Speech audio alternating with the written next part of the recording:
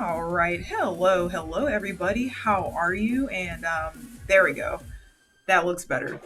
So my cam is like really weird, and like even though I installed the new drivers, so it saves the settings that I put it on. However, like it doesn't actually like it keeps defaulting back to default. But if I uncheck the auto checkbox, then it'll go back to my settings. But I can't make it stop defaulting to auto. So it's really dumb. But okay, here we are. We got it. We in here. Now next thing, wherever I set my pin down. All right, got it. Got it. We good now. So how is everyone tonight?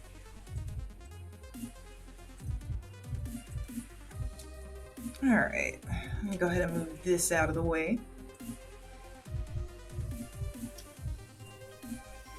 We'll go ahead and jump straight into things. So yeah, we're doing Dr. Mario, and I think the cool thing is we are almost done with Melee for the island style stuff. And I just tweeted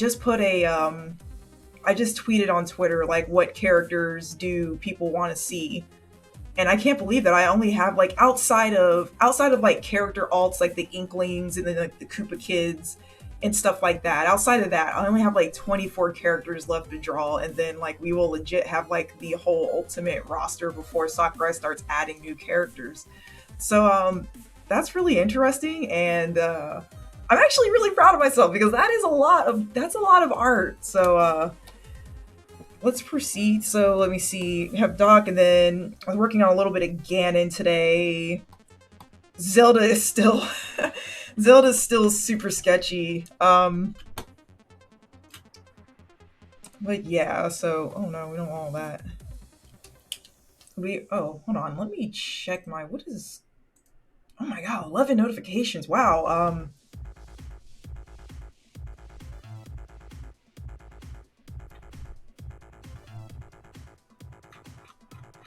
I didn't expect so many people to respond to that tweet. I just put it out there, and I thought maybe like 3 or 4 people would respond, but it's getting up there. Goodness, that's actually my biggest fear. Like, I know people are always saying that they want to be. I know, and I'm so surprised. Like, okay, so I know a lot of people were like, oh, I want to be big and I want to have a lot of followers, but like I want my work to grow, but having a lot of followers and a lot of people in the streams is actually a really big fear of mine because I kind of like how quiet and like personal the streams are, and like how I can kind of stay on top of my Twitter and like answer people's questions, or if anybody leaves a comment, I can answer, like I can actually reply to them. Like it's like one of my biggest nightmares or biggest fears that my Twitter's just gonna get so big that I'm not gonna be able to respond to everybody. And like I'm afraid like when my stream starts getting bigger, like the chat's just gonna go haywire and I'm not gonna be able to read anything going on in the chat. I'm not gonna be able to have like personal one-on-one conversations with anyone in the chat. It's gonna be so weird. For people who are big, they do sub-only chat from time to time. Okay, that's good to know. See, I don't really think about these things because I don't really think like that far ahead. But that's good to know just for future references. But then like the Twitter thing, because it's getting to the point where like I know there's still some people that I need to respond to, but like my mentions just get blown up so much now, like especially every Monday when I post a new island style picture. It gets kind of crazy. So I need to think of a way, or I just need to like dedicate time to like respond to everyone's tweets. Or maybe I can do like the first 20 tweets or something, because like I see now that it's about to get out of hand and get out of control. I'm not going to be able to read all of them. Like I'll be able to read them, but I may not be able to like to respond to all of them because it's getting up there. All right.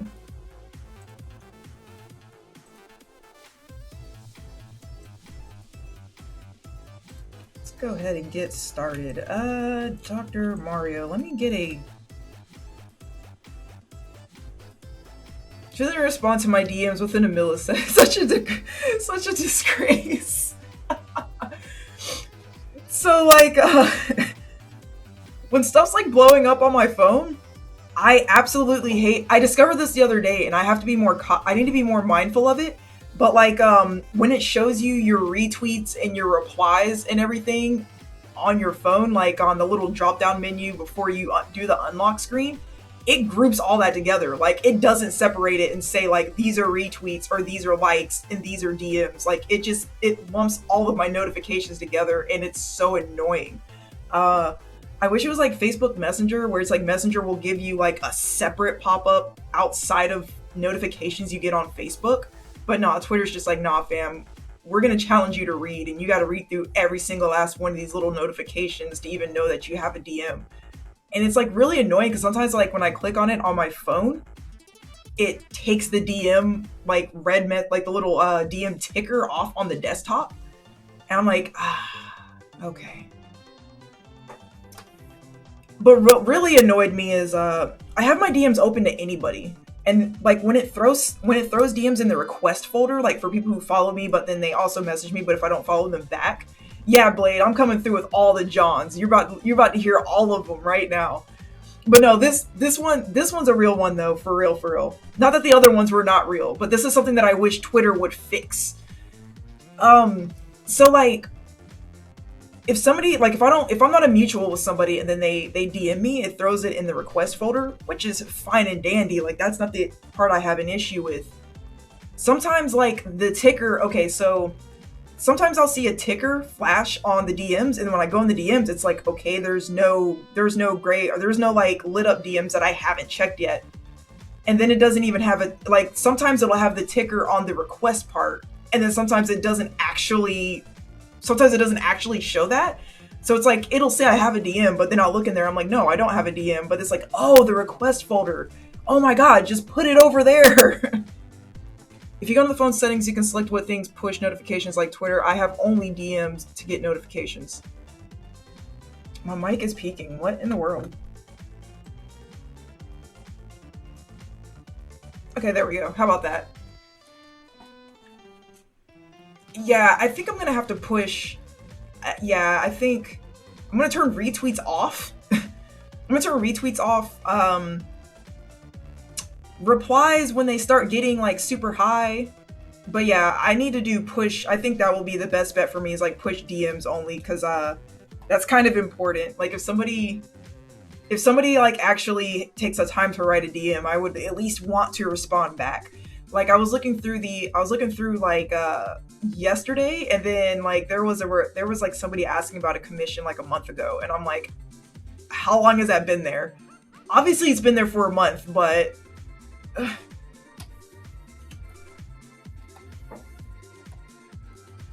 then I also need to filter my emails as well, because one, I don't know where these companies be getting your email address, or how they get your email address, or how you get on people's like mailing lists and stuff like that. Because like, I specifically have one email address for like spam and junk, and then I have my VR Studio ones for like actual like imported stuff, and that has been getting spammed from hell and back lately. And I'm like, bro, see, I got a lot of cleaning to do, and I need to figure out like why that's happening. And there's some emails that, what colors are you going to make docs? Pills. Let's see. One of them's gonna be blue, because I really like blue. I'm at least gonna have like blue somewhere on it. So maybe like a blue and red one, and well, now one's gonna be yellow and blue, and then, boy, this is the real question. Didn't think that far ahead.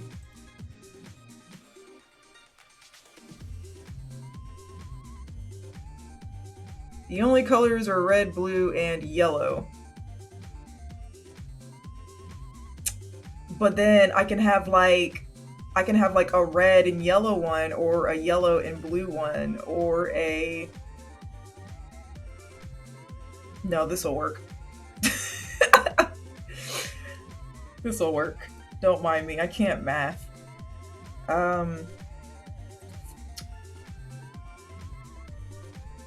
I actually do want to open... Alright, so we're gonna do some reference here, so I can just color pick from this. So I'll leave that up there so I can color pick from it. The possibilities are endless.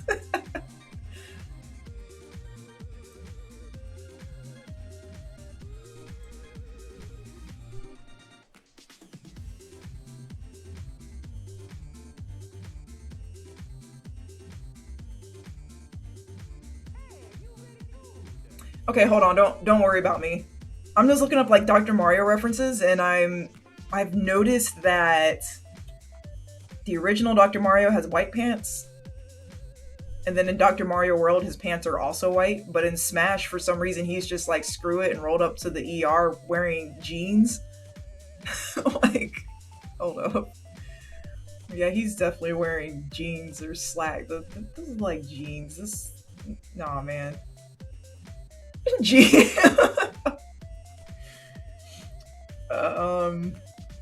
Yeah, I think that's what's going on here. All right.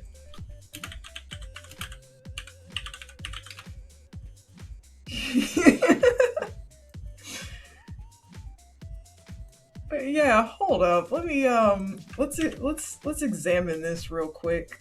Let's see what's going on here. This man wearing, yeah, those aren't slacks. This man just wearing jeans with the little Dr. Fit thing. That's not a scrub. What is that thing called? The blazer thing. I don't know anything about clothing. Okay, so alright. That's fair. He's wearing Tim's and jeans to work. It's casual day. Oh my god, I used to love when I was like at work when we had casual day, because like as management and supervisors, like we couldn't wear like t-shirts or tank tops or anything, even though it's like Florida and it's like 100 degrees outside, we were just not permitted to wear any of that. So it was like, oh man, casual day. I have jeans that are actually like lighter than my slacks I have to wear to work, and then it was so glorious. So yeah, like wearing jeans to work, it's great. Options. Alright, so let's I'm gonna take this off. I'm gonna take this base color here.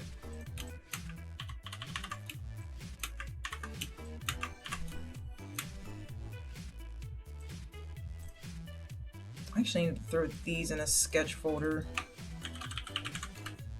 Alright, sketch. Let's go ahead and put base color, shades. Alright. Merged layer, sandbag, no. Oh no. Oh gosh. He's doing some serious business. And then drink water. For sure.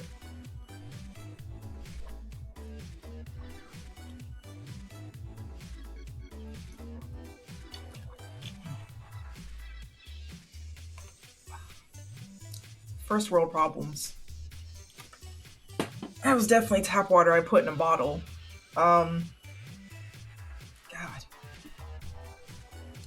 Our tap water is kind of harsh over here. I don't know if they're like I don't know if they're treating a swimming pool, but like our tap water has like so much fluoride in it. I don't know, like it just, I feel like I could go in a swimming pool and have cleaner tasting water.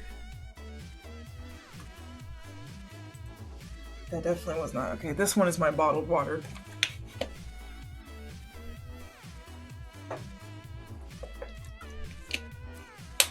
Okay. Yeah, that's better. Yeah. The other one was definitely tap water. Cause I have like little diffusers or whatever, so I like put tap water in there and I dump it in there, and that's definitely not supposed to be for drinking. I mean, I know there are places in the world where they don't have water at all, so I'm super grateful that we have water, but yeah, Blade, Florida water tastes awful. Like, again, like I understand that you have to like treat the water, but it's like I shouldn't be able to just fill my, like, I could take a hose from my kitchen and run it into the backyard if I ever decided to get a swimming pool, and I'd be able to fill that pool just fine without adding the chlorine or anything to it. Like, that's how I feel about our water.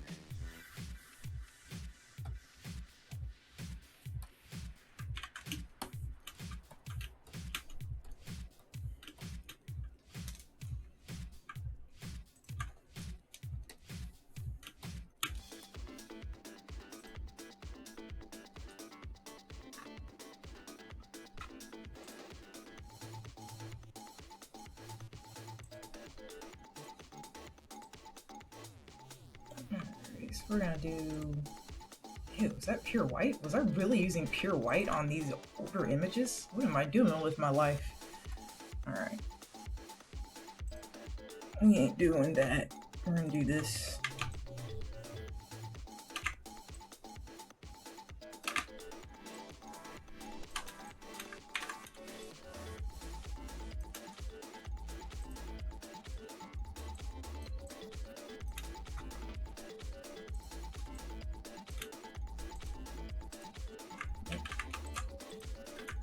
No.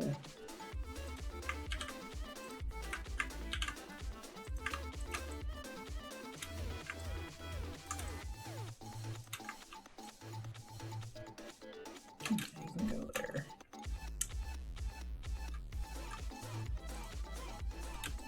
These for your boots.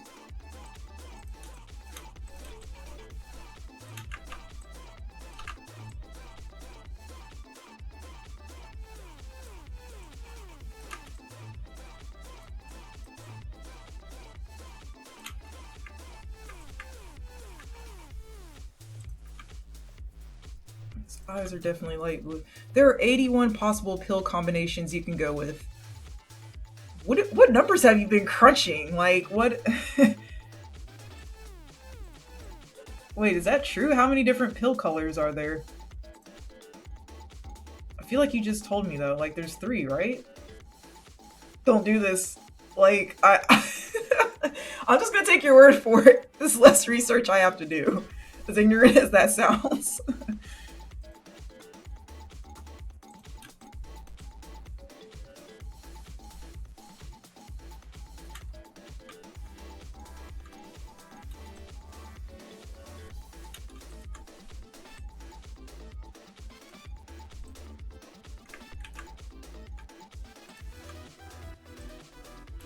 Alright. So that looks good.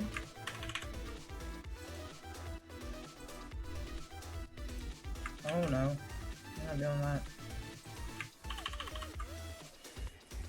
You know what? And I can tell you right now that I'm coloring on the wrong layer, so what I'm gonna do is I'm gonna take all this, take that, put that there. Fixed.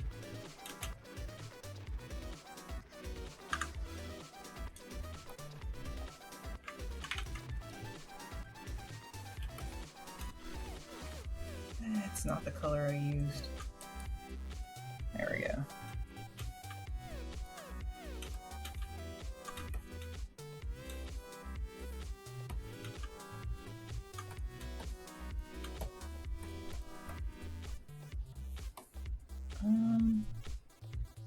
It's like white and then his shirt is like a darker gray?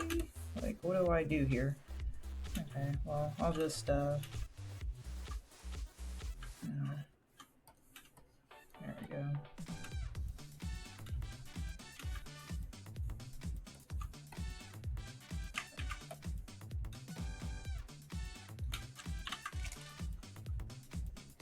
It does make a difference if the color is on the top and the bottom, because the bottom half of Doc's pills are always a pale red, blue, or yellow.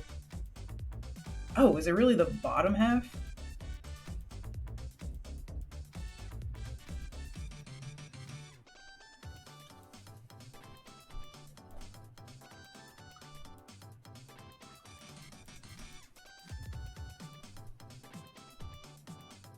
Oh, okay, in Smash. See, that's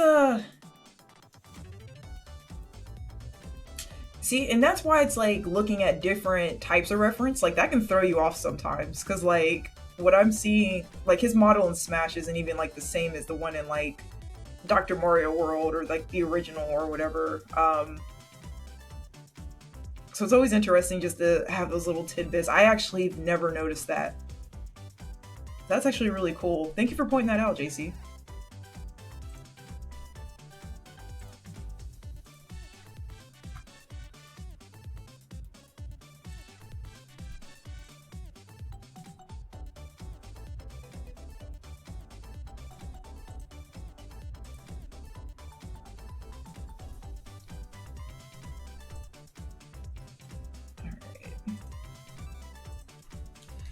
Let's you know what? I need to get hold on.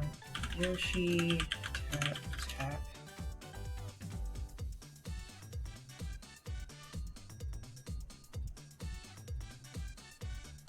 Yeah, let me go ahead and get this little guy here.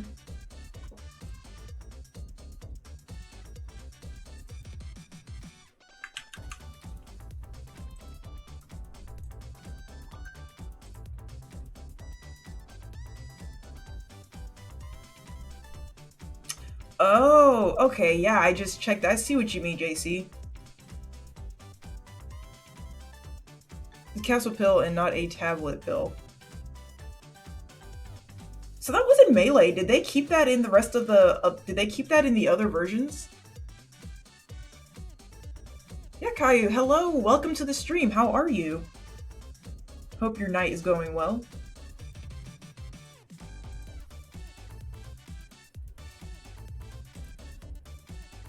Oh, they did actually keep it in. Oh, thank you so much for the follow. Thank you so much.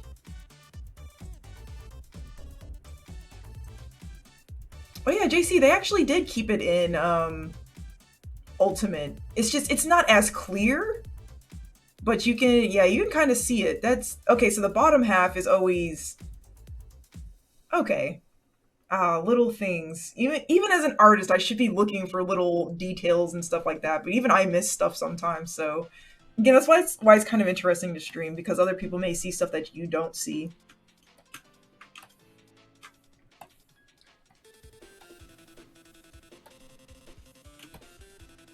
I'm probably gonna end up redrawing the end of the little what is it? How do you pronounce it? A stellatoscope? What are those things called? Hold on, let me look it up.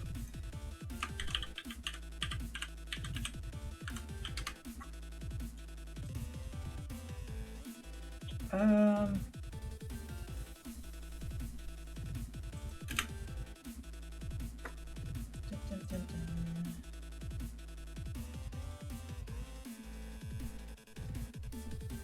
a stethoscope. There we go. That thing.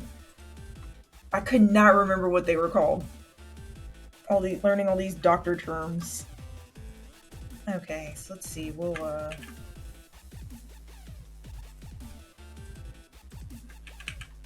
what's going on? Oh, current layer. No.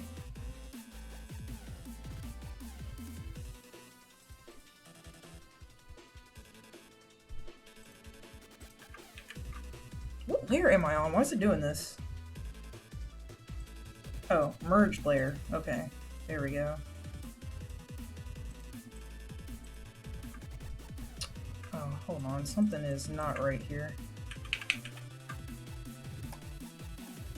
I think when I recopied some of the layers when I was trying to make the line art darker, I might have left like some stray pixels in there. And even though you can't see them, it'll still mess with, his jacket seems a little minty green. It is, some of the other pictures that I worked on, for white, I always use this color palette. And then, I'll try to go with like a middle color. And then when I fill in like the light parts of it, I'll use more of this and then the white here. But for the darker colors, I'm gonna go with that.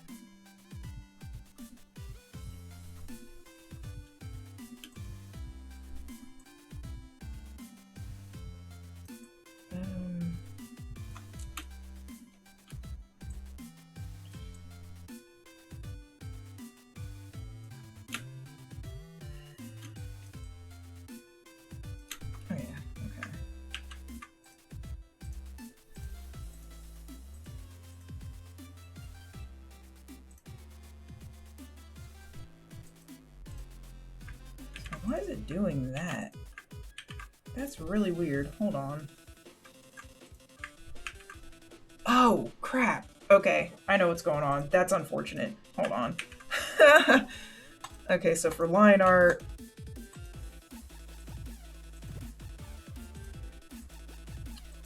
I totally forgot that let me just color in that selection.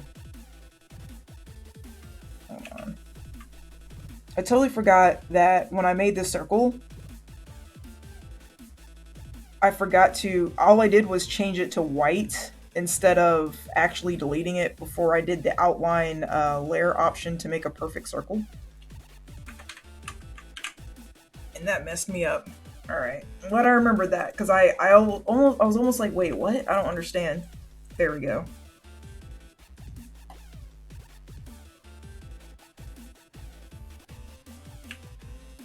And then the same for right here. So I see what I did. I definitely merged the wrong layers.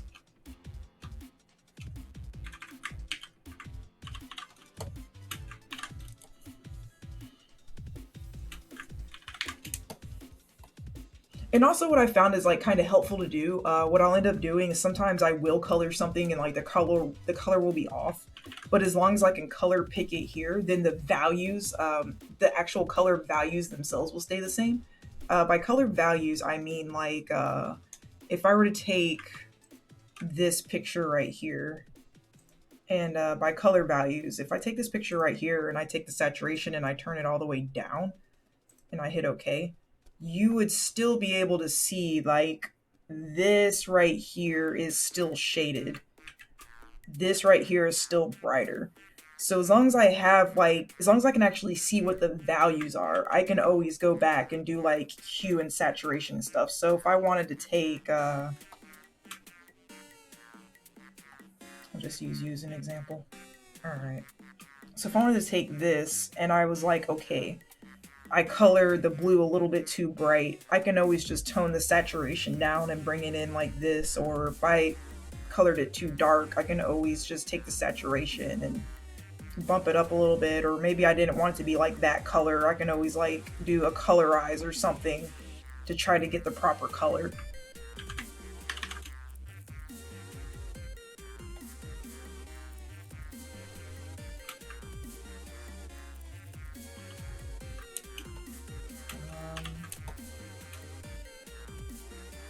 Colors, pants, or like, I'll just say that's black.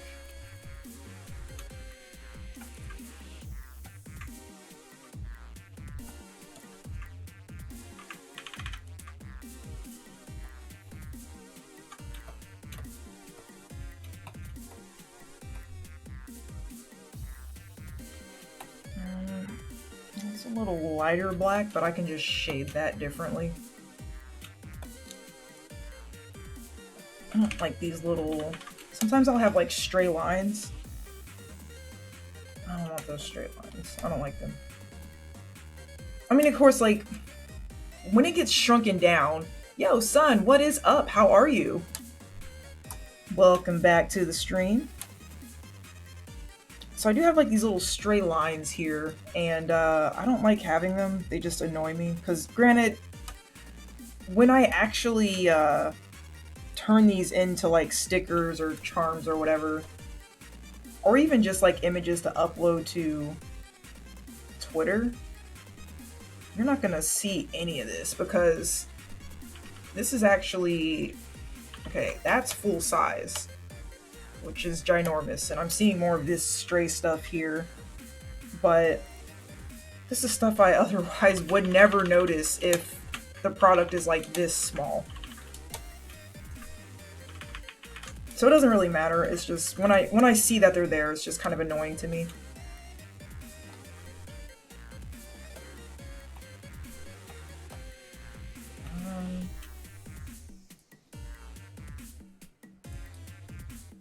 I don't know if you're wiping my screen. That's an actual scratch on this screen. Okay, that's not coming off. That drives me insane. I don't even know how I scratched my tablet screen. It's very small. It's like a little hairline scratch, but it's still there nonetheless, and it drives me insane sometimes.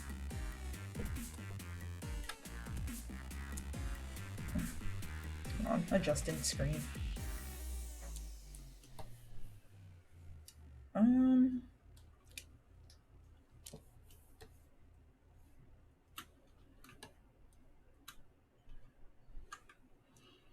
Patrick, what is up? How are you? Welcome back to the stream. I hope you're having a lovely night tonight.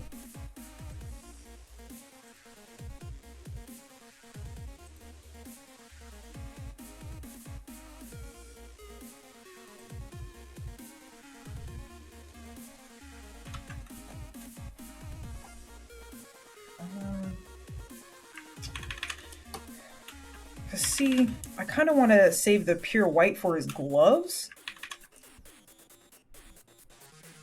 Because his gloves are definitely a little bit whiter than his coat. But that's only so because of the texture on the coat, I'm guessing. I mean, it's a really small difference. It's not gonna matter that much when I have everything shaded.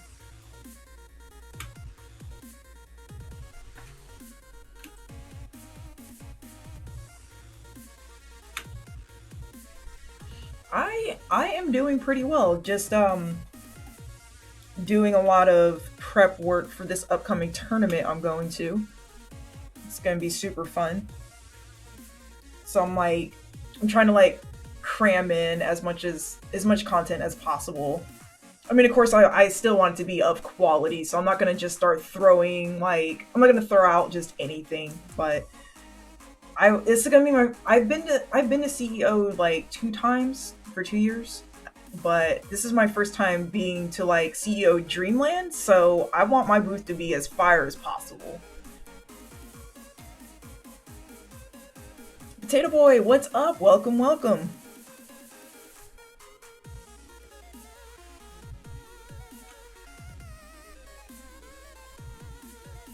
Is that a Colts jacket? I don't know. You might have to just ask Dr. Mario himself. Oh, you know what? Dr. Mario definitely has a tie. Did I not draw a tie here? Oh, what am I doing with my life? You know what? No, that's gonna be a tie. That's gonna be the tie.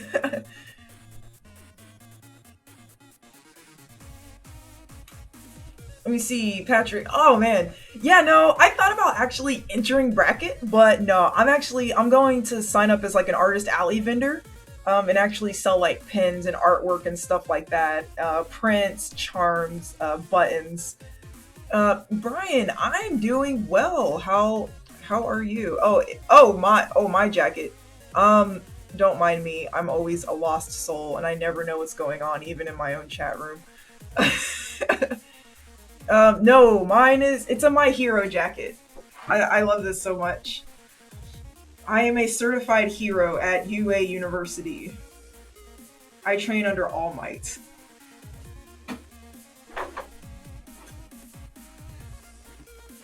Let's see.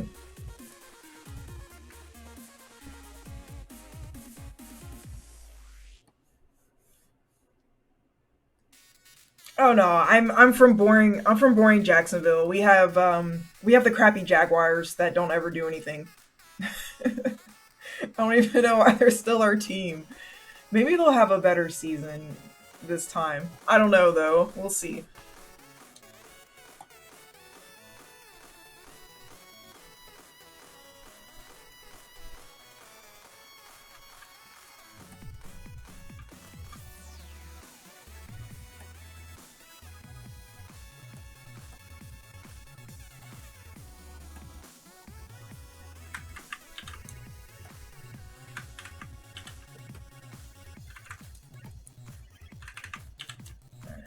Blue and then red. We'll just do red. Alright, and then just yellow. There we go, they look nice. And then I can adjust how dark or whatever they are when I start shading. For base color, I think I am gonna use... that sucks.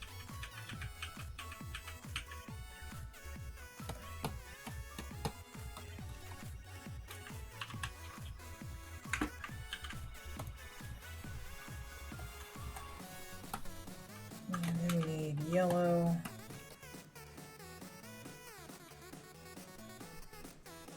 Mega Man Zero ZX Legacy Collection coming out on the 25th. Oh, really? Oh, really? Already? Yeah, I was definitely thinking about getting it. I definitely need to go back. Looks like she wants fill combination number 57. All right, if it's 57, that's what's up. I'll take it.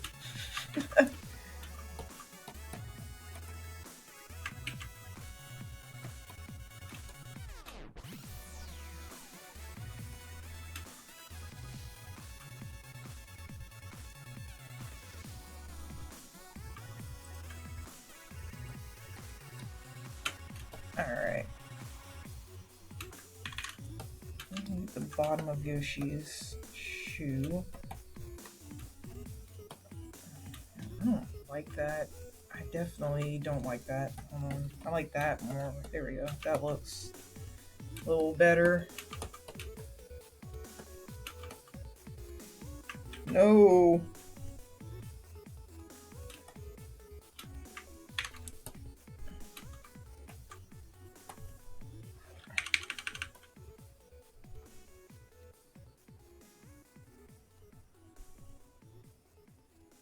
Color these edges in here. I'm seeing a lot of straight lines on this one. Goodness, what was I doing?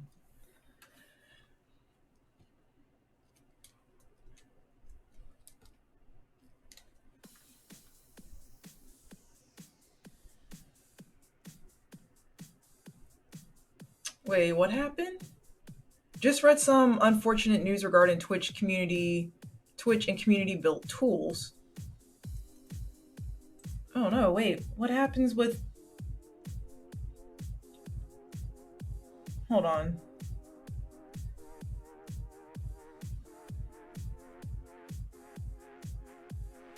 Alright, so let me see. This API rate limited to an IP address basis of 80 requests per minute. In other words, requests from each IP address using your application or new limit rates do not apply.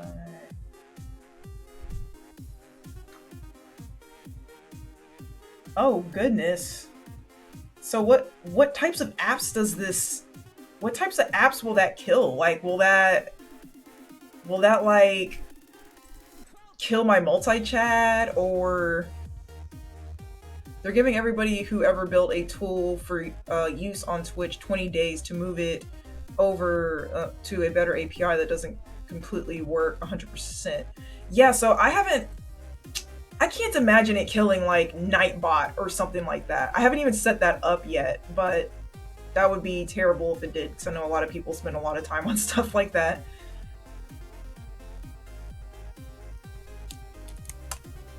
Yeah, my stream is still super basic. I have a lot of work to do on it. Everything is a work in progress though, so slow and steady.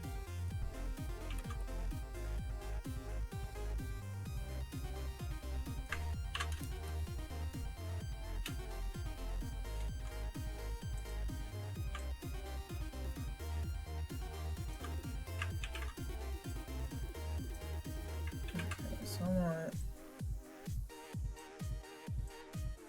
that. I'm gonna merge that, and let me take this line art.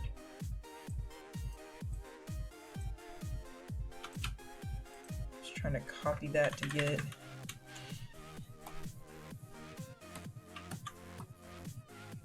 And sometimes this happens, and I don't exactly know why. I think my I think when I was doing the paint bucket tool or whatever, I think the sandbagging might have been up too high.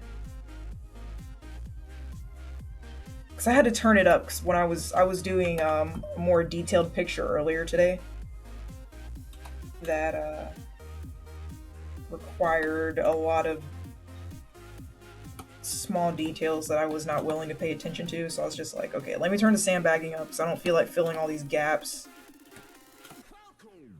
Being lazy in one place caught up to me in another. How about that? Go figure.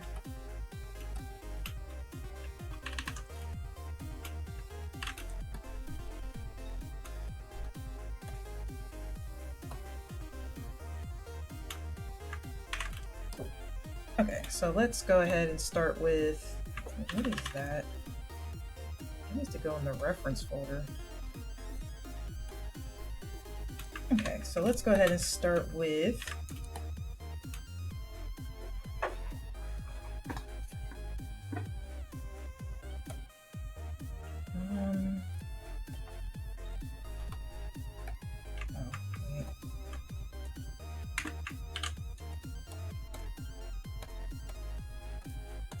okay, we are for real ready this time.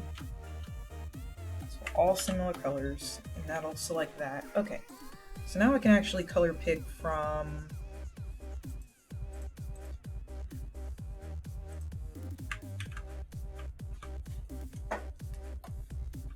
So Donkey Kong right here definitely has brown on him.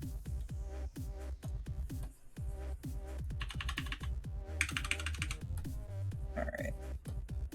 So we'll use Donkey Kong's fur for Mario's hair color, because they're both brown, so...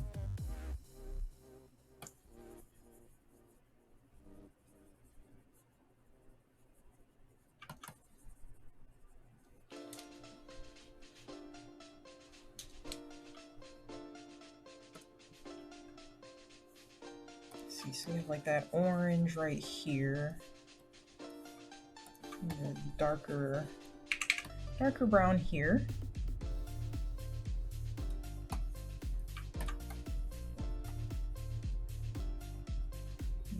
Yellow. Even got little specks of pink in there. Definitely throw that in there.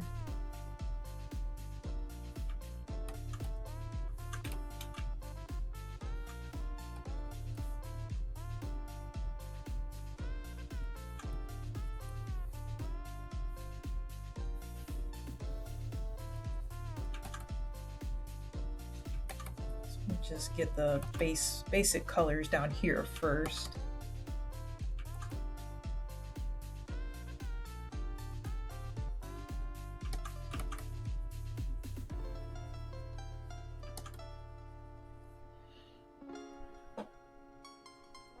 So Twitch caused a big panic, realized it, and are now trying to quell that panic. Oh goodness, what is... We will delay the implementation of V5 rate limiting until further notice. It's not reasonable to ask people to migrate off of an old thing before the new thing is ready. What? Oh man. Sometimes I guess the left hand doesn't know what the right hand is doing. I mean, that's a very possible thing. I don't know what's going on.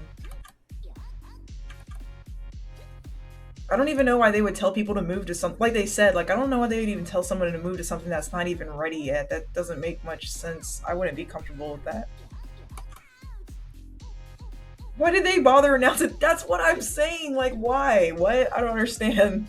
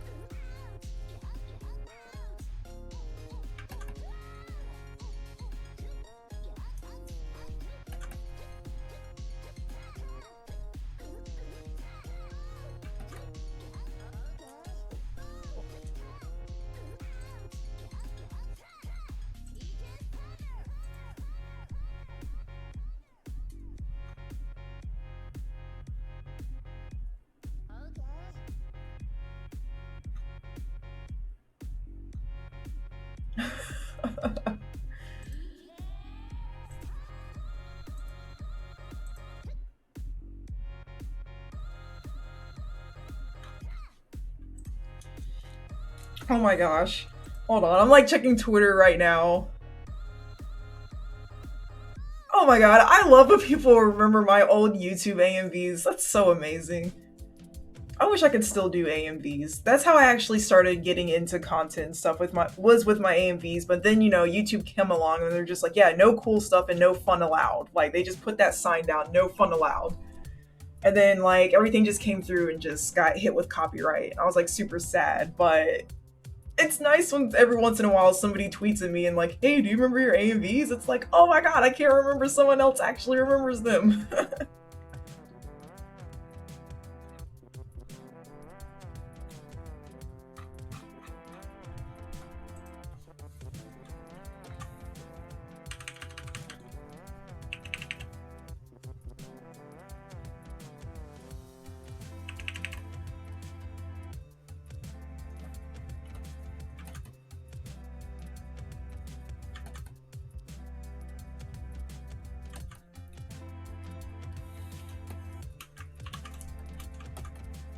I don't want that much pink there. It does have like this darker You know what? I'm just gonna make this dark. I don't want all that pink. Oh, oh no.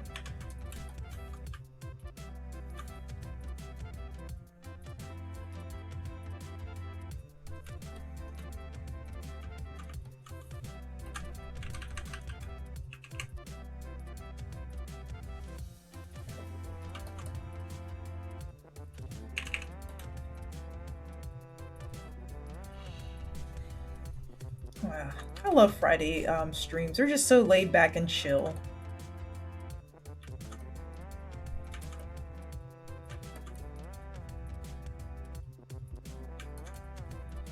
Oh man, wait, speaking of like art or whatever, I think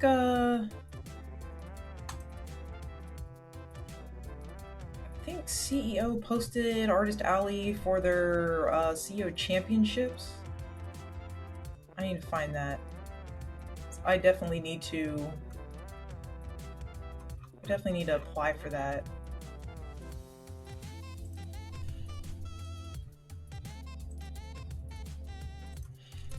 Because my goal is to see if I can get into all three. They did Blade, cool.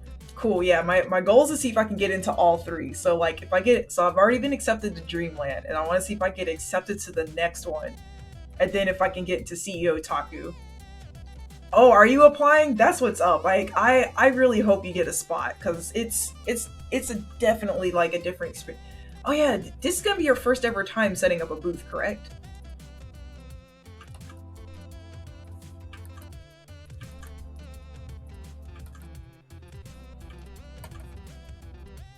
Okay, yeah, like I was so intimidated my very first time, and there's like just little things that see. Yeah, yo, that like if you get into CEO as your first actual Artist Alley event, like bro, we're celebrating. Like we gotta do something because that's gonna be exciting. Like I want to say before I got to CEO. I want to get this right. I want to say CEO was my second ever Artist Alley. Holy crap, yeah, like CEO 2018, I want to say. I believe was like my second ever Artist Alley event. That's crazy.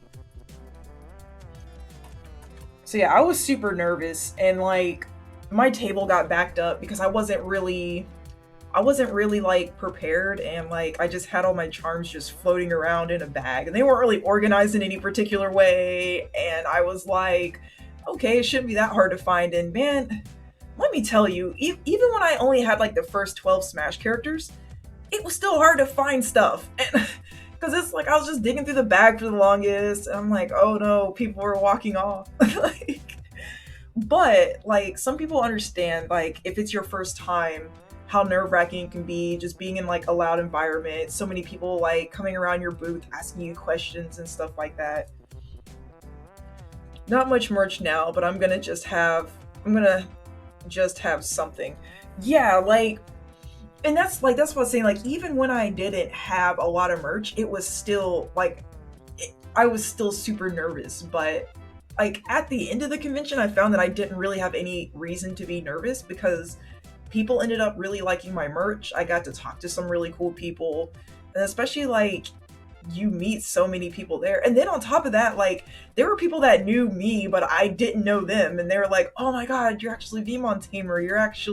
You actually came out to an event," and I'm like, I.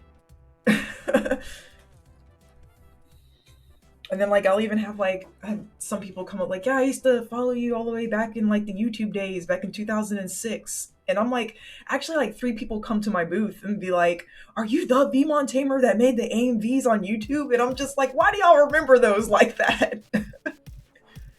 So it's pretty cool. Like you'd be surprised how many people are actually watching you or your art and you don't even really know it. And then it's like they'll walk up to you and be like, "Oh my god, it's so nice to meet you."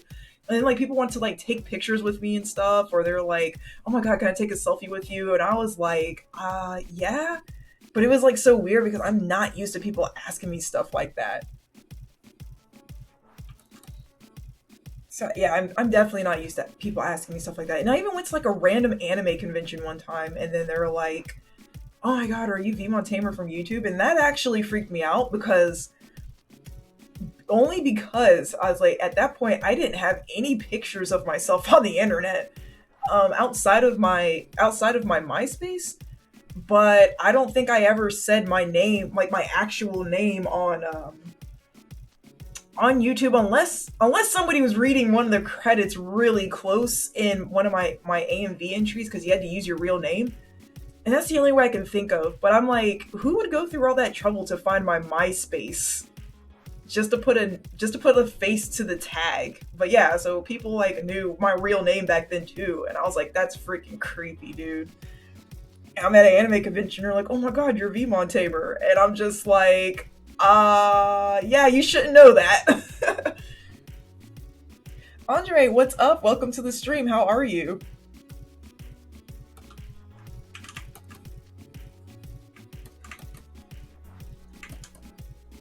But yeah, so like nowadays it's not as creepy because it's like, I mean, I stream, people know my real name. My real name's on my business cards and stuff like that. So it's not as weird, but it is still weird when people come up and be like, "Oh my god, I'm a really big fan. Can I take a picture?" And I'm like, I am an average person. I didn't know people thought I was like that cool, but yeah, sure. We go ahead and take a picture, like whatever makes you happy. But streaming really has been helping a lot because I'm super camera shy. Like I hate being on camera. I'm not photogenic. Like I am photogenic. I can be, but like my personality, like I don't like cameras. I don't like being in front of people. I'm really good at public speaking. Like I do it when I have to, and when I used to have to, like when I absolutely had to at my job. So there's skills that I have, but they're just things that I don't particularly like using. But it's all a work in progress.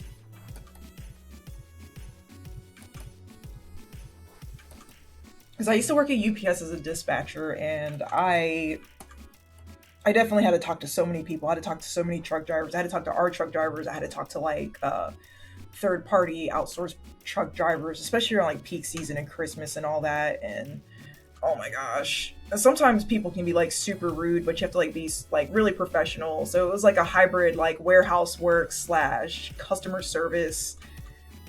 It was the strangest thing ever. I was like, oh my god, just I didn't like it that much. Like I was decent at it. I got pretty good at it, but I didn't like doing it. So like I opted to go back to physical manual labor work just so I didn't have to deal with customers.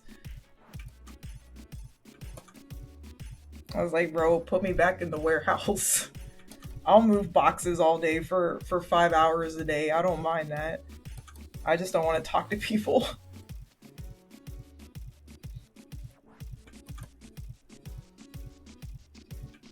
But I definitely feel like streaming has helped me a lot with that because it's like it's easier to connect with people when you're talking to somebody about stuff you actually care about. Or when you have like that common ground that you can talk about. It's like I promise you, if any of those truck drivers would have came up to me and started talking about Smash Brothers, I would have opened up real quick. But like I don't particularly like talking about logistics. I'm really good at it. Like planning and routing and stuff like that, but it's just because you're good at something, it doesn't mean you're passionate about it. And I think that's what I ran into at my job.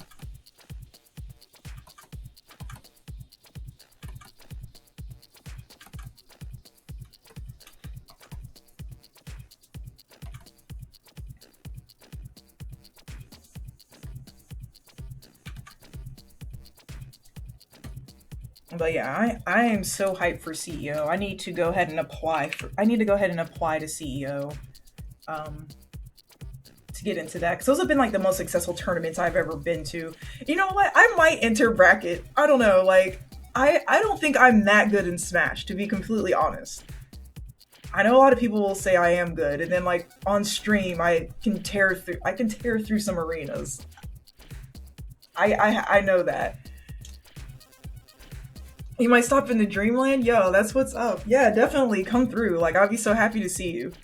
And then especially like if you get like especially if you apply to CEO and you get a booth, like I'm gonna be at your booth like being being a really silly fangirl, like, yeah, come on, yo, Blade, first time here, come look at this awesome stuff, man. Like, and like legit, like when people, when my friends or whatever get in, I usually tell people to stop at their booth as well, because we have a creative workshop out there last CEO, and she was doing like custom controller vinyl skins and stuff like that. And I was every time somebody came to my booth, I was like, and if you want super cool controller custom vinyl graphics, go visit that booth over there. Because honestly, when I do Artist Alley, I don't look at it as competition. Like, I think that's a community where people can really help each other grow.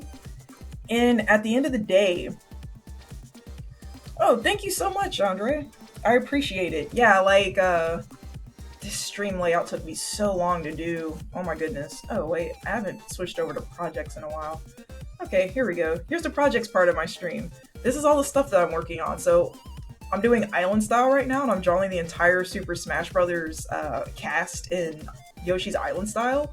And I've been working on this for quite some time, so you can enjoy the little cute arts at the bottom. But yeah, like Artist Alley, for me, that's not really something that's like competition, because at the end of the day, like, art is super subjective. Art is really subjective. If somebody wants to buy your product, it's because they like the style, they like how it looked. Because again, like, I really like telling this story, and I'm going to tell it as many times as I need to until artists actually understand that it's okay if you're starting out. It's okay if you feel like your stuff isn't good. But at the end of the day, like, you're not the judge of that. Like, yeah, you can judge, like, if you think you're putting out good quality, but you can definitely understand, like you feel like you're not putting out good quality work. But at the end of the day, it's just like, I had a lot of customers. Like, I felt like my first charm line was not good. Like, I felt like it was gonna bomb. I felt like it was bad. But then, like, my first year as CEO, so many people bought them. I'm like, oh my god, these are amazing. Why don't you do more? And I was like, oh, I was gonna do more, but I was told that the style was kind of bad, and that it wasn't gonna go anywhere. So I didn't really invest any more time beyond this. And people were like, yeah, that's hogwash. These are really cool. You should do more. So I did. And then the next year when I went, I made twice as, like, the amount of money I made at CEO in 3 days was like equivalent to a month's worth of pay from my day job. So it was like, okay, yeah, so I know there is a future in this and what I do. So the more of the story is, like, draw because you like doing it. If somebody tells you that something's not good, like, okay, so critiques are important, and if there's somewhere that you feel like you can improve, then do it. But don't, like, flat out take someone's, like, a couple of people's opinions at, like, face value, because you never know how the rest of the community is going to react to it. So honestly, I'm glad that I stuck with this.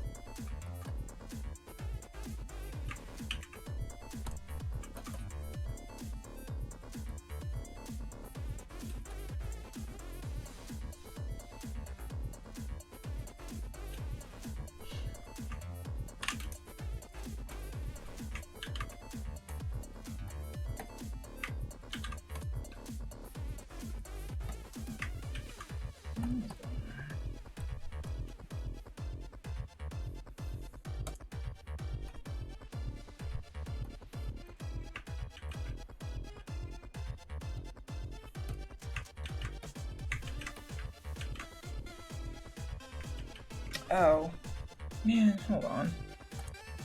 That's what's going on. I definitely put these on the wrong layer again. Okay.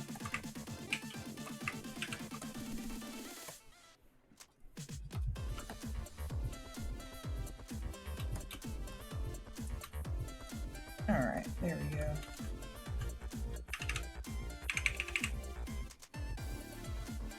Not base shades.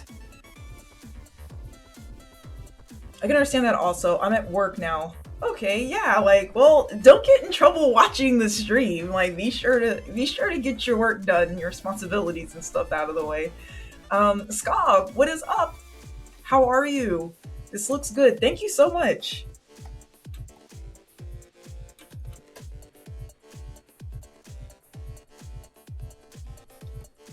We are hard at work preparing for CEO. Like, I'm not gonna stop talking about this event until I actually go. But yeah, so I was like thinking, like, I don't know if I should enter a bracket or not. Like, I know I'm decent, but I know I probably would not go. I would probably not go O2. I know that for a fact. Like, I'm sure I can. I'm sure I wouldn't drown in pools at the very beginning. Like, I feel like I would drown somewhere midway through. Do you have any nest paintings? I actually have two. Hold on. Let's see. Let me see if I can pull these up quick enough. Nest. Let's do desktop. Let's hide that. All right. And then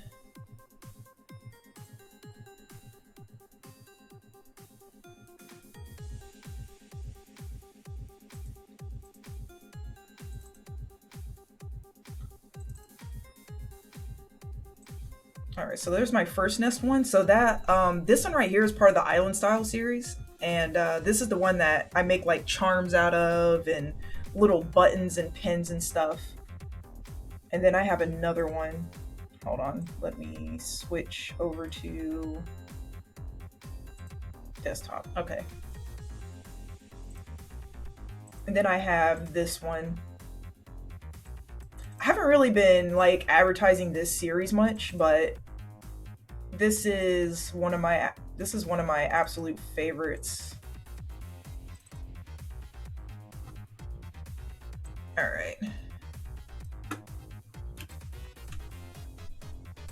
So yeah, I'm working on this one, and it's like in the style of like Digimon the movie and Summer Wars. So you have like the really like crazy background patterns and stuff like that, and then like the red outlines and like the dark colors.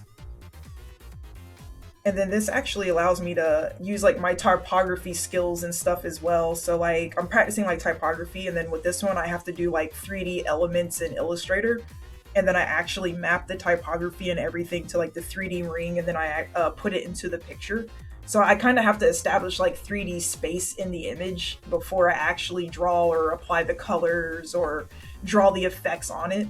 So this one's actually like, if I had to pick a picture I'm most proud of, this one. Like, this one's pretty dope. Like, I love Ness's like pose and everything else, and like the typography and everything is pretty cool. I love this one. I try like when I make yeah, appreciate it. Like when I make images. So here's the thing: I went to school to be a graphic designer. Uh, as I got through school, I found that I didn't really like it as much as illustration, and I wish they had schools for actual like 2D illustration here, but they don't. So I was just kind of SOL on that one. Um, so I wanted to find a way to actually combine illustration, like 2D illustration, with graphic design in a way that wasn't just like tacky clip art or like newspaper ads or something like that. And so this series actually allows me to do that. And that's why I'm having a lot of fun with this. I don't have many of these yet, but I'm working on more. So as soon as I'm done with like 5 more island style keychains, I'm going to do more of these prints. Because this is going to be my main print line. And then let's see. Because yeah, so I have Yoshi as well. And this one was pretty fun because like in Yoshi's Island, when he has his cursor, when he shoots his eggs and stuff like that, like I was actually able to go in and make this 3D and outline it with like a different color. And I still have like the 3D effects and stuff going on down here as well. So these take me anywhere from like 8 to 15 hours to do a piece. Like these are insane. But they're definitely worth it because it's something different. Like I wanted going to conventions, like everybody's gonna have prints, everybody's gonna have charms. I wanted to do something that was gonna be different and stand out. So this is a little series that I decided to do. Pikachu was really fun to do because I actually turned his electricity into like a pattern, and I actually got to draw the gym badges. So this one's pretty dope, actually. And these are, I'm opening low res versions of these because I don't want to open the high res version while I'm streaming because that's going to suck all of the RAM out of my computer if I do that. But yeah, this one was pretty fun because like I get to do like graphic design, vector images, typography, illustration. So pretty much it takes all of my skills that I have and puts them all into one thing. But yeah, doing the gym badges here, making a pattern was pretty cool. And I also like playing with like perspective and stuff too, so you can kind of see like there's a wall beside him that's like kind of going diagonal here. And especially with like the type and stuff, I get to do like their moves and whatnot. So that's pretty neat. Fox is one I'm also really proud of as well. Like this one's pretty dope. I actually got to do like little window screens and put the squad back there, like in let me see, assets. Let me see, where's my references at? So yeah, like Digimon Our War Game, the way that the movie took white space and actually like kind of made graphics and stuff out of it was really impressive to me, definitely as a kid. And it's definitely what inspired me to want to look into doing graphic design. So it's like the red outlines and everything, the way that the elements looked. And then I also like this, how it's like they were in the real world and the Digimon were on the internet, and then like their faces popped in via like window screens and stuff like that. So yeah, I'm doing the entire Smash cast in this aesthetic. So that's kind of where I got the inspiration for Ness's lightning right there.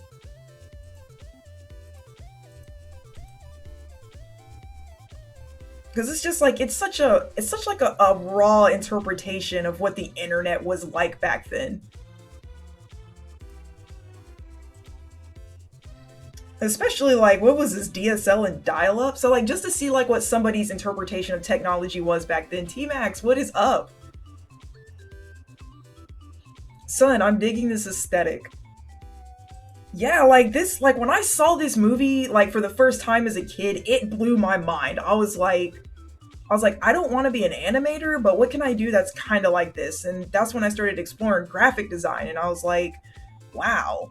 Because like even here, even have like the Windows thing right here. So like what I wanted to do at first was like kind of make like digital tech, like glitchy type artwork, but like we all know who Justin is, and he does like the vaporwave art in the Smash community, and his art is really dope. So he does more retro style stuff that also features like the Windows 98 skin, and I'm like, man, I don't want to copy him, but I still want to have like some type of homage to like old technology or whatever. So I decided to take this aesthetic and just kind of run with a more modern look to it.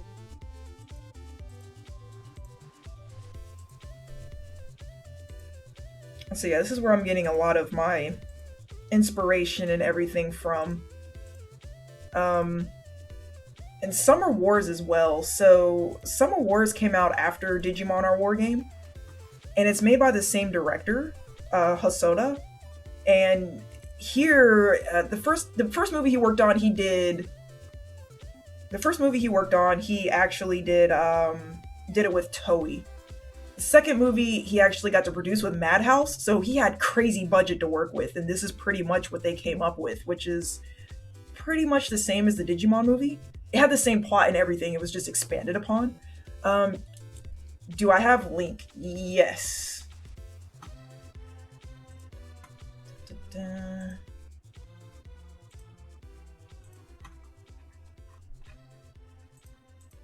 Alright, let's see.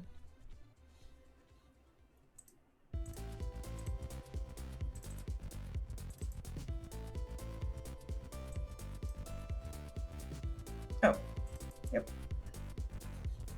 I have Link right there.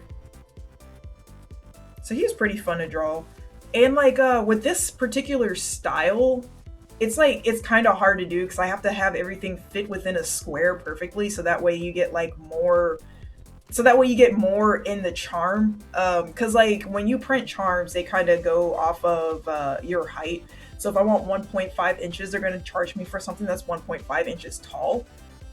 So what I try to do is I try to fill it out as if it's a square, so that way, like, okay, if you're gonna charge me for 1.5 inch, JC, I have not done the Miis. I'm definitely gonna save them for last, along with alts, like alt characters like the Inkling alts, the Koopa Kids, and I feel like I'm missing one, Hero.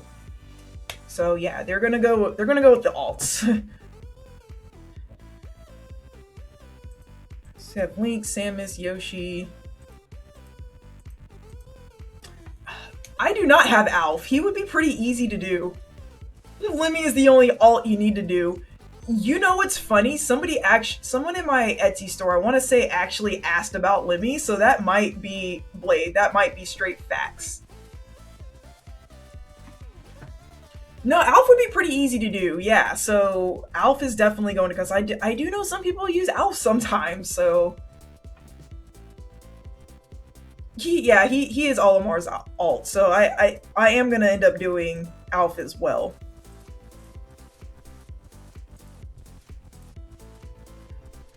So we're on Mewtwo now. Oh, spoilers! You can't see these. Okay, so yep, that's next week's release.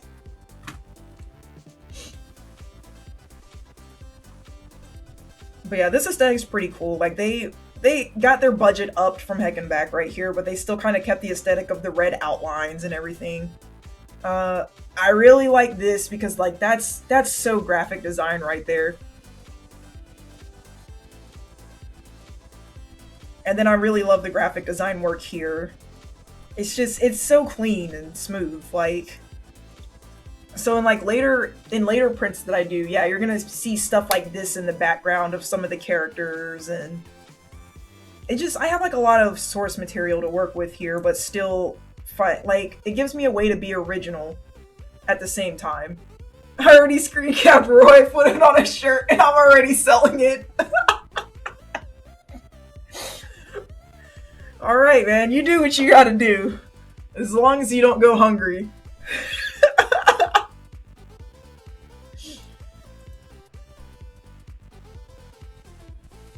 So this is interesting right here. Like, this would give me more source material to do. You better not copy me. Alright, I will not. Okay, bet. Okay, I promise I won't copy you. I will not screen cap my own work and put it on a shirt and sell it in somebody else's shop. I think that's beyond fair. So yeah, I cannot bite off your idea.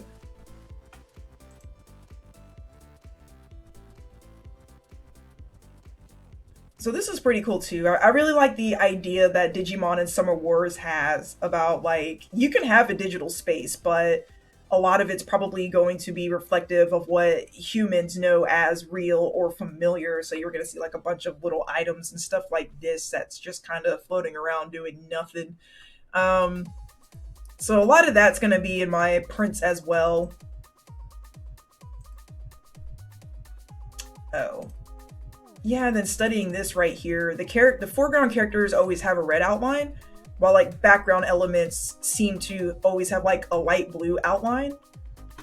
And I actually discovered that I put that into practice when I was doing the Kirby print.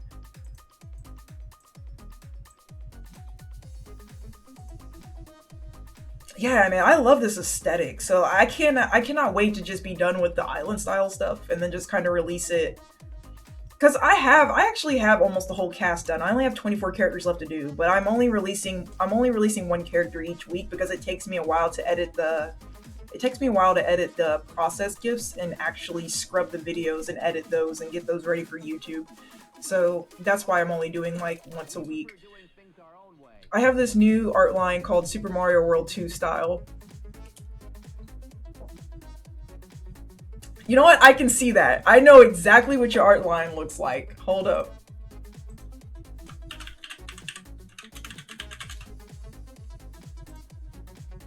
Hold up, let me find it.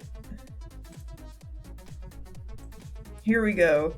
Yeah, so definitely, I can see that. Like, there's like no yellow, and the lines are a little less choppier. I can't wait to see it. I think you're gonna do great, JC.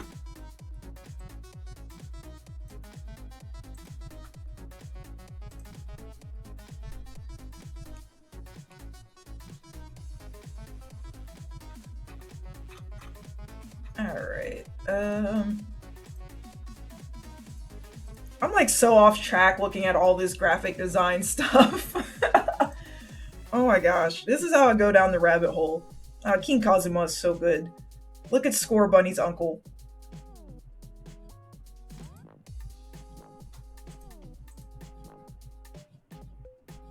Yeah, yeah, thank you, Ska. Like, this is all your fault, but it's great. I love it. Oh, and then a little simple background. So I will be doing these little clouds soon. That's gonna be cute. I was thinking about using these little clouds and stuff for like Jigglypuff or something.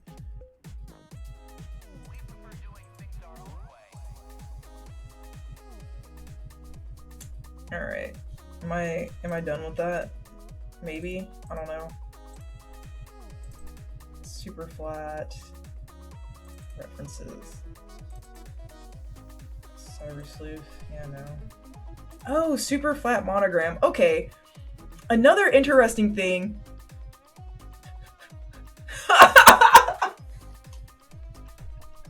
Oh my gosh, y'all. I just can't. JC, please.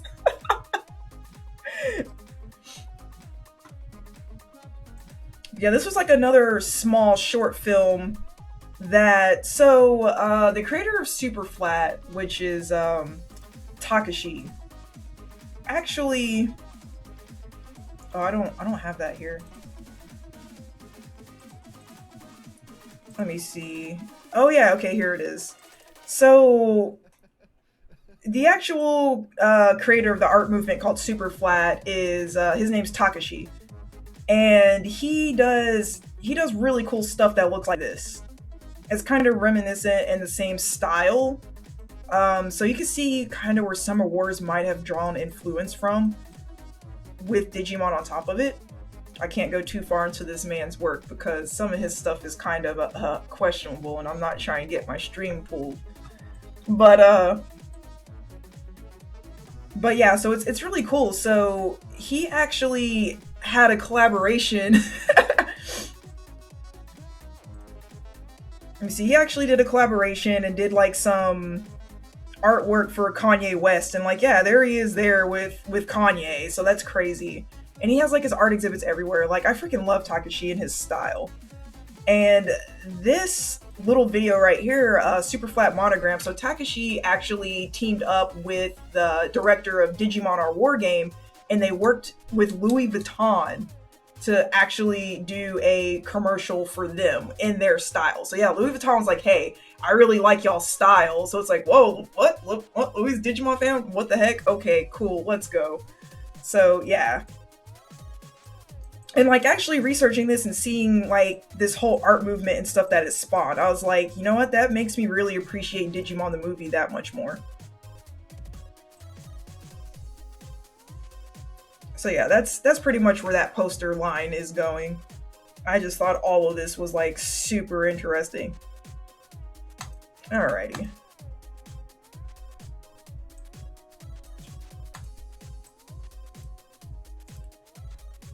Now that that is over, we will go back here.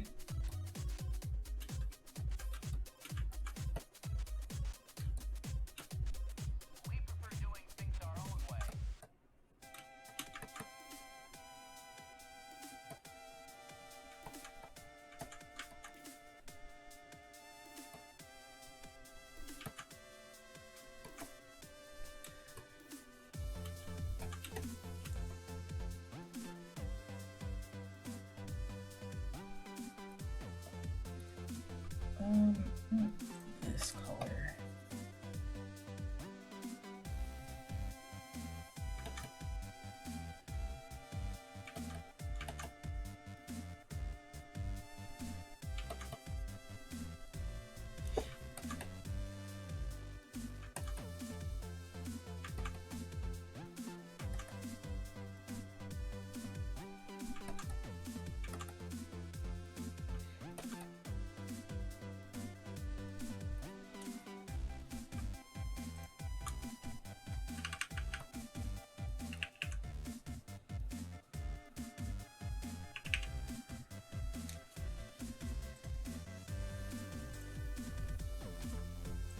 Oh my god, I'm so mad.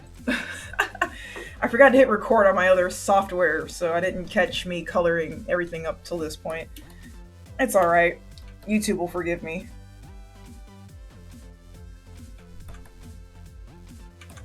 Also, analytics show that more people just watch the preview video and not the actual videos on YouTube. So it's like I don't even care if I'm missing steps at this point, because I mean it's just like, oops. It's not like it's like super needed anyways. I mean I still do the videos though because I'm building a library for something in the future, but if they're not perfect, I'm sure nobody will die because they don't watch them anyways.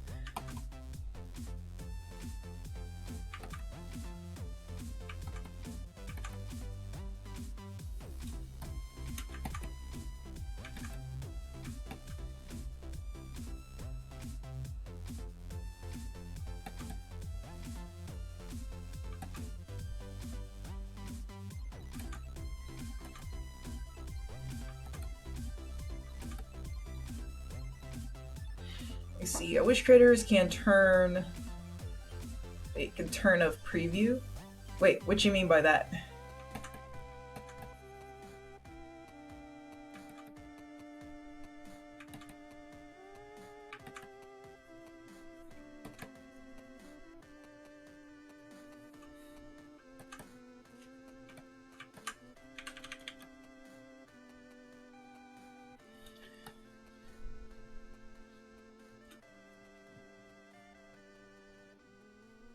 Alright, JCC, when you get back. I can't really turn off previews on content. Like on YouTube.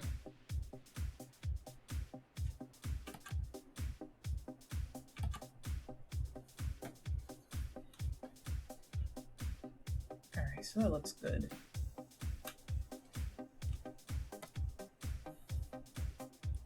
It's just auto plays.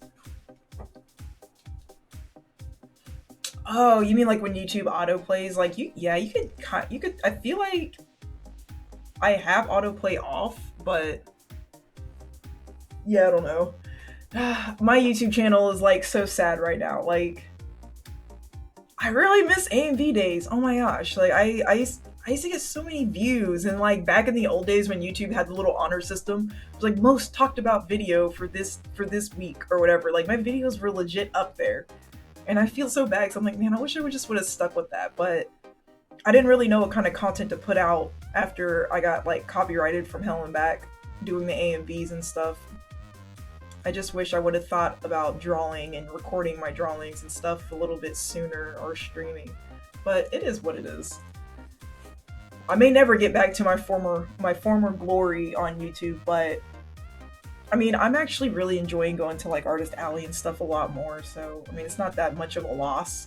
It's crazy to see like where I once was versus like where I am now, because I took like a 10-year hiatus, but that's just how things go.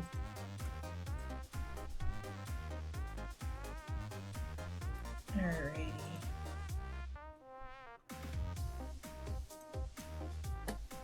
Let's go ahead and do... I'm gonna make this... Wait, no, stop that. Black, we're gonna do shades. So when you really get in here, get that yellow. That yellow. Well, I'm here to bug the chat a bit. Okay. You're definitely not bugging me.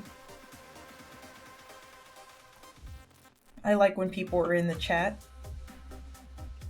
I did my stream because all my painting cameras died. Wait, what? Do you have to go to Art Basil? Or wait, what is this?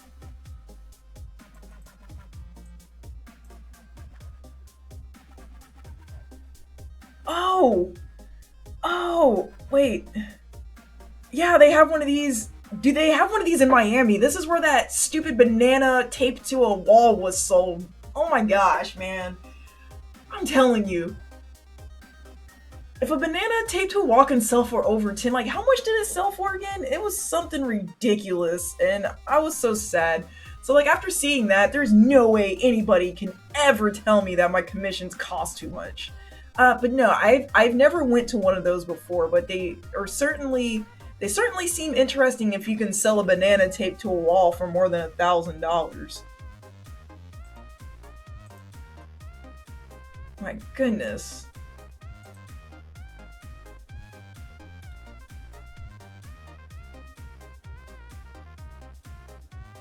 I'm from Cali. I don't know much about it. Yeah, they have one here in Miami.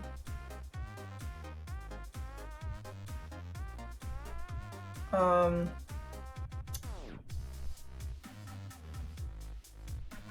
okay, here we go. I'm gonna put this article. Hold on. Dun, dun, dun. Okay, so I'm just gonna go ahead and dump this article down here. Y'all can read that if y'all want. And yeah, that's ridiculous. So apparently those art shows be popping off somehow. And I definitely wanted to believe that it was satire, but this particular event was not, and it actually happened. I don't know, man.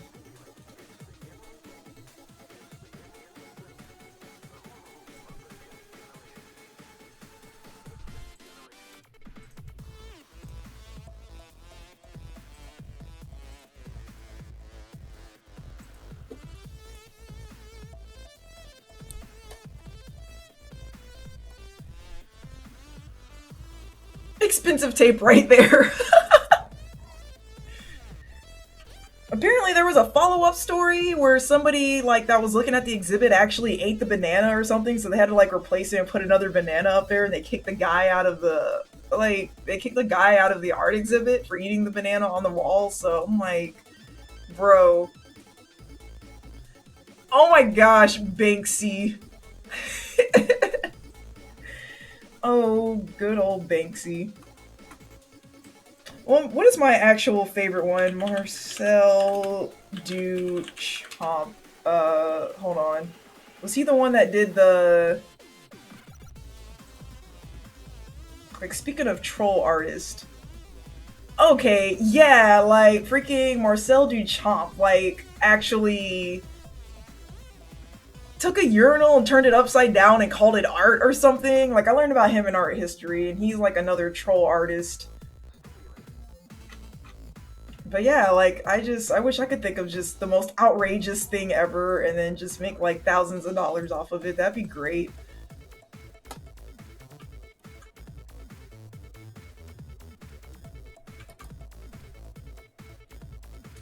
I wish I could be a troll artist. Trust me, like, actual artists don't even know how to be troll artists. So, to be fair, that's something we're all trying to figure out.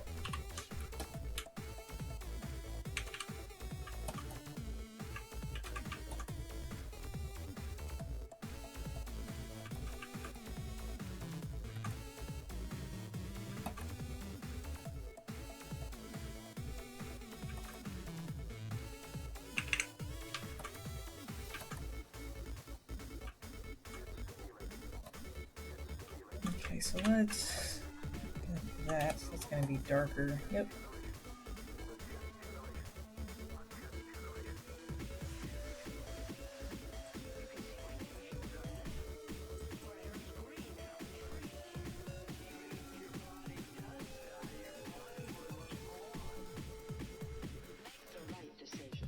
Wait, what?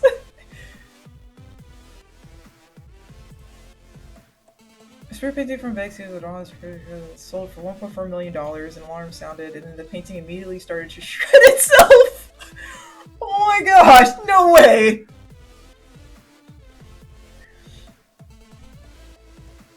Oh my gosh! Oh, Banksy. Don't ever change. But yeah, like where I gotta go where I can draw, like legit. I be getting so sad when I walk into a like exhibit and they'll be like the energy and motion of this squiggle line, with the energetic sparkles in the playful circles, sold for $1 million. Do you feel what this artist was feeling? And it's just like you have people like on the mic commentating like what they feel from these squiggle lines of crap, and I'm just like, nah, bro, I don't see it. I'm sorry.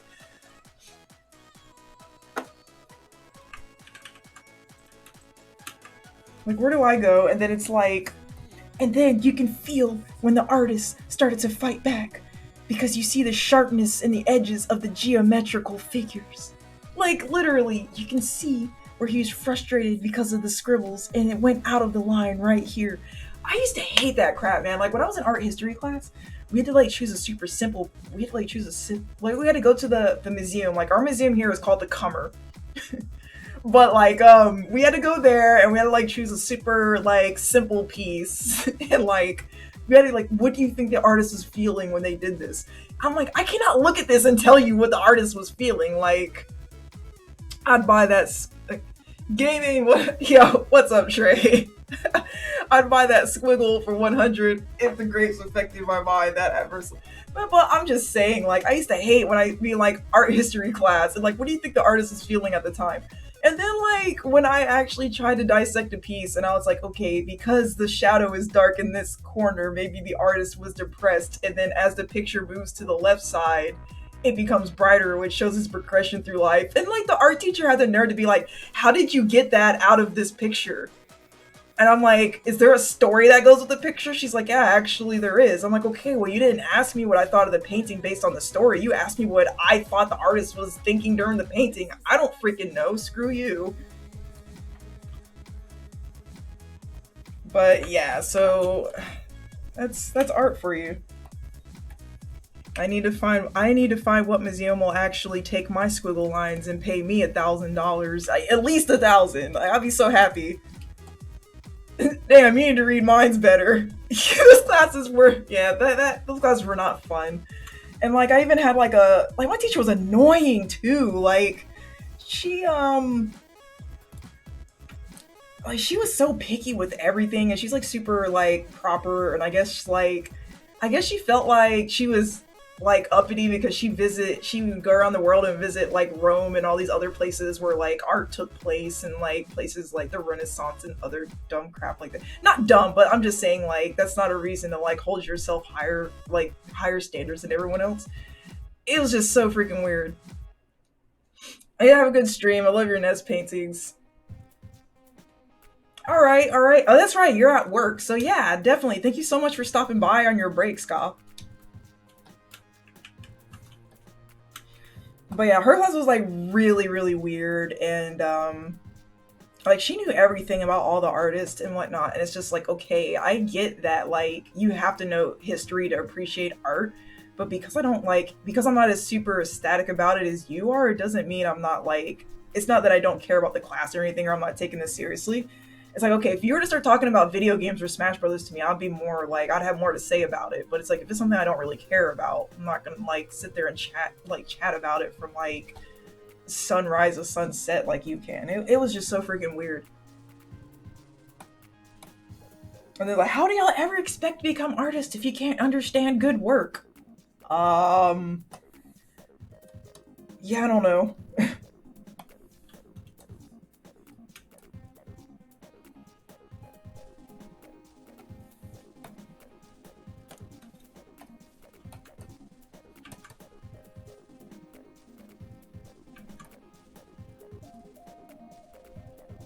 I had a teacher that was obsessed with warped art. What is that? Was that during like an art movement or something?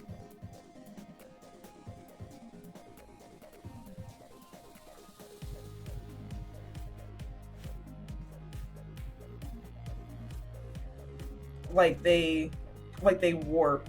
Oh, like that psychedelic art that you look at, like if you're looking at it, it like starts to move or whatever.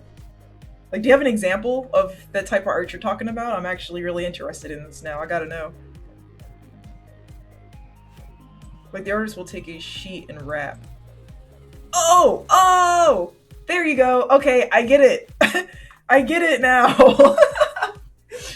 You're cool, Blade. Just go ahead and blame that on autocorrect. I'll believe you.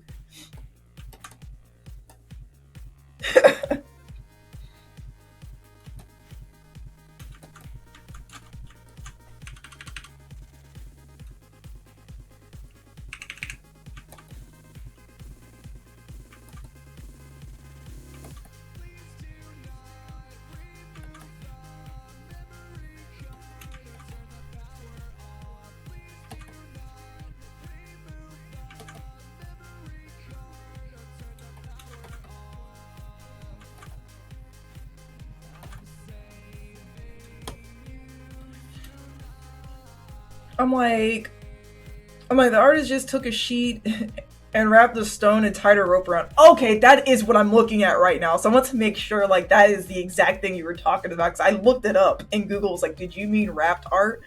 And I was beyond confused and had to do a pastel art project on it. I was so confused. Yeah, I don't know, man. It's like some things that you find at like arts and crafts exhibits and stuff like that. And then like I forgot I was watching it. My every time I go to my sister's, like we're always watching like different comedians and stuff, and she really loves watching comedy. And I get introduced to so many new things. And like there was like one of the stand-up comedians was talking about how he hated going out to like arts and craft shows or whatever, or like flea markets or whatever with his girlfriend because she would always stop at like the crappiest booths.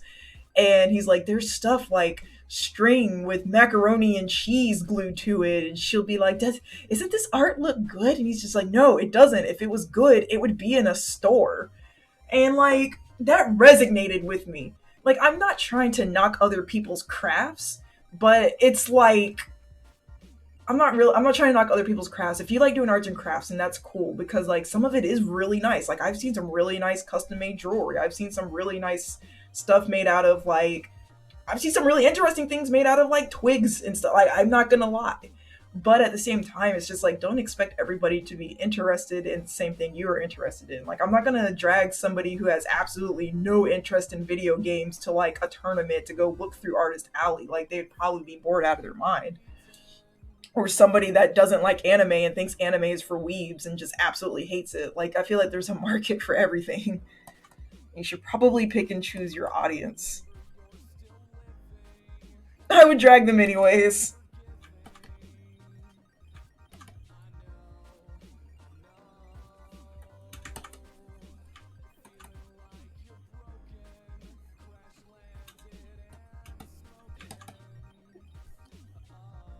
Fist bump, yes. Fist bump. I would drag them anyways. It's the future.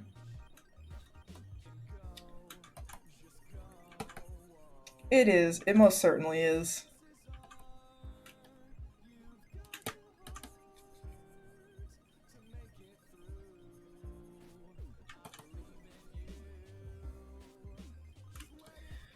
But yeah, after the stream, I'm probably gonna do more buttons. I actually found that like my printer prints really well on photo paper because I was trying to print on normal paper before, and then like the buttons themselves ended up looking all gritty and stuff.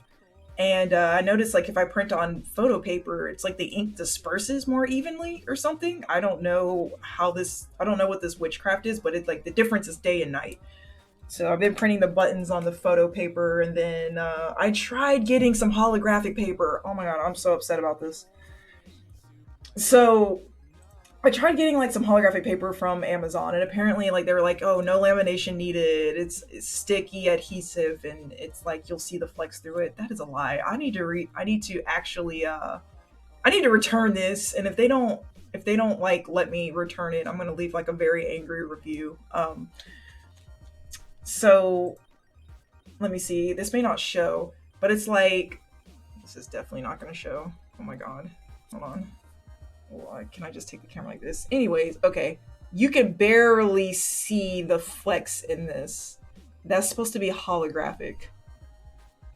And I followed all of their directions on the followed all of their directions on the Amazon page. They're like, okay, if your fingers have grease on them, then the flecks might disappear. If it's wet, the flecks are gonna disappear. If you apply heat, the flecks are gonna disappear. Okay, I followed all of their darn directions. And apparently, like, the adhesive is like super tacky on it. So if you lay it on something, it's like you barely see the flecks in it. Like, they completely disappear as soon as color touches it. And I'm like, that sucks. Flame their review. Yeah, no, I am like, yo, you call this mess hollow? Like, yeah, so it's like, and I even tried making like a little Jigglypuff button right here, and like even this is like you can't see the hollow on it. Like as soon as it actually hits like the paper, you don't see it. It's just like super. I'm so upset about that. Like I wasted a button on that. But I actually saw like on Alibaba, there's like legit paper that I can run through a laminator, and it actually puts the hollow foil on things. So I'm gonna go with that because laminators are actually cheap. I don't know why I was thinking like a lamination machine was like $200 or something. You can get one for like a really good one for like $30. So we're gonna do that. And but yeah, so like CEO's coming up. I've been working on like a crap ton of buttons. I know I showed a couple of people these last stream, but like coworkers surprised me with a button maker, and like so I've been getting to work on all these little buttons and stuff, and I can't wait to sell these at CEO. It's gonna be great. Yo, Oyster, what's up? Are you all caught up on My Hero? I could the manga or the anime? I'm caught up on the anime. I have not been watching the manga. Excuse me. I have not been reading the manga. I want to read the manga, but like My Hero Academia is like that's something that me and my husband do together. So like we watch that together every Saturday, and since he works a lot, I know he's not gonna have a chance to read the manga. So I have to restrain myself from not kind of going ahead and spoiling myself, because like when something hype happens, I want to actually be surprised about it with him instead of just pretending like I'm surprised when he's surprised. Like that'd feel terrible. Well, since I can't read.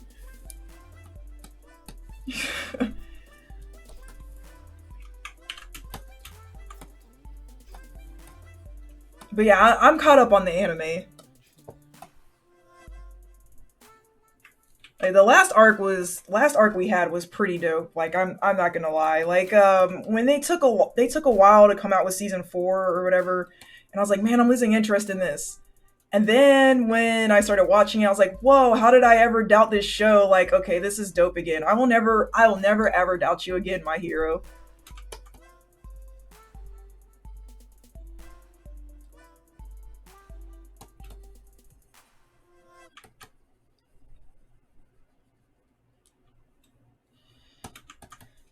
All right, Oyster. Yeah, like definitely drive first. My stream will be on for quite a while. And definitely stay safe. I started watching just before season 4 came out. Yeah, no, it's really good. I like it. I didn't think I was gonna like it at first. Like when season 1 first started airing, I actually started watching around like midway through season 2, because I know we were able to binge like season 1, and then we watched 2, and then 3 was right. No, actually, no, that's not right. I started watching it halfway through 3. I want to say. Yeah, that sounds about correct.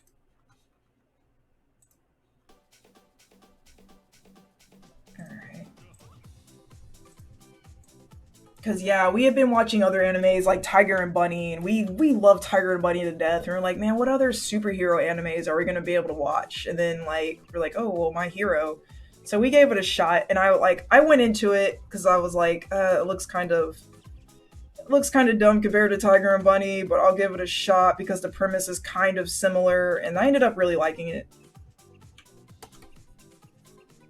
I'll be back sometime tonight. Okay, then yeah, you take it easy. I'll definitely be here.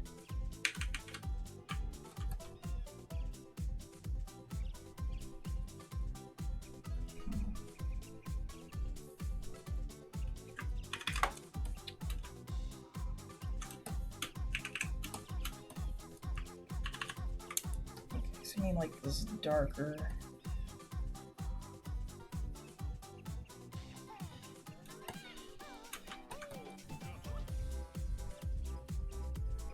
I think right now my husband and I are watching Cells at Work. That's it's such an interesting anime. It's so silly. Like if you don't watch it, you're not missing much, but like the way like the basically it's like Osmosis Jones the anime, if anybody even remembers that movie. And you're pretty much seeing how like all the cells work in your body, and then like each episode is like a problem the body might have, like heat stroke or flu or something like that, and then like all the little blood cells have like caricatures of them. And it's just kind of funny because like the episode about like a skin abrasion like slayed me. Like my sides were split. Like I almost died from laughter. Like pretty much like somebody scraping their skin was the equivalent of nuclear bombs going off in a city in their world, and they pretty much had to like summon like the red blood cells to like clot it up or whatever, and they like draw how they repair the skin and stuff. And it's really silly. Like it's never like super gruesome or anything like that. It's just like a cute like retelling of it's like a cute telling of like how the body works and functions. But it's just how it's portrayed. How it's portrayed is like super ridiculous, and it's something cute. If y'all want to watch something cute, Cells at Work.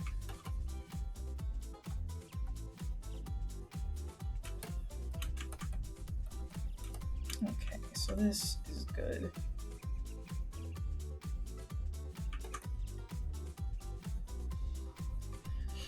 I do need to find more.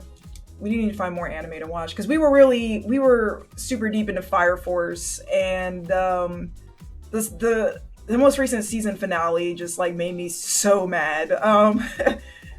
And I don't know if I want to continue watching it if that's what the premise is going to change into, because like I know his mom got turned into an inferno or whatever, and then freaking Fire Force, like it was dope to me all the way up to the ending, because like I know they were trying to figure out where the infernos come from, and then you know, he found his brother, and then they were like, oh yeah, your mom might still be alive. He's like, oh, I'm gonna find my mom and turn her back into a human. I'm like, okay, that's the exact premise I hate about Demon Slayer. Like to me it was cool because it seemed like yeah, it lost me too.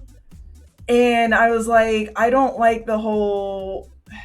So if he's gonna find his mom and then turn his mom back into a human, it's kind of hypocritical, because it's like you're killing all these other infernos, but why does your mom get this special? Yeah, so Demon Slayer was forward from day one about it, but like if Fire Force is gonna take that turn, it's like, bro, don't do this. Y'all had a good premise. Please don't change to that. Because and then it's like, most of the time when animes do that, it's like, okay, if you're already killing all these other infernos, like why does your mom get a special pass where she just gets to go back to being a human? Like, no, she needs to die too. Isn't that the code?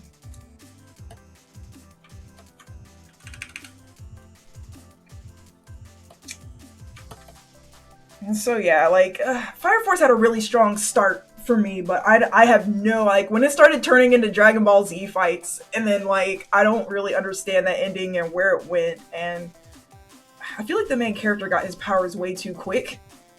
So I don't know. I will give it, when the next season comes out, I will watch a couple of episodes.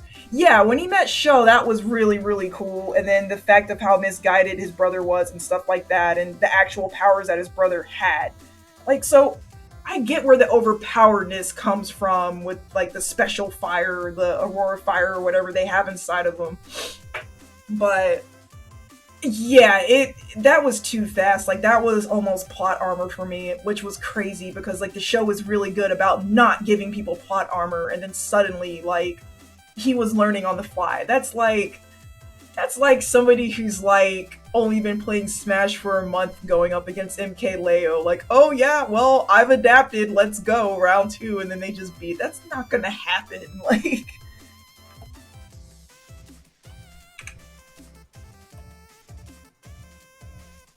they kept talking about it, and I'm like, what does it mean? I'm glad, like, we got, okay, so some of the answers we got were really cool. It was cool that we got those answers. And then it's like, exactly, I was like, why should I care? But then when I saw the fight, it's like, okay, I get how this can be destructive. But y'all went about this in the worst way possible. Like, I still don't think, okay, yeah, he has this really special power about him, but he should not have learned to tap. He should not have learned how to tap that within like the 20 minutes he was fighting his brother. It's exactly why I freaking hate the Tournament of Power on Dragon Ball Super. Like, Goku won Ultra Instinct, and then, like, he lost it, and then within 5 minutes, he, like, freaking went Ultra Instinct again against Jiren. I'm like, why should I even care about this? This is so plot armory.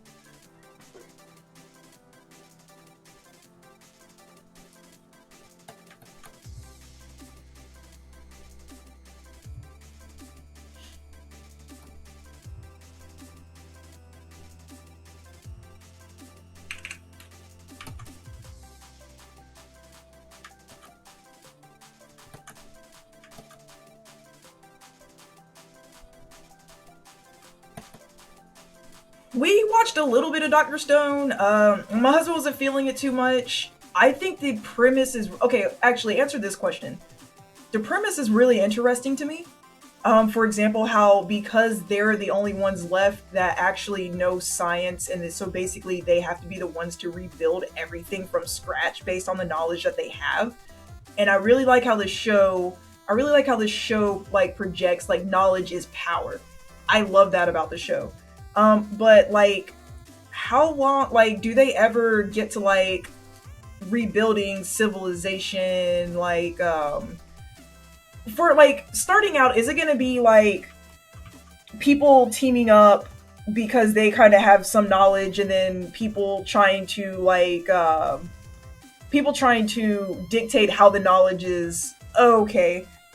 And okay, so that's fair. The anime's not far enough along, because like I think it would be like, the story has all the potential to go in the direction that I think it will go, but it's like I would be more interested in when they like when people start rebuilding cities and start remaking walls and stuff like that. Like, I don't know if I'd be too interested in like the prehistoric like ways of doing things, if that makes any sense.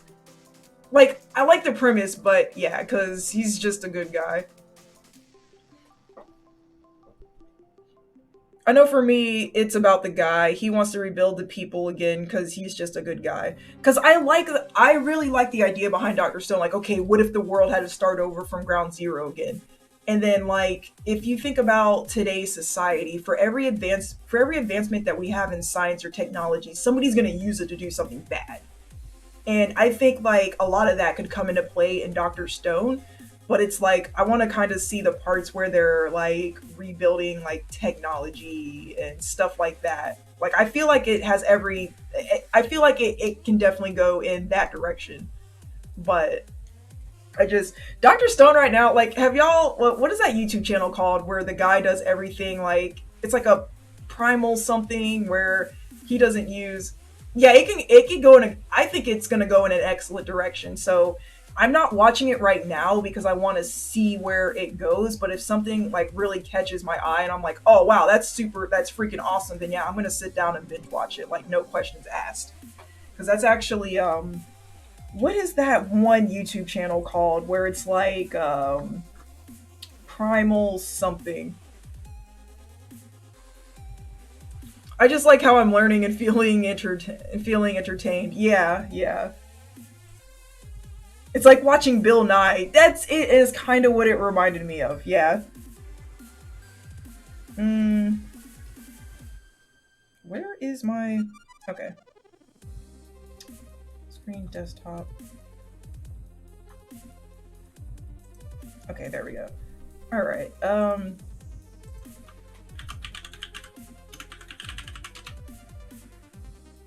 what is that? Dang it, I can't think of... Okay. when my husband gets home, I'll ask him. There's this really cool YouTube channel. It's called like Primal Living or something like that, where the guy will, like, if he wants to cook something, he'll go outside and start a fire, or he'll make a kettle out of dirt or something, or he'll make clothes out of like leaves and stuff like that. Like he does everything without using technology on the channel. And I feel like somebody watched that and was like, yo, what if this was an anime? Which is not bad. I just think it's interesting and just kind of funny.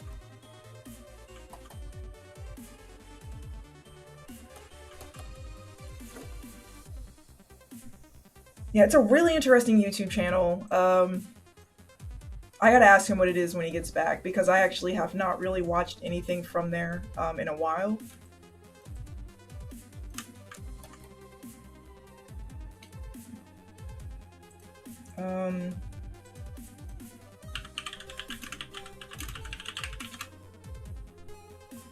Primitive technology. There it is. Okay.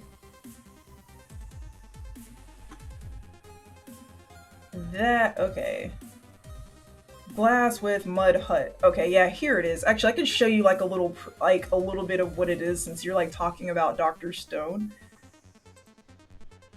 Okay, yeah, so this is like really neat, and this is exactly what Dr. Stone reminds me of. Hold on. Oh, not that. So yeah, like this guy, he'll go out into like the woods and stuff, and like he builds everything from scratch. So he's gonna do a mud hut. And he just does this on his spare time, like just because he can. Like I don't. So yeah, he doesn't use like any tools or anything. It's like you have his book. Yeah, like he's really freaking awesome. Like I watched a lot of these videos, but yeah, Blade, if you have not watched Primitive Technology, like just watch this, and this is literally like, I feel like Dr. Stone is like Primitive Technology, the anime. Alright, JC, yeah, definitely. Catch you later. Thank you so much for stopping by. I hope you have a good night. Yeah, Blade, like if you're interested in Dr. Stone, you definitely need to check this out. Like this is like real life Dr. Stone right here. Yeah, like if he has to start a fire, like he doesn't like use lighters or anything. Like he straight up will take, yeah, he does that with the stick. Like there's like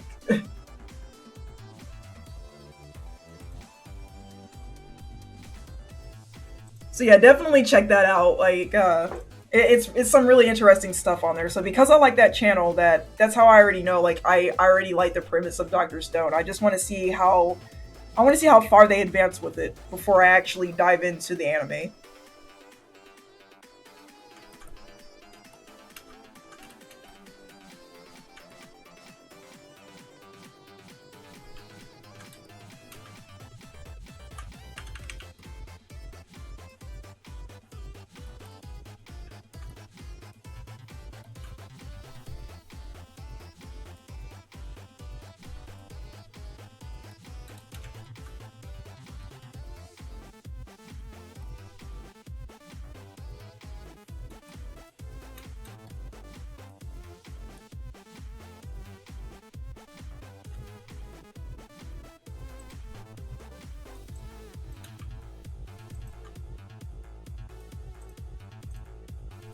Let's get these shoes down here.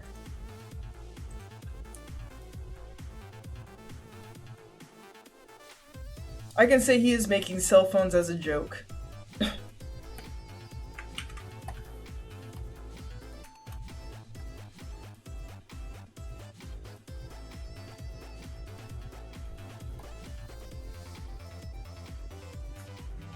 What colors do I have down here? Hold on a second, I'm like really confused about these colors that I used on this Mario picture.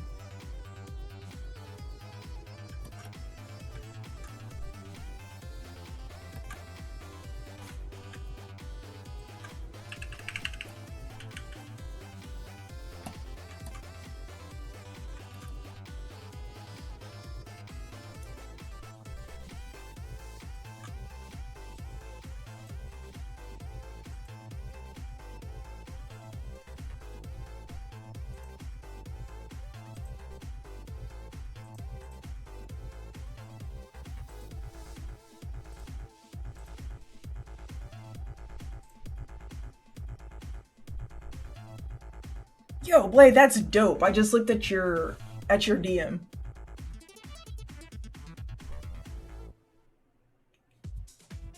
I see the corner. I see the corner of another canvas, and I predict that it's Yoshi. Excuse me.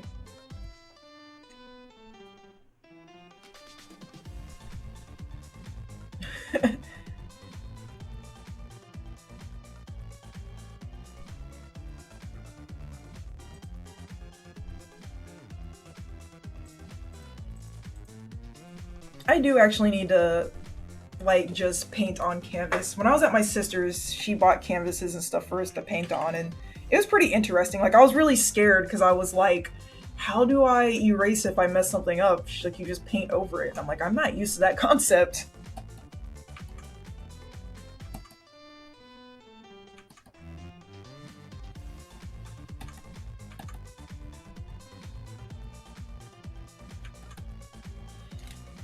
Um,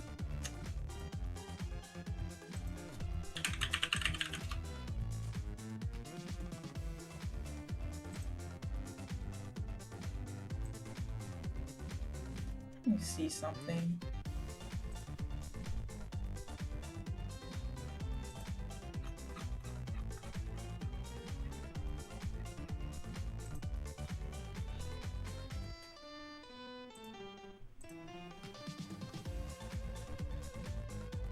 Oh, oh, what is this that you're working on? It's actually like it's very abstract and not in a bad way. Like I like how it's showing all of like her little turnips and stuff.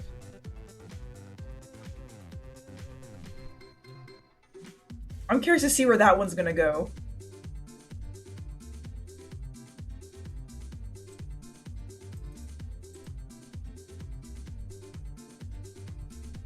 Okay, okay.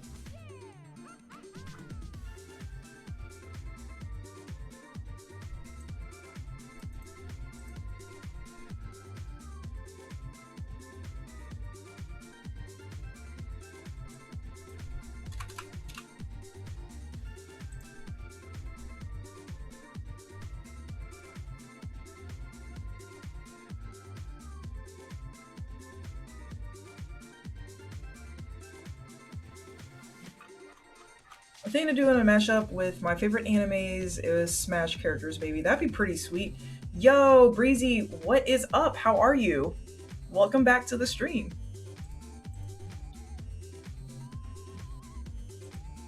Let me see. Alright, here we go. We are just having a chill night drawing some pictures here.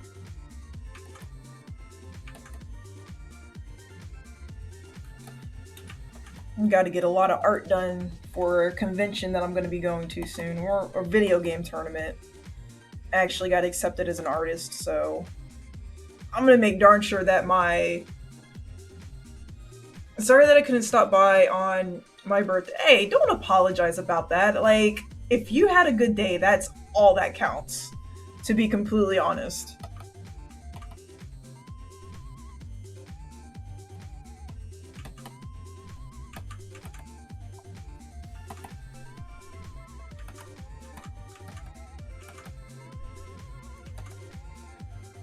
Alright, so we have this.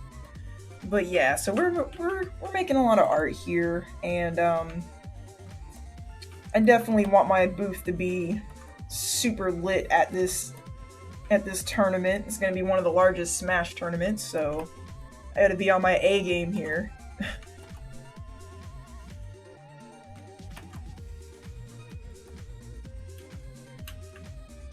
Okay, so that looks good. Yeah, it looks decent. I found out that I'm good with Villager on Smash. Villager is a pretty good character. Like you can really camp people and make them mad with like with the little slingshot, and then I'm pretty sure it still works the same way. Like I think the closer you are with the slingshot, the more knockback it has. So yeah, Villager can be kind of tough to deal with, and especially like I dislike Villager because I don't I don't think I have successfully spiked a villager before. I mean, I may have, but it's like very few times that it happens because he could just come back with his little blooms. And it's really hard to try to pop those because even if I try to go for like a dare with Yoshi, because it hits multiple times, if I like hit all the balloons off, you can just like respawn more. So it's like I would have to hit them exactly like perfectly and then not hit you afterwards for you to actually not be able to respawn the balloons. So yeah, villager can be yeah, villager can be annoying at times, but he's such an adorable character. Like if you get killed by a villager, like are you really mad? Are you really mad when you die to a villager? He's so innocent. He does not deserve mad. He's a murderer that smiles at you. Nah, he just has a big imagination. Don't mind him.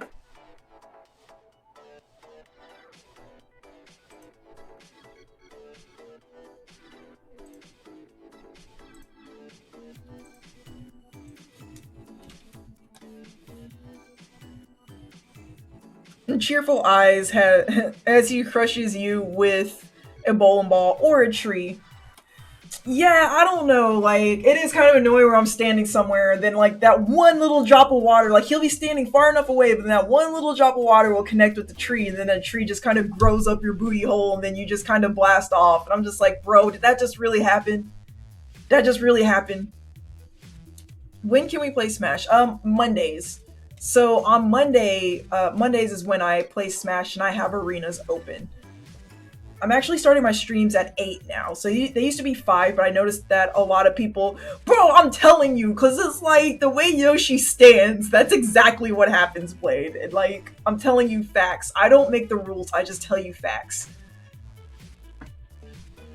Like, I don't like that tree, man.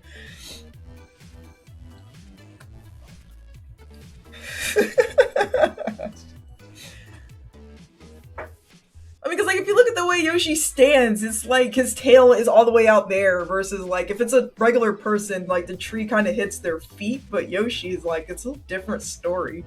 Um, but yeah, so I used to do start my streams at 5, but I looked at the analytics and I noticed that not a lot of people were in the room around that time, and that like the peak hours are usually around like 8 and later. So that's pretty much what I've been rolling with lately is 8. So yeah, Monday at 8.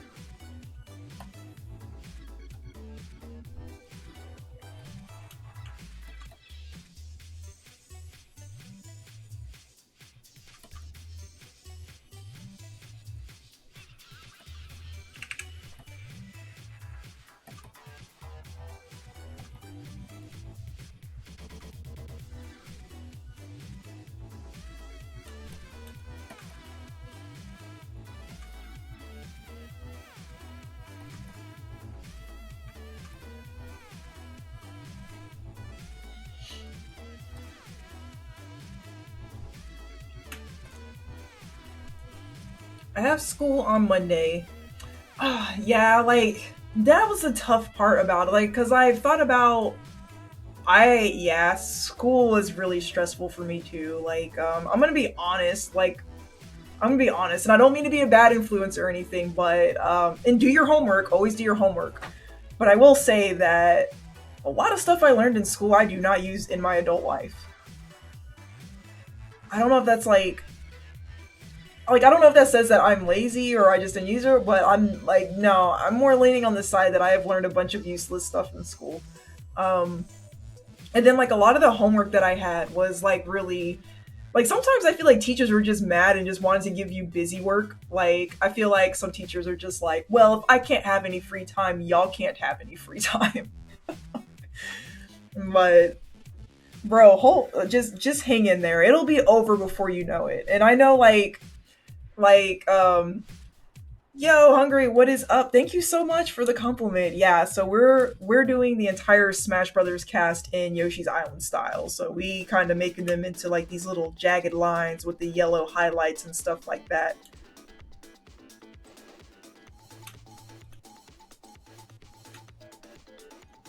Oh, you make pixel art? That's pretty cool. Like I tried doing pixel art and I suck at it. I couldn't get it to look right. Like it didn't look jagged enough. Maybe I know if I tried, you got to practice everything. Like, you're never going to get anything right on your first try. But I feel like I tried it like 2 times and I was just like, this is not for me. Oh, thank you so much for the box of chocolates. I appreciate it.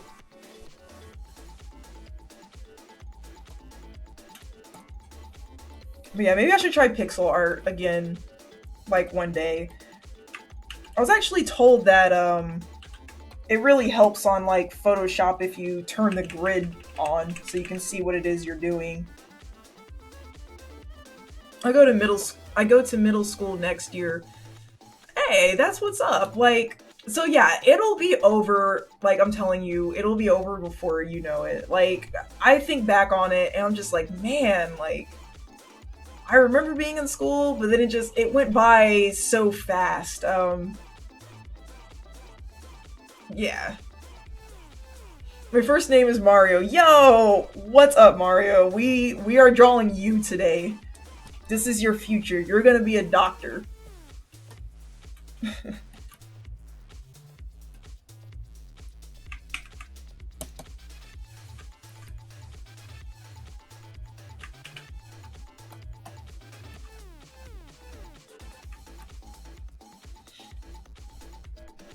But man, elementary school. I'm trying to think back to elementary school. Elementary school. Oh my gosh! Wow. Okay, Pokemon the first movie came out.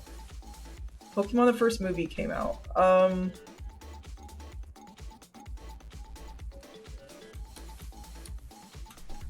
Let's see. I've had breakdowns. Is it too much schoolwork or like do you just have like do you have like good friends or does the school lunch suck? Like what do you what is it about school that what makes school stressful for you?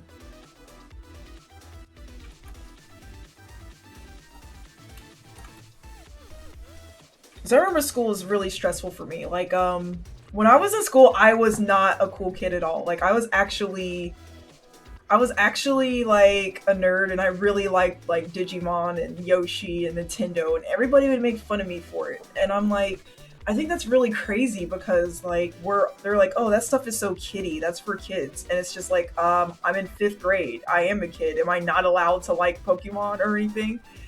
And like, I don't know. Thank you so much for the sparks. I really appreciate it. Let me see. Not enough time, but roll with the punches. Yeah, like here's my thing. Like school really didn't interest me a lot, and then I became a really bad kid. I didn't do my homework. I would just sit in class and draw all day.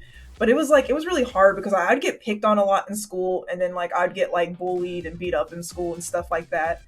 And I just yeah, school sucked, and sometimes kids are just jerks too. Like sometimes they don't really understand. And now there are some really good students out there, but they're like I have run into some jerks, and like I can even like pull some of my yearbooks and stuff like that, and like I can even pull some of my yearbooks, and then like you want to see how popular I am, and I open my yearbook, and there's only like 2 signatures inside of it.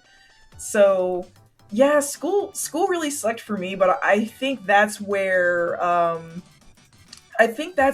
my passion for art came from because like my art was my way to just kind of tune all of that out. Like I did just enough homework just to scoot by. I'm like, okay, I know I don't have to do all these assignments to pass, or if I don't do, it's not like I'm gonna fail if I don't do all these assignments. So like, I kind of, I feel what you're feeling, how you felt like there wasn't enough time in a day to do homework or go to school or do the things that you wanted to do. And I am not recommending that you do what I did because like that's actually really bad. You should really do your homework. But like yeah, um I got bad to the point where I almost like I stopped doing my homework. I would like copy my friends' homework a lot. And but the thing is like I still knew the material because obviously because I passed all the tests and everything, but it just was not challenging for me. And I think one of the issues that I have with the education system is like for me, a lot of schools act like one glove fits all type. Like they apply that a lot to like schooling. And for me, I'm like, okay, I'm not interested in the way y'all are teaching this subject. So like you can't really expect me to like school. So what I had to do was video games helped me go exactly. So I started playing video games. I started finding things that I was good at. I'm tall. I'm like 5'9", and I really wanted to be good at basketball, but unfortunately I had asthma. So I was always the kid that sat on the bleachers during gym class and recess. And then nobody really wanted me on their team because like I just sucked at everything. And so art and video games is really where I found like my place and where like I could shine. Oh yeah, got Yoshi too. But yeah, like I love let me see. Never too old for Digimon or Pokemon. I'm 32. I'm rolling on I'm rolling on 30 coming up in April. So, yeah. Almost there.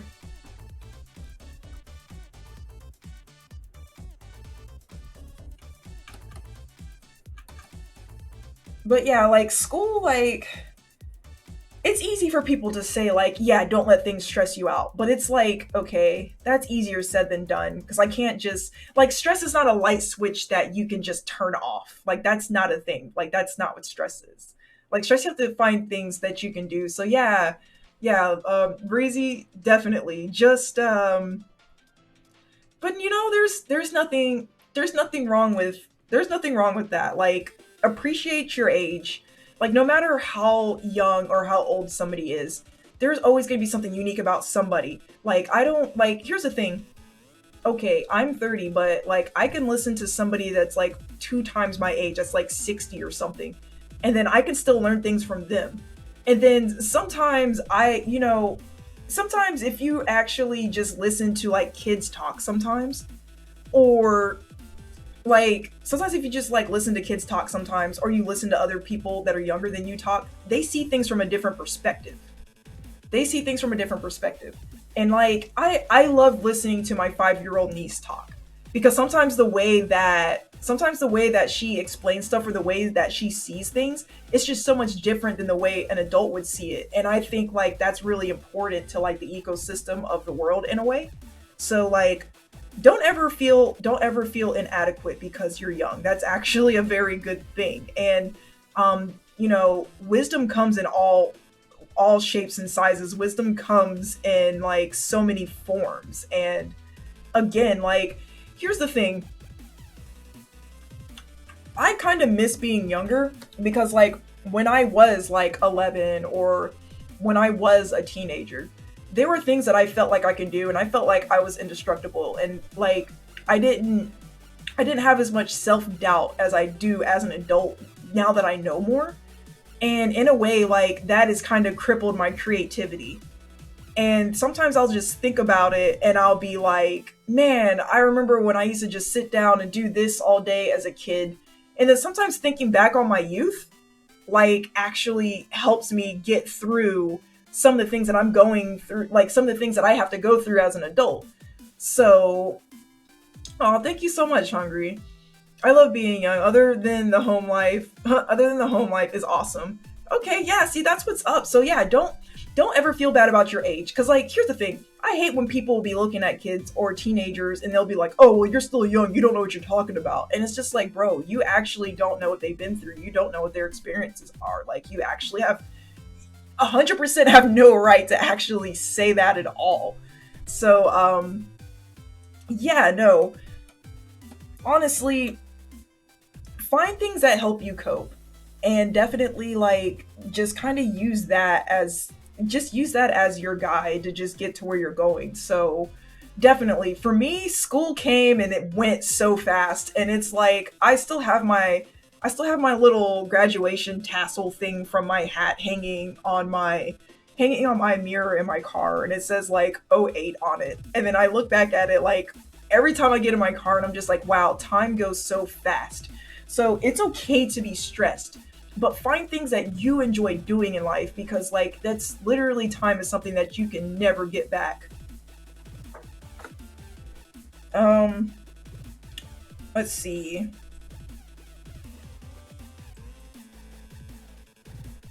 Hello, Hungry. So, hey, Digital Ghost, how are you? Welcome to the stream.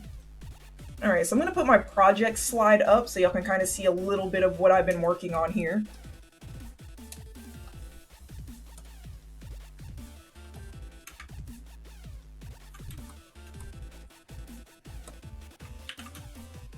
Okay, so we're going to do this.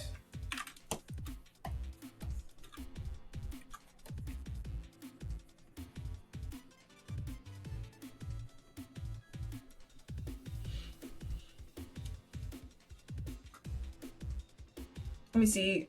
Show some more art.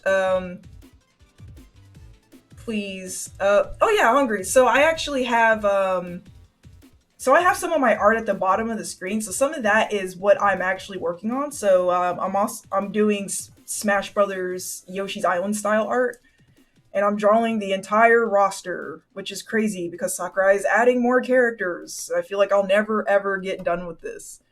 So that's some of the art that I'm working on right now. Angela goes, how is everyone here? Like, I think we're all doing. Dr. Mario got pit sweats. Bro, don't do this to me. Spend some GP for this girl. Bro, don't do this. Bro, Blade, please. I can't unsee this now, so I'm gonna fix the color on it, but jeez. What the fuck you make Donkey? So I have, let's see. I can show you a lot of stuff that I've been working on. So yeah, I have like Donkey Kong and a bunch of other characters and stuff, so I'm actually working on them. And then I'm actually an artist that goes to Artist Alley. And so I go to different Smash tournaments as an artist because I used to be a competitive Smash Brothers player, but not so much nowadays. It's really stressful. I prefer to just play casually, to be completely honest. What is that? I hear my phone. Oh, my phone's right here. Okay. But yeah, I'd rather play casually, to be completely honest. Like, competitive is gonna be like super stressful for me. I know I'm decent at the game, but I don't really plan on putting like a bunch of time and effort into trying to get higher up on the scale. Because I actually enjoy drawing more, to be completely honest. So like, I do different Smash Brothers art, and then I do like different charms. So it's like I make keychains. So here's a little Yoshi keychain that I made. I know the camera's gonna be dumb and be all blurry and stuff like that. So who's your guys' favorite Smash Brothers character? Mine is Yoshi. I solo main Yoshi. I only play as Yoshi. Oh, thank you so much for the follow. Hungry, thank you so much. Alright, so yeah, for me it's definitely Yoshi, and then let me see, I can actually put some of my merch down here too, so that's gonna be switching over. So yeah, I do like shirts, prints, and then like I was surprised with the button maker. Like my coworker actually like ordered me a button maker for a surprise, so I'm like actually like making like different buttons. And so here's Banjo-Kazooie. It's a little blurry, but you can actually see them. And then a little bit of what I have been working on. Actually, let me throw this down here so y'all can see this. Oh, that's not what I want. Alright, so we're gonna take a trip to Twitterland for a second. Alright, so here's my Twitter. This is a little bit of what I'm working on. So yeah, that's my announcement. So I have been working on these characters right here. So I have like Lucario that I'm working on, and Rob. Yo, thank you so much for the follow! Inkpen, how are you? Oh yeah, okay, so, Oyster, actually, let me show you this. Alright. let me get rid of the refs and stuff.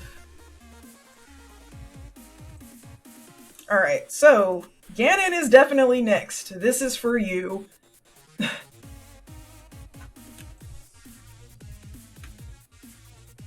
So yeah, I'm actually working on him right now. Well, he's gonna be next after Dr. Mario, so I did the line art for him earlier today.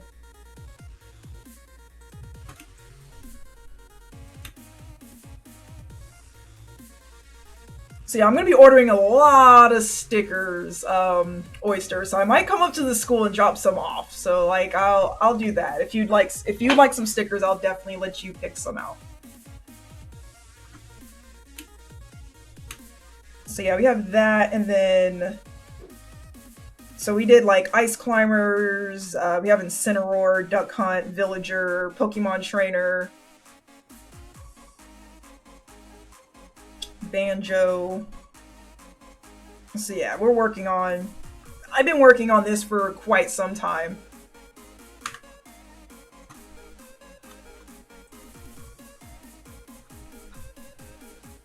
Let's see, and I also do like speed paint videos if anybody's actually like interested in stuff like this. So yeah, like I have a lot of content going on, and if people are interested in art and want to know how to do it, it's why I've released like the process vids and stuff, and I let people have like a Q&A session with me during these like my Friday streams. So that way, you know, the thing is as an artist, I never want to be hush about how I do stuff. As an artist, I want to try to help other people grow. Like, I can't stand when... Like, I actually just read a tweet the other day, and again, this is my opinion, and I'm not trying to throw shade at anybody, and I'm not trying to put anybody down. But I literally saw an artist say, like, somebody asked him, hey, what kind of supplies do you use? And the artist was like, okay, well, that's for me to know and you to find out. And I spent years testing different products and wasting money, so that's not... And they were like, well, if you want to be an artist, then you need to do the same thing too. And it's like, holy shiz-balls, man. Like, what? Why? Like, so... As an artist,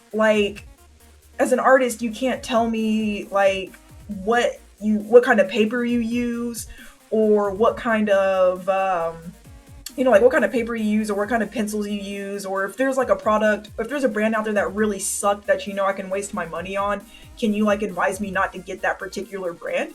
So it's like basically what this person said is, if I have to waste my money, you also have to waste your money. And I'm like, wow, that is not a way to help a community grow.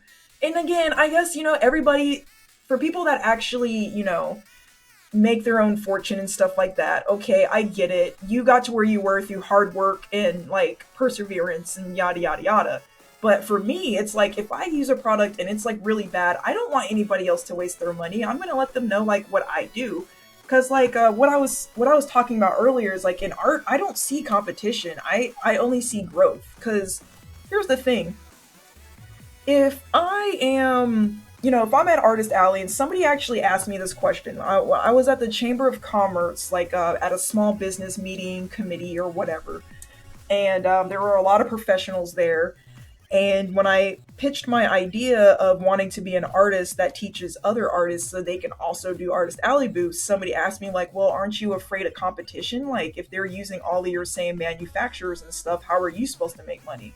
And I'm like, I'm not afraid of competition, because if anything, if people start making more art, then that keeps me on my toes to try to, better myself as well. I like competition. To me, it's more of like a friendly rivalry.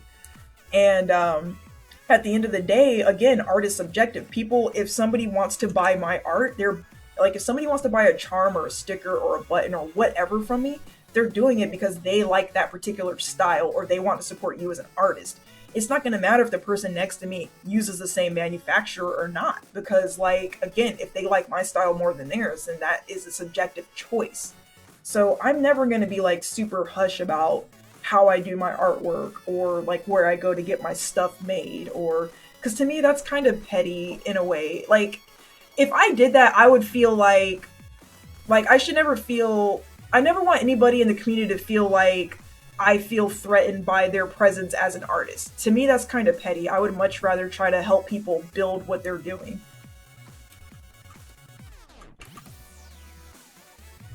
So yeah, if y'all have any questions about what it is that I'm doing, or if y'all want to learn how to, if you want to know about my experience in the design industry, or just design field in general, or just like how to be an artist, how to go to Artist Alley, what types of supplies you need, or whatever, or where do you get your charms made, I'll be more than happy to share all that information with y'all if it kind of gets y'all going in the right direction for what y'all want to do. Um, Let me see.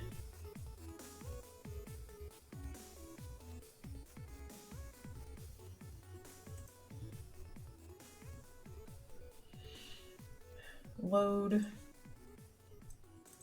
All right, I'm gonna switch over here for a second. So this is my website right here. And just to kind of show y'all a little bit of, just show you a little bit of what I do. So this is like, of course, my art, and then graphic design, and then I do like little videos and stuff, and then that is the live stream. And when I go to conventions and whatnot, like some of all of everything that I make from sales convention kind of gets set aside. Oh, excuse me. I kind of set that aside so that way I can help other artists that can't afford like drawing tablets, or they don't know where to go in their career. And then I also like take my own stuff out so that way kids and people can learn how to draw on drawing tablets. So like this is a little bit of what I do. And again, like I want to do all this. To me, it's about more than making a quick buck selling a piece of art. To me, it's like, okay, well, I had a dream and I know how hard it was for me to get started, and I'm actually really blessed to have all the stuff that I do have to actually do my art. So if you're in that same boat, please know that I want to be in your corner cheering for you no matter whatever it is that I can do with what I have. And so this is my media coverage. I was on the news a couple of times, on a couple of blogs. I actually got to be like a judge with two celebrities somehow in my city for like a Duval County's Shining Stars talent show. I got on a talk show, and then two Saturday morning talk shows, and then I got on the news again, and then this guy was like actually really cool and like sponsored a drawing tablet for me since he saw what I was doing, and he was just like, yeah, that's kind of expensive to be trying to do on your own as just a small artist. I'm like, yeah, I know, but I really want people to stop turning their back on their artistic talents because of financial reasons. I think it's stupid. Stupid in a way, like I just hate the situation. It's not dumb that somebody would be like, okay, I give up being an artist because I can't afford the materials. Like that's actually very logical. Like I would do the same thing. But yeah, so he actually bought a tablet, and that's the one I'll be giving away at Dreamland CEO next month to one lucky graphic designer that's looking to kind of step up their game or their skills or whatever. So and then these are just the little things that I make on my Etsy store. So yeah, these are all my keychains and charms and stuff like that, and my art prints. Can show y'all a little bit about this. This is definitely not self-insert advertising here. Wait, what happened? Okay, cool. Shop manager, wait, what happened?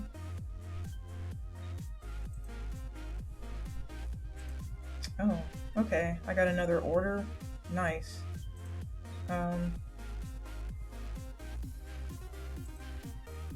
But yeah, so this is like pretty much, I am a very big Digimon fan. So I play Cyber Sleuth every Wednesday, and let me see. I was actually just talking about replaying through this game, Digimon World Dusk, and yeah, I have this just sitting here, by the way. And then my Digimon has like died for the 5th time. I still have my V pet. Too, so I still play with this on a daily basis, but my little guy is dead right now. I keep changing him into a Garurumon. I can't believe Garurumon is like considered the lesser evolution, so you have to have like 5 care mistakes to get him. That's kind of silly. But yeah, I have a lot of Digimon stuff. Like, I feel like if I walk over to my little cabinet over there and pull my Digimon stuff, I'm gonna be like talking about Digimon for the next hour. But I have like a lot of the Japanese art books and stuff, and like the special edition Cyber Sleuth stuff. But yeah, these are like the keychains and stuff that I make, and I go to Artist Alley and such. Pretty cool.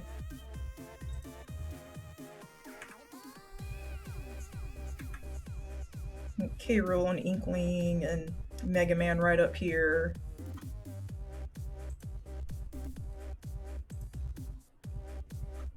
But yeah, this was my first set right here. So this was like my first time ever trying to draw island style. Like I've clearly improved since then. But this is pretty much what like started everything with Artist Alley. Like I actually had a couple of people in a Discord tell me like, yeah, the style looks pretty wonky. It's we don't think it looks good for Smash Brothers, and I got really when they told me that I got really scared, and I was just like, oh, okay, well maybe these aren't gonna sell, and I just wasted my money. But again, like being an artist is definitely it's a journey. There is no right or wrong way to do it. You never know what's gonna take off and what's not. But yeah, this is what started it all. So basically, I was told by a Discord that it looked pretty bad and that nobody was going to want to buy them. And then suddenly, like, I go to CEO and I'm like, they're selling like hotcakes. And I'm just like, oh, okay, well, that's cool.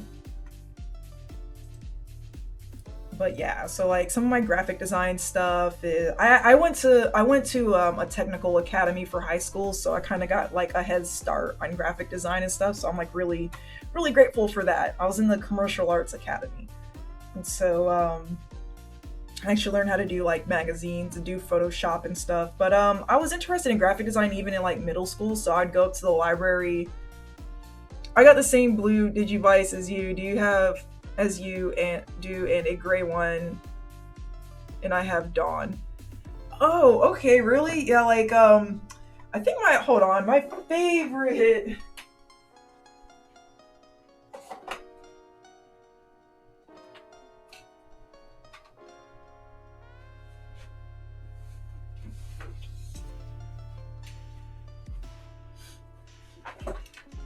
Let me see. Let me go to social real quick. Hold on. Let me turn this back to desktop. Here's something you might appreciate. This is my treasure. I made this hat myself. I did the design on it, and then I did the little like digital things in the background with my area code on there.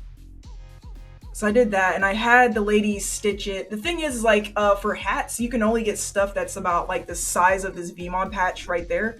But I wanted the whole hat, so what I ended up doing is I made two designs. I made one design to get stitched directly onto the hat, and then I had her do Veemon as a patch, and my friend sewed it on for me, because I don't know how to sew. And then I have, like, my little buttons and stuff on here, so I have, like, my little Smash Brothers and Blue Yoshi button. Then on this side, I have Friendship and Itmon and Tails. But yeah, so this is my hat that I wear to tournaments and everything, so people are like, oh yeah, you're definitely Veemontamer. So that's mine. And then I have to say, like, I can't choose out of which Digivice was my favorite. Like, I really like the D-Arc, but Digimon Savers was my absolute favorite season. So I mean, I don't know, like Digisoul Charge, like that junk was on point. Like I will geek out, but actually, you know what? Like I actually just ordered my movie ticket to see the Digimon Last Evolution in theaters. So this is the ticket right here. Got my seats picked out and everything. And to hang that on the fridge. But yeah, so what I wanted to show you is like the most interesting thing is I actually got to do work for Bandai America Card Division. So when the Digimon Fusion card game was out here, the person that was in charge of doing the tournaments here actually commissioned me to do the official playmats. So that was really cool, and I'm like really happy that I got to do that for them. So I actually got to work on official Digimon merch, and in return they gave me like cards and stuff like that with the payment, but it is pretty neat. Let's see, what is Digimon? Breezy, so Digimon is actually a very old 90s franchise. Back in the day, So there's these little things that were called Tamagotchis that you could take care of them. They were like little virtual pets. Let me see. I probably spelled that wrong. Yep. Okay. So basically, there was these little things called Tamagotchis where it's like there were little virtual pets and you took care of them and you fed them and you had to like clean their poop and play with them and stuff like that. They're like some of them had little bunny rabbits and stuff like that, and they would turn into these little things. So in Japan, they noticed that Tamagotchi was appealing mostly to girls. So what they decided to do was make Digimon V-Pet. So Digimon is Tamagotchi, but for boys, and it featured like rougher looking monsters, more like Godzilla type things, and you can actually battle them and do a lot of other cool things with them. But yes, and then from there, Digimon turned into its own anime and stuff like that, and it gets compared with Pokemon because they both end in mon, but they're they're two pretty different things. Like Digimon's like a movie, and then they have like a new anime starting soon in April, so that's going to be pretty cool. And it's a reboot of the first one, so like if anybody isn't familiar with Digimon from like back in the day,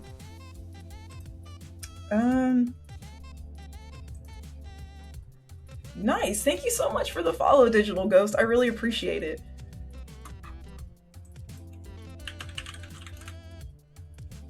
But yeah, Digimon is pretty cool.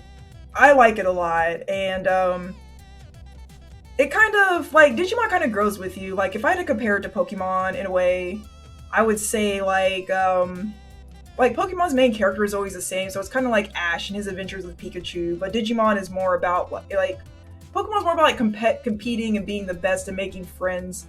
And I would definitely say, oh, thank you so much. Yeah, man, my hero, like that's my show. This is like so cool. Got a white hoodie in the sides. But yeah, so it's like I would say like Pokemon is more about like competition and making friends, and stuff like that. Digimon is more of like a coming to age type of story about how like a person who starts as a kid is like all the kids in this series were literally forced to grow up way too fast. They were super stressed. They had all this weight. They had like the weight of the entire world on their shoulders, and their Digimon partners were like representations of how they were growing emotionally, like their mental state and stuff like that. So Digimon has always been kind of more interesting to me in that sense. And like the later shows are more geared towards the people that grew up with it, so they kind of deal with more mature themes like death, divorce, depression, stress. Seems like I got some catching up to do. But yeah, there's a lot to the Digimon franchise. But overall, what I really wanted to show is like this is what started it all. Like I submitted this to the Facebook page because they were doing like fan art, and I was like, oh, I want to make my own custom card too. And then, can you link my website? Yeah, definitely.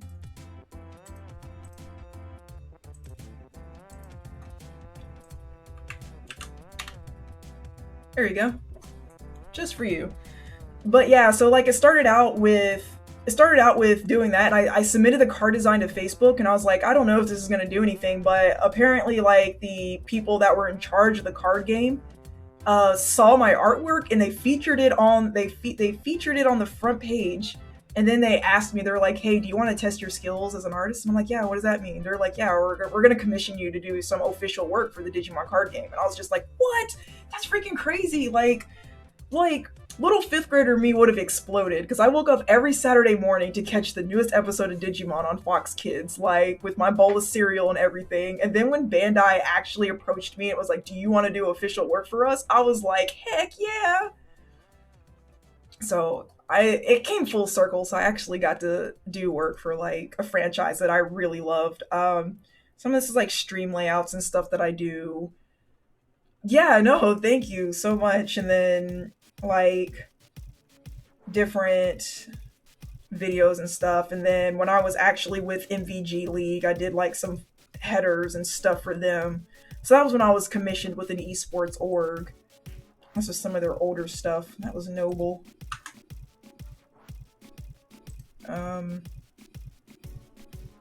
Do you make any posters? Yes. Let me see what's in this illustration thing here.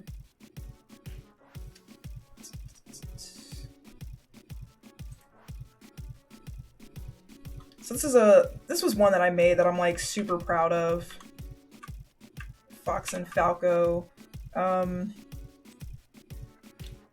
I actually do make posters. Hold on, I can go get a few.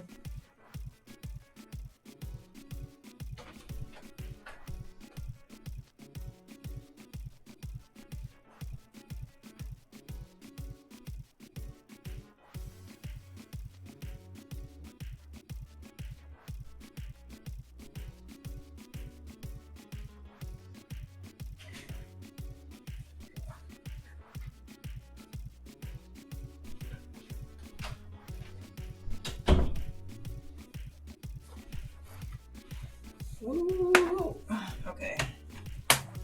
So yeah, everything that I do, I actually print, and then these are the things that I actually take to like my artist conventions and stuff. And let me see, Minicam. There it is.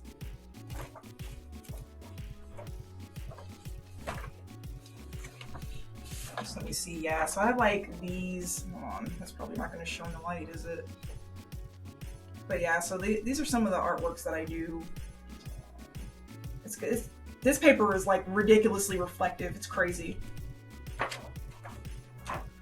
Oh, you know what? Hold on. This is even better. Okay. Excuse my messy table, but there we go. So yeah, we have like some posters that I do here. This one right here is probably the one that I'm like the most proud of, because this one took me like the most time to do. It's like ridiculous.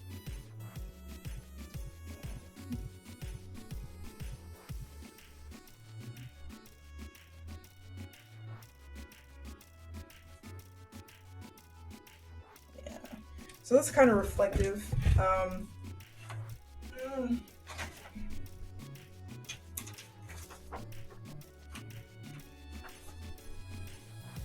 So this one's pretty cool. I like this one because I actually got to like work on, like draw the gym badges and stuff like that.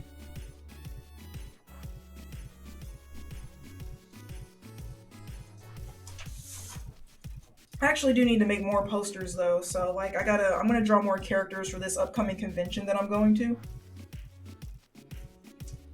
But yeah, so I do posters and I do custom work, but right now I'm not doing like a lot of custom work because like I'm trying to get ready for this upcoming you did see Tails. Tails is my favorite. Hold on. So this is my wall over here. I have some Digimon stuff, and then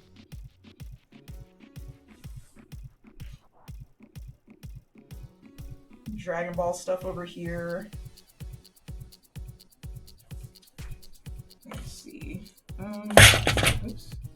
Let me go on this side. I got some Digimon stuff stashed back there. And then my corkboard and everything. So, oh, there's my Digimon Tri poster.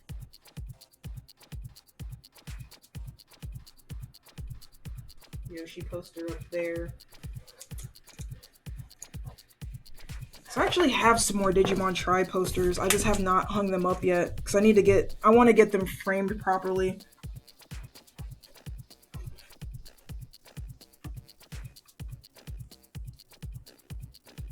Okay, so let's see. Let me go back to here.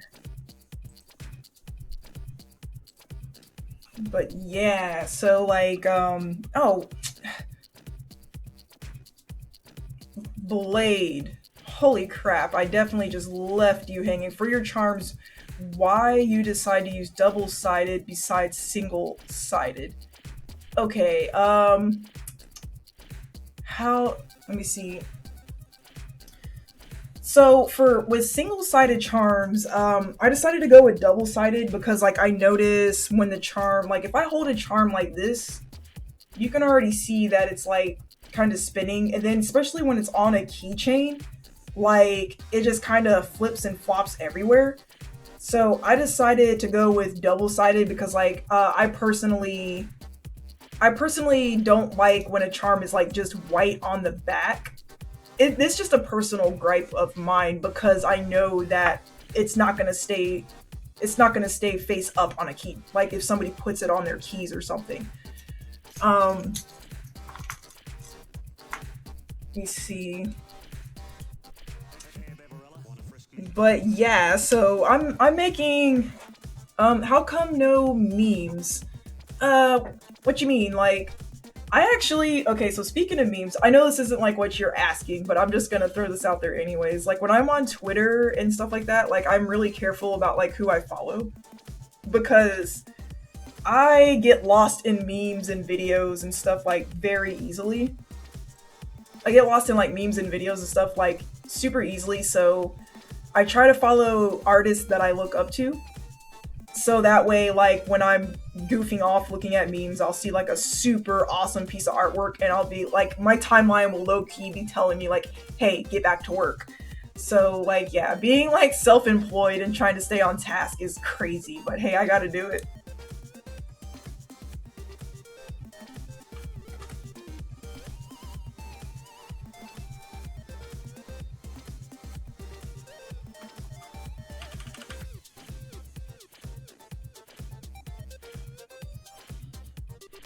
Um,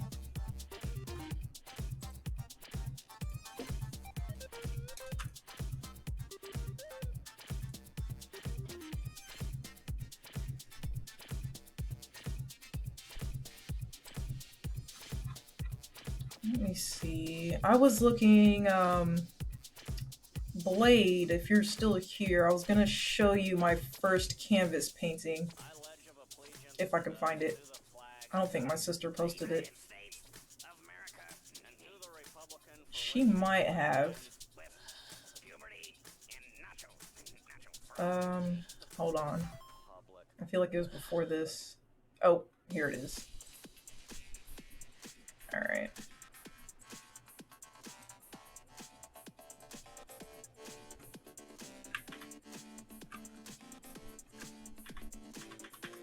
Okay, so this is when I went to go visit my sister and we were like, doing family stuff together. So yeah, that was my first, yeah, that was my first canvas painting, was like a GameCube controller with cherry blossoms around it. Weeboo as heck, but hey, whatevs.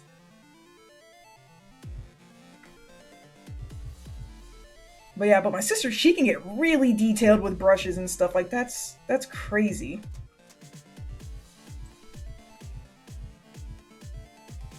I just want Ganon merch. Why? Well, I have, okay, so I have different Ganon stuff coming out soon. So when I do a Ganon sticker oyster, I'll be sure to go out to the school and I'll drop it off to Miss Foster to give to you. How does that sound? I'll just drop off stickers. So if anybody wants some stickers, they can have them. So I'll be more than happy to make students smile with my artwork. So that's a-okay with me.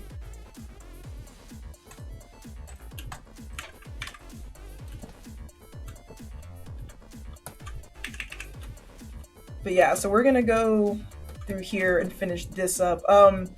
Blade, did I answer your question about why I prefer to do double-sided charms as opposed to single-sided?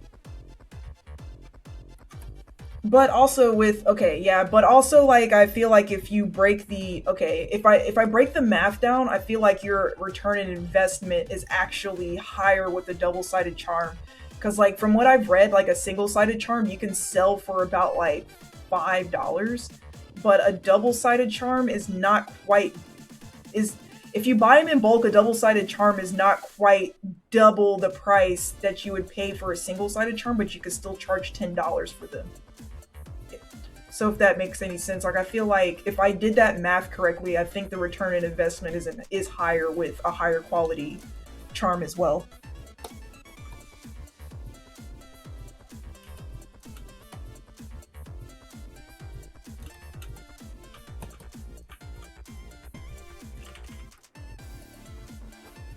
But yeah, everybody has to start somewhere. So I like high school is when I definitely sound oh, let me see. That sounds awesome, but as soon as you drop Ganon in your Etsy shop, I'm buying it. And if and if not, I'll buy a keychain sometime. All right, thank you, man. I appreciate the support, like for sure. I'm trying to set up for a double-sided charm, but yeah, let me see. Breezy, I'm gonna go see ya. All right, you have a great night, and thank you so much for stopping by the stream. You're definitely welcome back anytime. When is my birthday? I'm a tax baby, so my my birthday's on April 15th. And like I feel it's so silly because like my husband's birthday is like like the 4th of July, so he gets like barbecue and fireworks on his birthday every year, and I'm just like, yeah, taxes. That's what I'm saying. Aries gang, that's what's up. Squad. I'm a tax baby.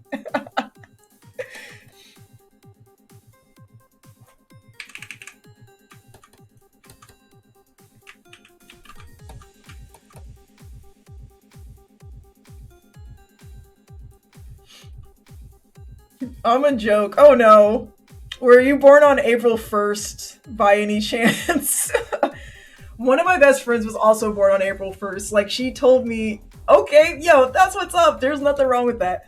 Like, I actually had a friend that told me, like, that her family members didn't believe that she was a girl because it was April 1st. So, like, when she was born, they're like, oh, it's a baby girl. So everybody's like, oh, so it's a boy? They're like, no, it's a girl. And they're like, oh, you're being serious. I'm a Hallow baby. Oh, you were born on Halloween? Man, we have like a lot of holiday birthdays up in here. Hey, Blade?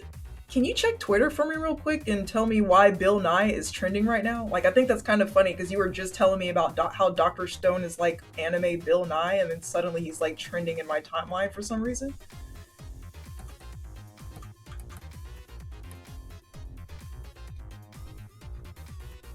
Oh, hold on. You know what? Hold on. Let me see.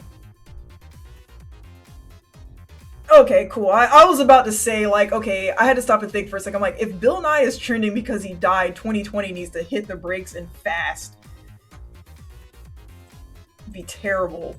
Okay, that is not why he's trending, so that's good. No, but I should have been.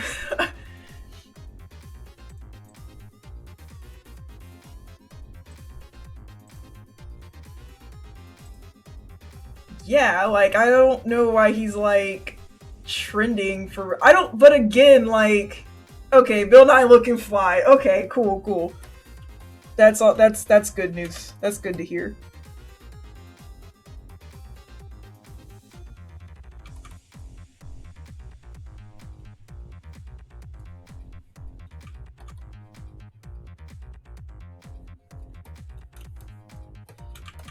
All right, so we have this. Oops.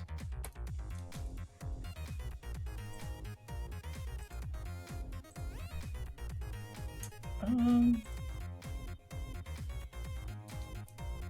Bill Nye is now a runway model. Oh, okay, that's fair. Let's go.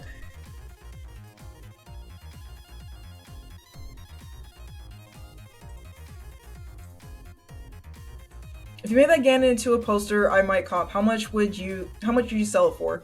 So for basic convention prices are like 10 for the charms and then 15 per poster. But if I'm selling it on Etsy, I have to like include the shipping cost and all that. So stuff bought on Etsy would be like $15 for a charm and then 25 for a poster because like if I don't have to mail it to you and I just like drop it off or whatever, I can like shave that shipping cost off. But like Etsy is ridiculous, and so is the post office. Like they apparently like you're not allowed to use stamps on anything that's not flat. And I'm like, when did that become a rule? Are you doing anything for Valentine's Day? I have no idea what my husband has planned. I haven't even thought about that. I don't even I totally forgot about Valentine's Day. Oh my gosh. Um But yeah, so like anything like posters on my Etsy store, y'all should go see the new Sonic movie. Oh, yeah, you know what? That's actually really facts. When is Valentine's Day? Is that a weekday? That's what me and my boy. That's what my boyfriend and I are doing. Oh, that's what's up. Next Friday. Oh man, we'd probably have to celebrate the day after because I know like his job is like super strict, and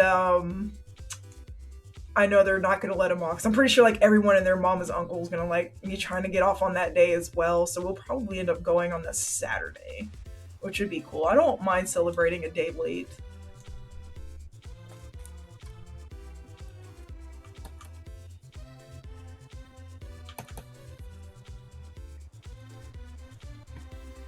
But yeah, like Oyster, that sounds like it's gonna be really fun for y'all.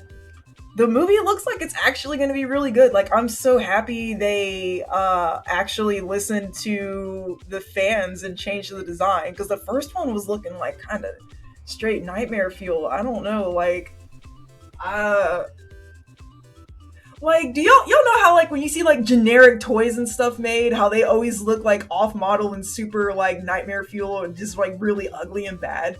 Like that Sonic model already looked like that. Could you imagine what knockoff toys of that old Sonic model would have looked like? Like I feel like I would need counseling if I would have encountered anything along the lines of that.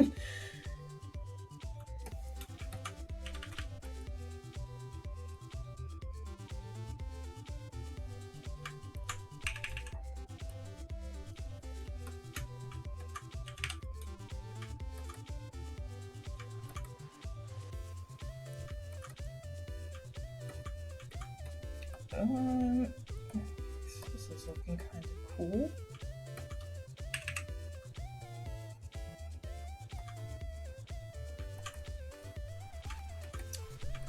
Right.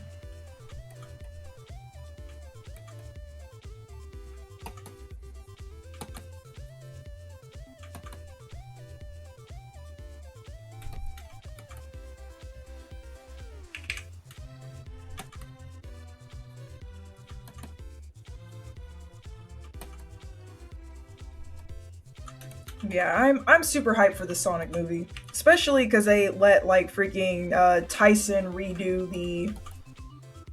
the Sonic design. Like that's a big deal for me. Especially I'm a really huge fan of his designs, especially since he did like the opening for the Sonic Mania game. Um, I think it's absolutely crazy that somebody who used to do like funny meme comics of like Nipples the Echidna yelling about emeralds actually got to end up doing like a design for a movie. Did you ever get into the Zelda games?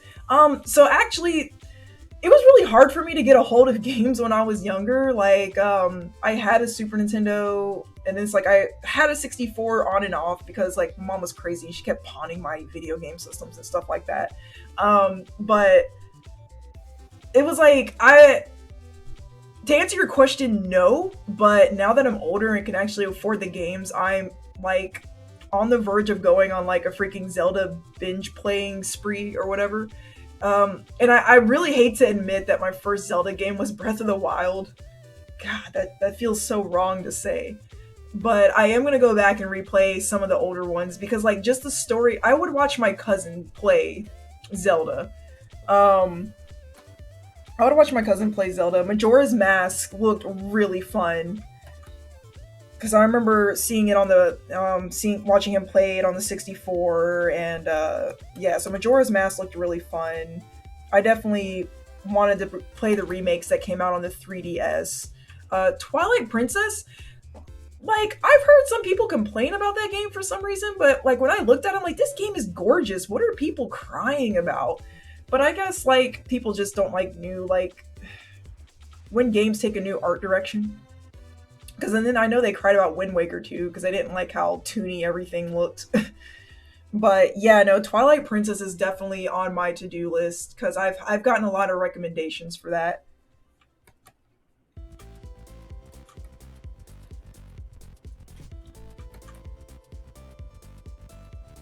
But it was like even though I wasn't like allowed to play like my cousin's game systems or whatever. I mean, because to be fair, they were his, not mine. So I mean, it's whatever. But I would always watch him play, and I loved when he would play like when he'd play Majora's Mask and Ocarina of Time. Like just like watching it was really cool. I mean, I didn't really like Breath of the Wild, but I still like them all. Yeah, cuz like saying Breath of the Wild is my first Zelda game is not really fair because that one is just so much different from the previous ones.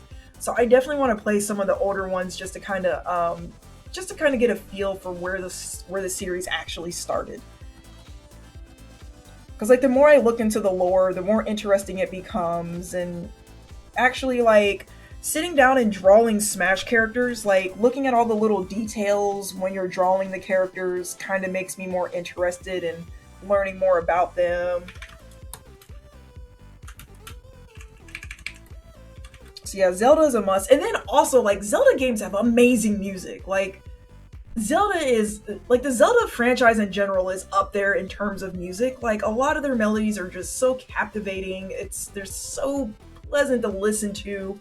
They easily get stuck in your head. For somebody who's never really touched a Zelda game, like I can hum almost all of the songs because that's just how amazing they are. Like I don't even have to play the game to get immersed in the music. So like for I'm listening to Song of Storms. Yeah, Song of Storms is a very good one. Like that's actually one of my favorite video game melodies just of all time, period. And it's like for a series that has such great music, I have no business sleeping on it like that. You know what I mean? Like I gotta learn what it's about and where its roots are and where it came from and just really appreciate everything about it.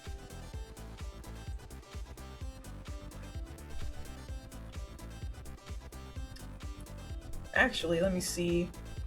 We about to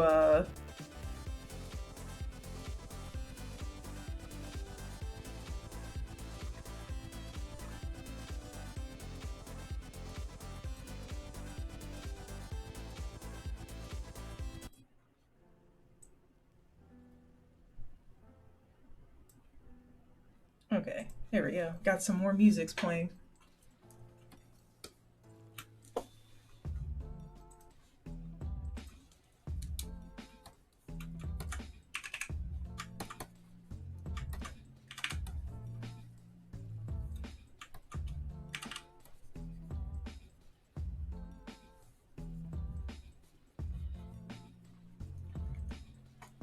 All right.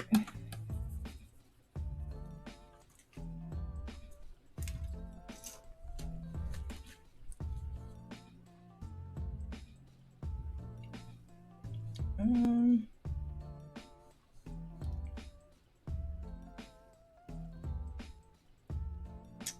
hold on.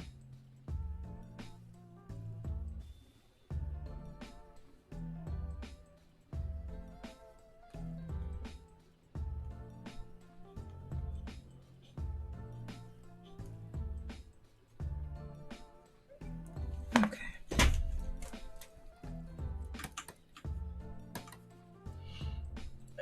Let me see. If you're ever at a really long red light, just make a right on red, then do a U-turn and make another right. Facts. Sometimes you do get by quicker, but like I don't know. I'm just like I just when I don't really like driving, so I just try to drive like the least amount possible. So I just kind of wait at the red light. When I was like before, yeah, but people in Jacksonville drive crazy, so I just try not to be in too many places at once. I know like the probability doesn't make sense and that I would probably still get hit, but I don't know.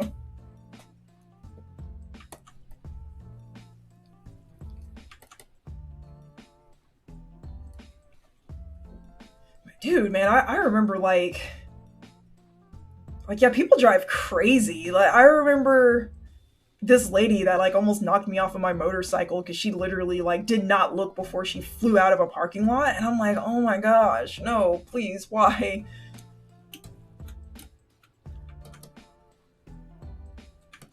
I do need to get my motorcycle fixed, and what I'm gonna do is I'm gonna sticker ball my motorcycle with all of my Smash Brothers art, and clear coat it so it can be like a sticker bomb effect. It's gonna be pretty cool. It's gonna be dope. I'm gonna have a Smash Brothers bike. Let me see. I've been in 2 car accidents and been run over by a doctor in the 8th grade. What? I'm not laughing at you. That's just like that's a very random thing to have happen. Like, what did was the doctor not watching where he was going? Like, what is going on?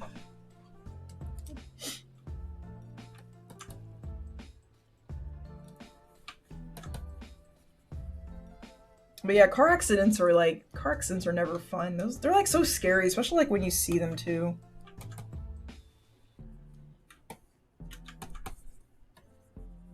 And like hearing a car crash, like even that like just kind of makes my skin crawl because it's like, wow, that just sounds like it hurt.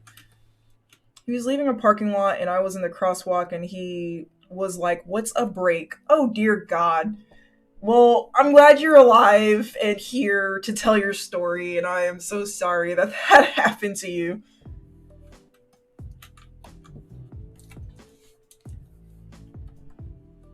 So I remember I was coming off of a school bus one time, and actually it's like a church bus or whatever, and I guess like because they're not affiliated with the school that they technically don't have to use the stop signs on the side of the bus. It was one of the dumbest things I'd ever heard. I'm like, I thought the stop signs automatically came out when the bus stopped and opened the doors, but apparently not. That's like a whole different command that the bus driver actually has to instate. And I was like, okay, so like I was coming from around the bus and they didn't have the little stop signs out. So then like as soon as I stepped from in front of the bus, I got hit by a car. And I'm like, what the heck? I was so confused. And I remember everyone on the bus was like yelling at me, and I was like, "Oh, bye everyone, bye!" Not looking in front of me because I thought everybody was like I thought everybody was saying bye, and everybody was like, "No, look out! There's a car coming!" And yeah, that day sucked.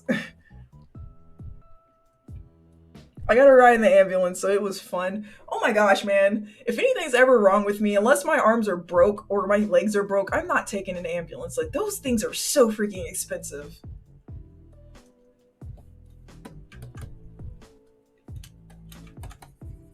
Because I rode in one once, and then luckily, like, my insurance was really good at the time because I remember I got the bill back and it was like $500 or $600 or something.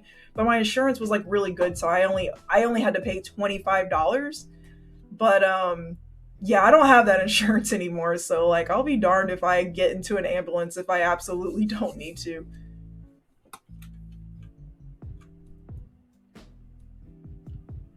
Oh my gosh.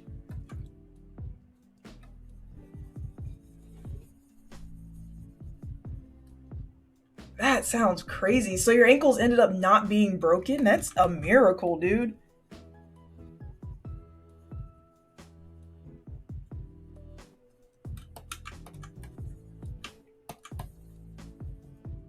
I've never broken a bone.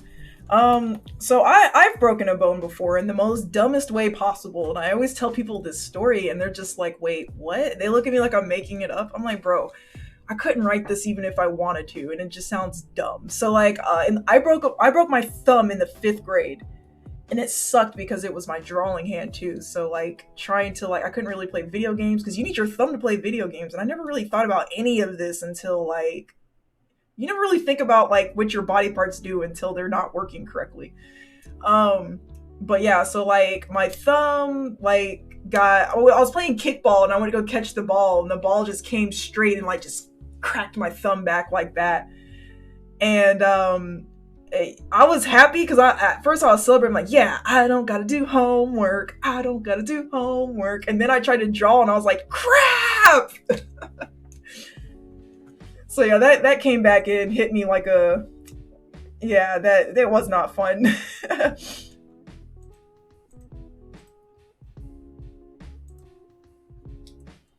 Yep, that's my story of how I broke my thumb.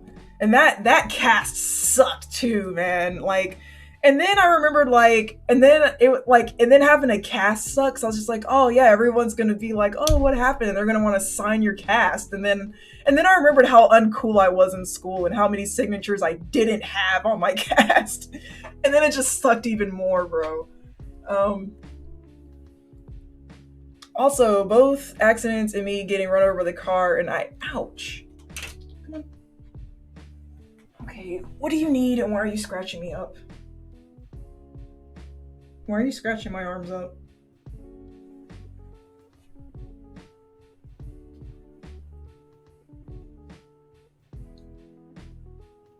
Okay.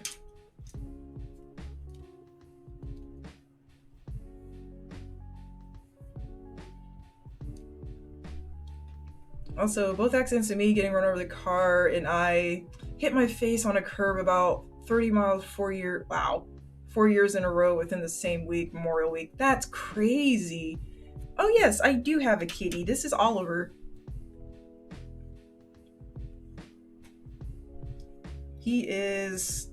Oliver, how old are you? You're like 5? Stop aging. You're not allowed to get old, man. You're immortal. You are my immortal kitty. Yeah? Okay. Or you're just gonna nest there. No. Okay, can you get off my keyboard though? Is that a possibility? Okay, thank you. Oliver, a chat says hi. You are famous. Okay, you just want pets.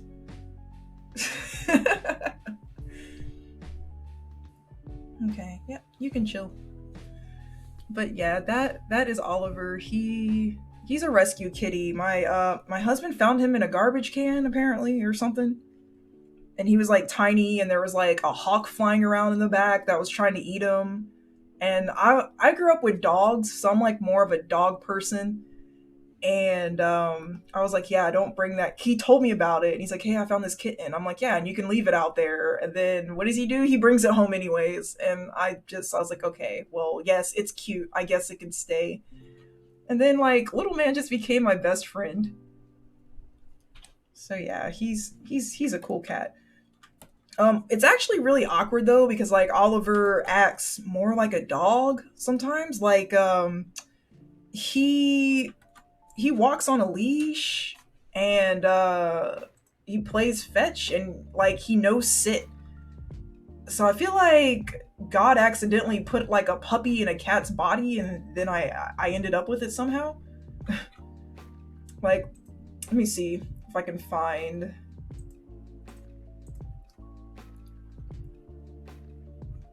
Let me see my videos.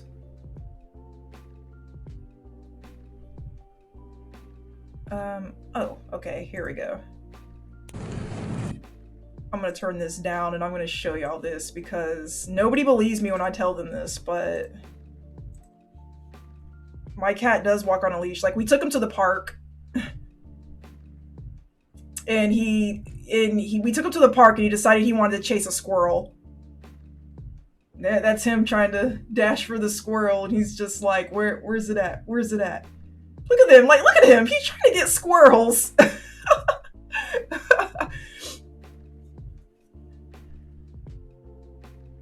Like, yeah, he was like super adventurous. So we would take him to the park and people would be like, oh, your dog is so cute. And then they would look at it again and they'd be like, wait, that's a cat. Why is your cat walking on a leash? But yeah, he really likes exploring. And so, yeah, I would go on walks with him and stuff. Like, he's such a silly cat. Like, I can't explain what is even going on here.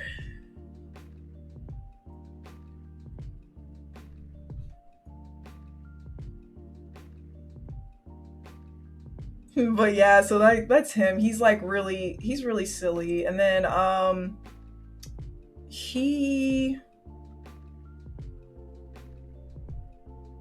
also knows treat. Treat Ollie. Come here.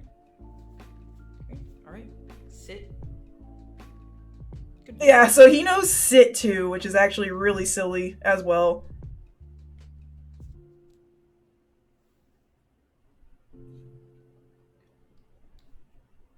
So yeah, like I think it's like kind of crazy when people are like, you can train cats to do whatever. I'm like, no, man, I feel like you really can train cats.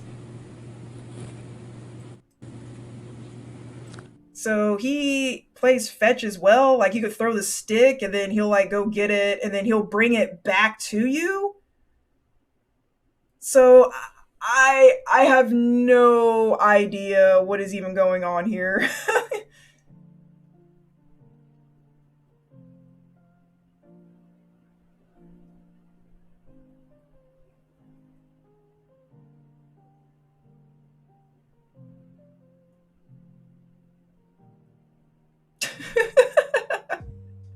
Cats are the real intellects. Yeah, I don't know. So like for me, I didn't want him at first. So I'm like, you can just get a dog; it'll be cooler. And then I'm like, actually, nah, this cat is pretty freaking cool.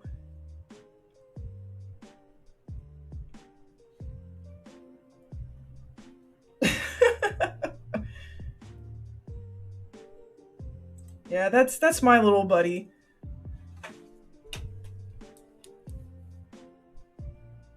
Palutena versus Ganon, who wins? Smash wise or like canon wise?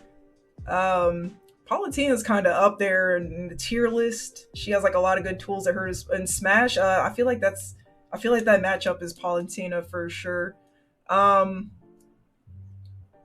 and I don't really have a basis on that other than like just tournament results and then like some matches that I have watched of it. Like Palu can just she can wall so many people out with her freaking nair. It's crazy.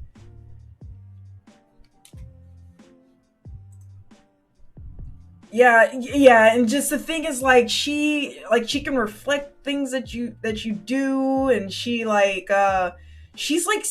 crazy anti-air. Like a lot of options that she throws out just kind of snuffs any move you want to do in the air. It's like for me when I want to fight Palu, even as Yoshi, like Yoshi is supposed to thrive on air mobility, but it's like I can't. I have to like keep everything super grounded. She's like, okay, jump one time and watch what happens. That's pretty much Palu in a nutshell. Let me see. She'd be my guard cat, I guess you could say. I would walk into any room and she had to walk in first to make sure it was clear. Oh, so Mac is the option. I don't know if that's the most optimal strat, but because I don't even know how you're really supposed to fight Palu. I just know that I have had the most success maybe staying grounded and then only jumping in the air when she whiffs something stupid, like when she whiffs a stupid aerial or something. But like with Palu, it's like kind of hard because I can't even with Yoshi, there's a lot of stuff that I can just nair and fall out of. So there's like a lot of combos and juggles I can just stop with my nair instantly. Like Palu, nah. I can try down being, she can stop that. I can try nairing, I can try daring. Like she's just gonna snuff all of that. And I'm like, man, what do I do against this? This is so frustrating.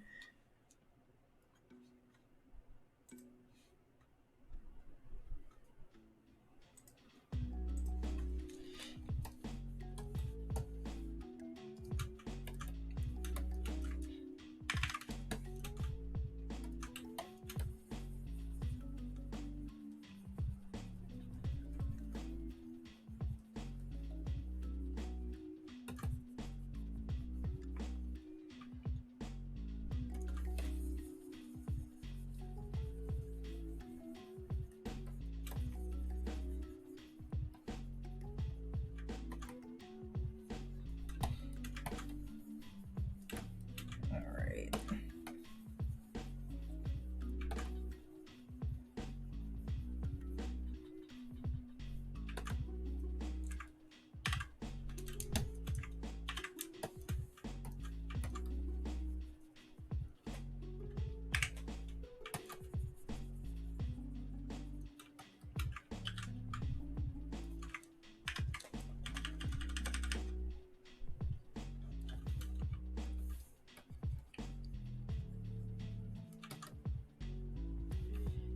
Get orange.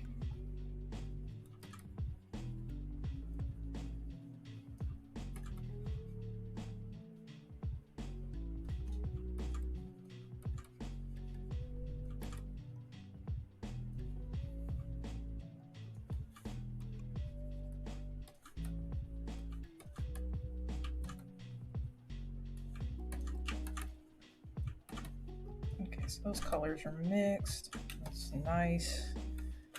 Get this color here.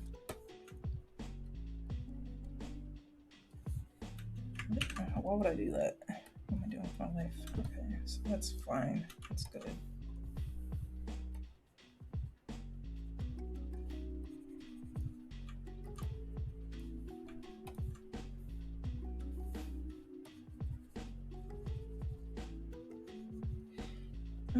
Let's see. That's good.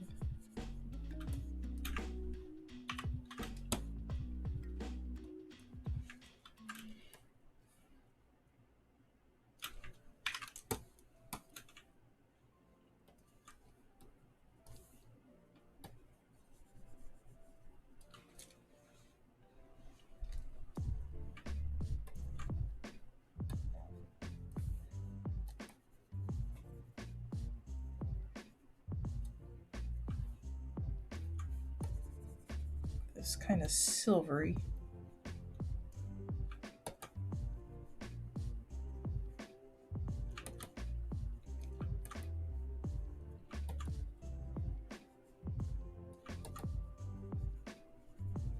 I need some brighter colors here. What is this? Okay, there we go.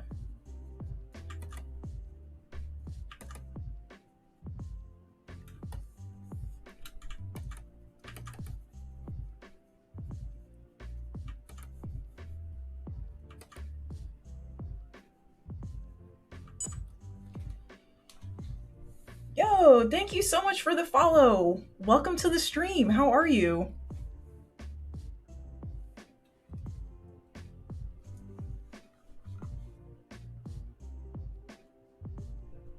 First, you're the one that used to sub me, right? I followed you already, so I'd appreciate if you'd search Zimmer Tracks on YouTube.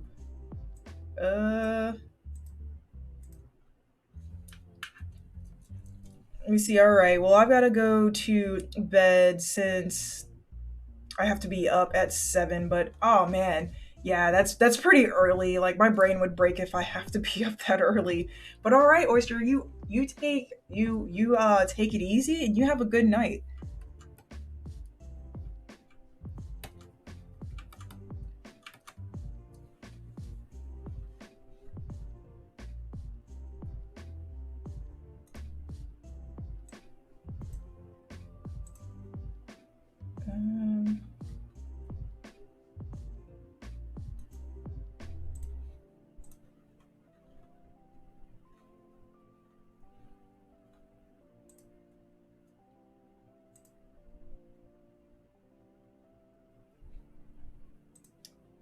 See.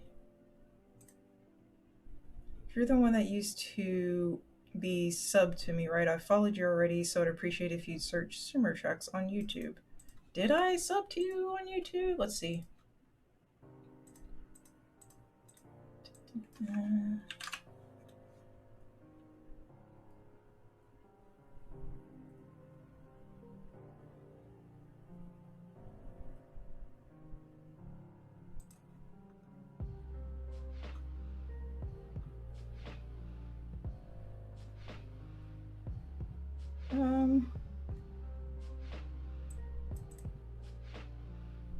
Oh, cool. Yeah, no, I'll definitely.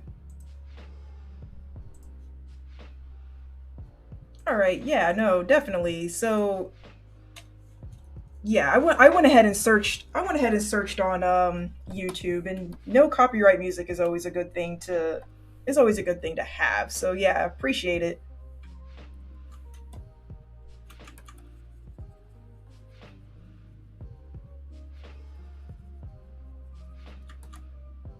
Okay, so this is good, and then I need. Oh, you know what? Where is? I need this. Wait, did I not have any? Oh, I guess I don't. It just stays like that. Okay, so let me get the face here.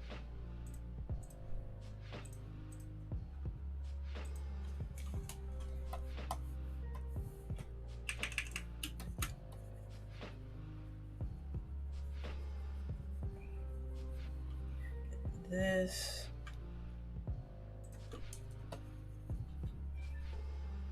Hey, why are you crying? Oliver?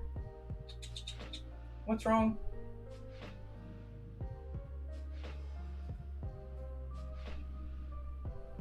Yeah, what's up?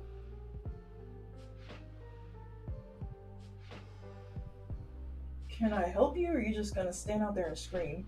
What is going on? Okay.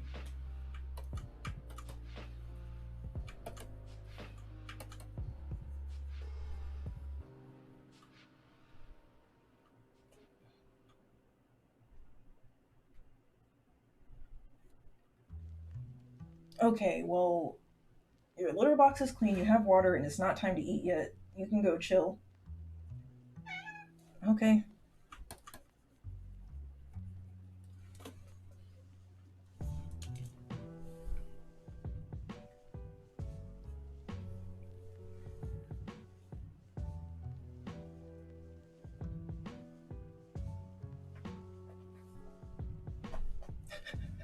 Y'all will see him pop up like right down there because he like when he wants something, and I don't know what it is he wants. He'll he'll jump up and like tap me.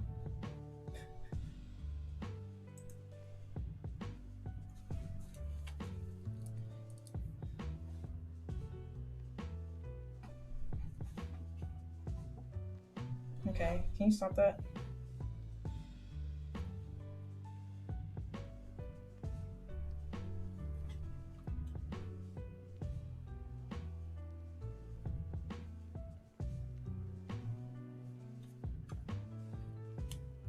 Hmm.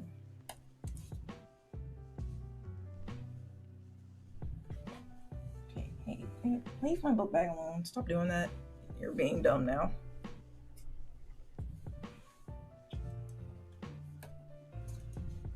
Okay, so let's do this.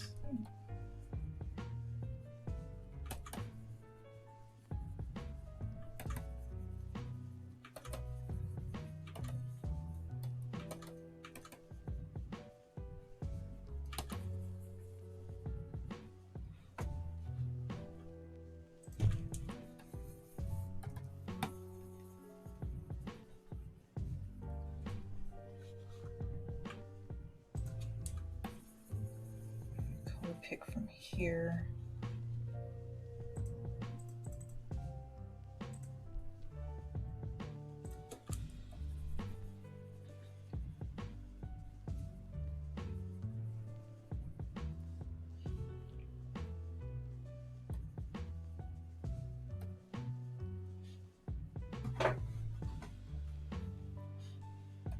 Yo, Bug, what's up? Welcome to the stream. How are you? Hope your night is going well. We are drawing on this lovely Friday night. It is still Friday. Yes, it is 11:42, so it is technically still Friday.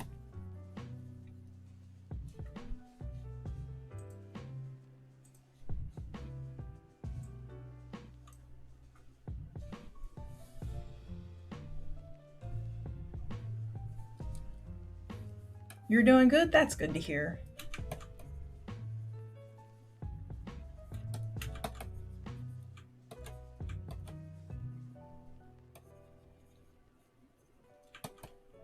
Well, welcome to the stream. We're just having a pretty chill stream, just drawing stuff. Please enjoy your stay. If you have any questions about art or anything that you see on the screen, feel free to ask. Because I know some people will be like, oh, I don't want to disturb people while they're drawing. And it's like, oh, but I'm on stream, so I definitely love interacting with people. I'm using Paint Tool Sai. It's a Japanese program. They have an English version to it. It's $50 and it's pretty cheap.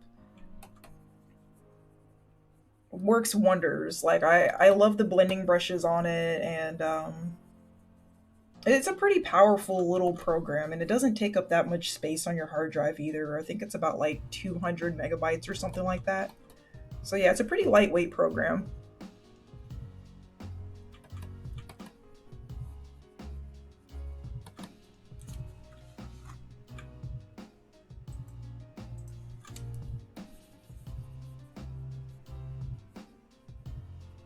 Clip Studio Paint is another good program for stuff like this, and it's just as I want to say like Is Clip Studio also 50?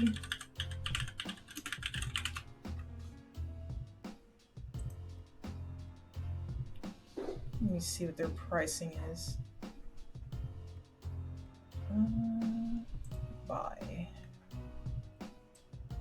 Yeah, for the standard, for Clip Studio Paint Pro Standard Edition is only $50 too, and it does everything that Paint Tool Sci can do and even more. Like, especially if you want to like make comics or manga or anything like that, they have like a lot of like resources available, like pre-made panels, like halftone patterns, 3D models that you can pose.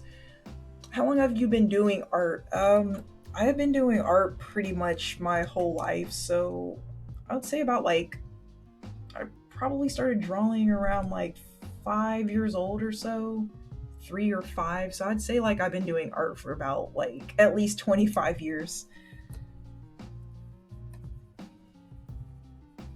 I started doing art professionally, I want to say maybe about 5 years ago, I would say, but it hasn't really taken off until like probably about 3 years ago, I would say. So it's definitely been a pretty slow journey, but it's been worth it all the way, to be completely honest.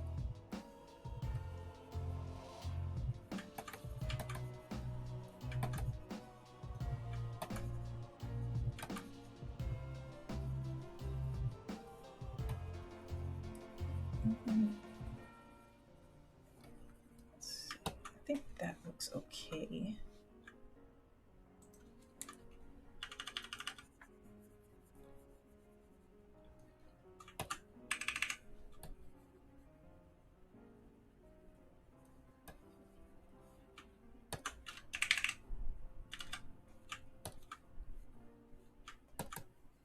Do I sell my art? Yes, I do. So I'm pretty active in the Super Smash Brothers community. I used to play competitive Smash about 2 years ago. Oh, actually, no, a little more than that. Time flies. Oh my god. So I used to play like competitive Smash in like 2014, but so I built a lot of my following around Super Smash Brothers, especially since I got sponsored by an esports league that specializes in them in 2014. So I kind of I wanted to find a way to stay in the community but not have to play competitively anymore.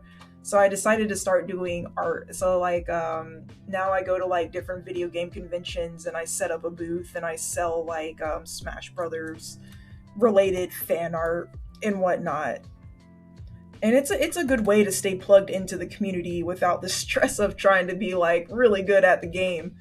Uh, but yeah, so my next convention that's coming up is CEO Dreamland, and that's going to be in Orlando, Florida. So that's going to be pretty fun, and it's one of the largest Smash tournaments that happens.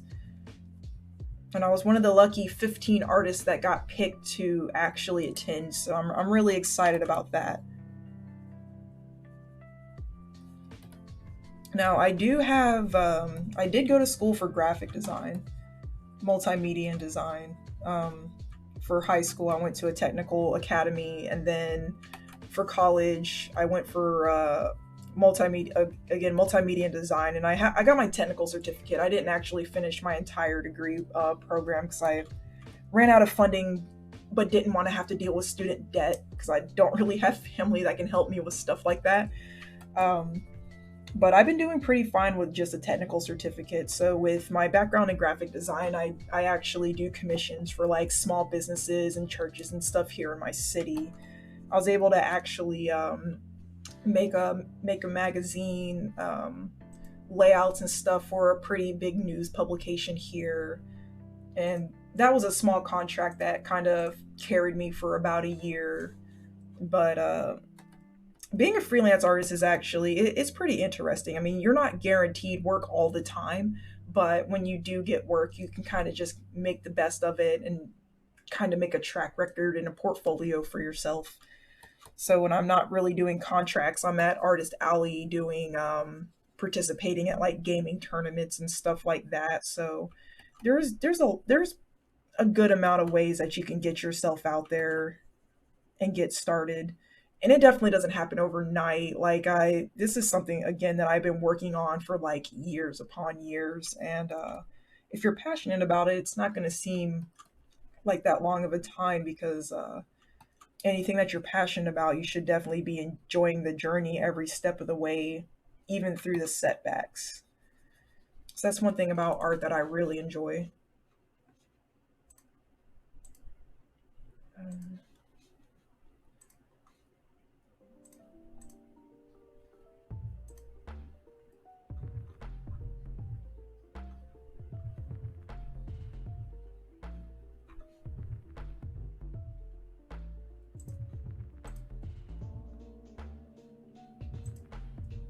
um,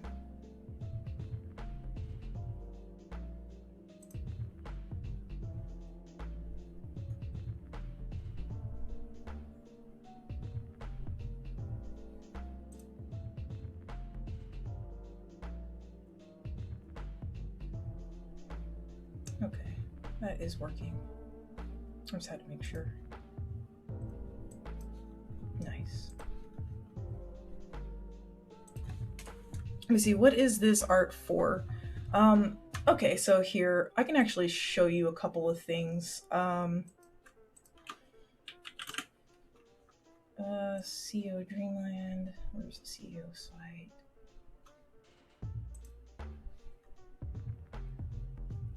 And then I can show this.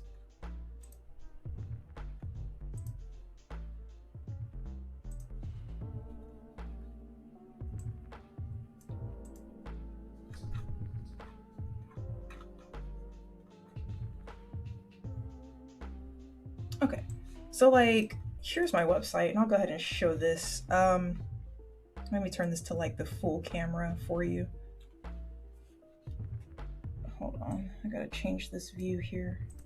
Okay, so basically what I do is I'll go to like different anime conventions and sign up for the artist alley, and that's basically like where artists and stuff go to like sell fan art and things of that nature.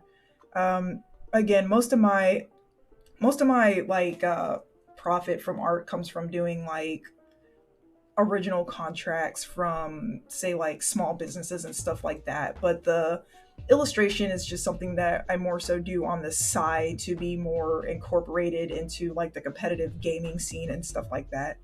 um so like basically what I do is I make artwork and then I'll sell it, and then a small portion of what I earn goes towards buying like underprivileged kids like drawing tablets or art supplies, or like pretty much like encouraging them to also do art. So there's different conventions you can go to where you can like set up little booths so you can kind of see some of the booth in the back. And then also like I do hands-on demos and training for like people who may not know how to get into digital art, who may not be too sure about it. And then so this is pretty much just what I'm doing. Like I know with like a lot of artists, I know like going to artist alley is about like making money and trying to make a living. But for me, like I understand that I'm blessed to even be able to do that. So like if I have like extra money that I'm not necessarily, and I'm not in dire need, and my mortgage is paid and my bills are paid, yada yada. Like there's really nothing I can think to do with that extra money than like kind of pass along that, then just kind of pass it along, like just pay it forward. Because as a kid, I can remember when I couldn't afford art supplies and like somebody bought me a sketchbook or something, and then it's like that feeling is just so unrivaled. Like somebody saying like, "Hey, I know your situation is crappy, but don't give up on your dreams. Here's this little thing to kind of encourage you." I kind of want to do that with kids nowadays, and with digital being such a big thing and such a big medium, like I kind of have to like kind of adapt and grow with that. And that's just kind of like that's pretty much the direction that I've chosen to go with it. Um, but yeah, and then so with media coverage and stuff like this, stuff like that, I kind of showed this earlier in the stream. I was like on the news for being like my outreach program is like assisted 15 different people with like buying beginner drawing tablets.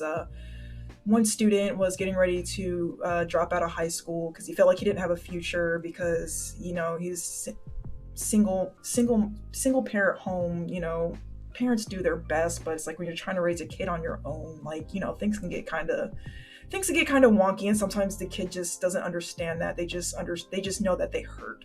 So when I heard this student was gonna give up on art and drop out of school and stuff like that, I was like, hey bro, don't do that. So I was able to save up enough funds with sold artwork, and I was able to get this student a laptop and a starter drawing tablet, and he was like so ecstatic about it. Like two weeks later, he was already doing animation. He's already doing animation. He was already um, thinking about which college he wants to go to and stuff like that.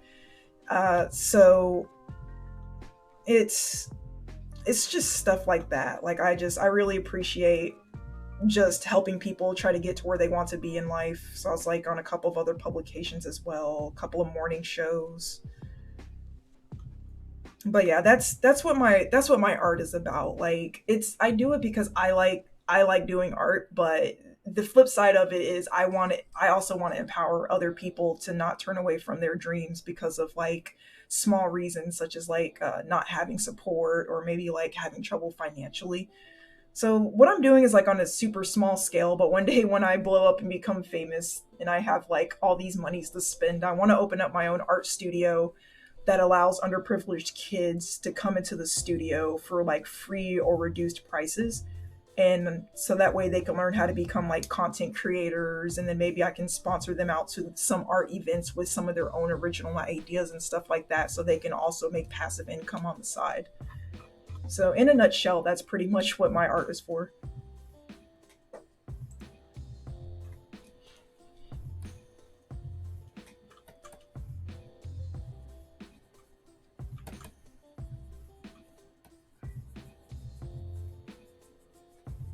Because even though a lot of people aren't really on board with the whole esports thing and people and kids making money playing video games, the thing is like you don't have to be the one playing video games, because of course there's always going to be someone out there that's better than you. So and I understand like some people's concern, like, okay, what are the odds that this kid is going to go and win this tournament? Okay, I get that. I completely understand that. That's actually very fair. That's a very fair assumption to make. However, like if you look at esports or you look at sports in general, like when you look at a football game or a basketball game, there's so many moving parts and so many different jobs and job titles and everything that go into that. So you have like of course you have the players on the basketball court. Like of course you have your athletes, your people that are in the spotlight, like the stars of the show. But what about the coaches? What about the people that make the food at the concession stands? What about the people that actually commentate the matches? What about the people that edit the videos? What about the people that do special effects for the videos? What about the people that are the ones broadcasting the videos on live air? There's esports kind of mirrors sports in a way where there are so many job opportunities available, and there's so many different types of skills that people can actually show and put forth. And it's more than just people supposedly pushing buttons on a controller, you know, so on and so forth. So basically, what I want to try to teach kids in the esports community, because I've seen so many people that are like, oh, I'm not good at this game. I'm never gonna have a life. I'm not gonna be talented at anything. And then you like look, and then I go on their Twitter profile, and it's like, yo, whose graphic design work is this? Like, this is amazing. They're like, oh, it's mine, and I'm like, bro, you can still be in esports. Like people, they're going to need people to do graphics for the top players. They're going to need people to do the stream layouts. They're going to need people to do the broadcasting. They're going to need people, you know, like there's always a way you can plug yourself in. So I want to be able to kind of, like for me, like I used to play competitively. I mean, I wasn't like as well known as other players and stuff like that, like not by a long shot, but I found a different way to plug myself into the community. And I want people to also know that they can do the same thing. Like if you must base your worth on how good you are in a video game, can we kind of shift that to how good you are in other things as well?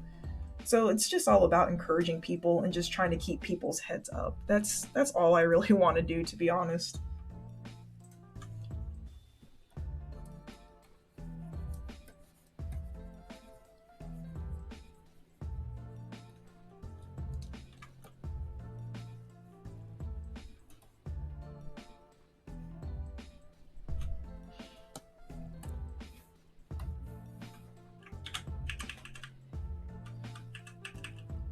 Let me see.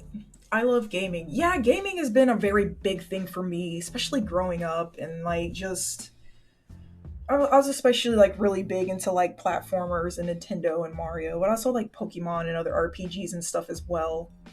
Um,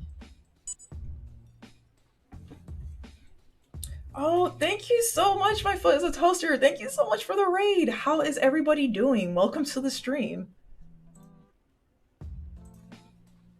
We are chilling to some Zelda jams while drawing Dr. Mario. We are working more on the Super Smash Brothers Island style series, where we are drawing the entire Smash cast in the style of Yoshi's Island. So that's been going pretty well. I was saying earlier in the stream that I got accepted to CEO. Just finish up with Final Fantasy VII for tonight. I wanted to reach out. It's been a while. Thank you so much for coming back. It's nice to talk to you again. But yeah, so like I just got accepted into CEO Dreamland, which is like one of the world's biggest Super Smash Brothers tournaments, and only 15 artists got accepted. So I'm going big on this booth because, like, if I got accepted, then I want to bring something special to the plate. So I'm like trying to get as many designs done for like charms and stickers and really cool stuff at the booth as I can.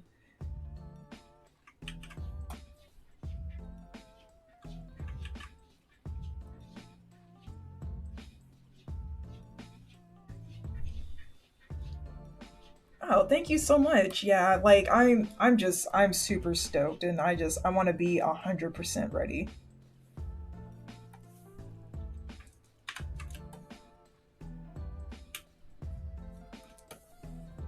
Okay, so that's pretty good. So we're gonna come here.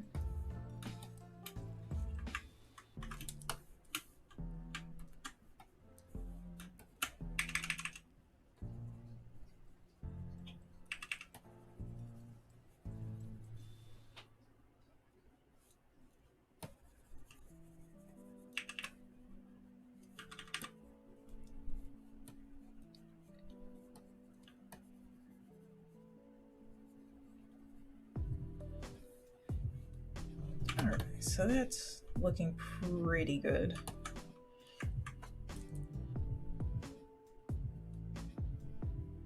Let me see. Did I draw the background? Wait, which background? Like my stream background or the background behind me background?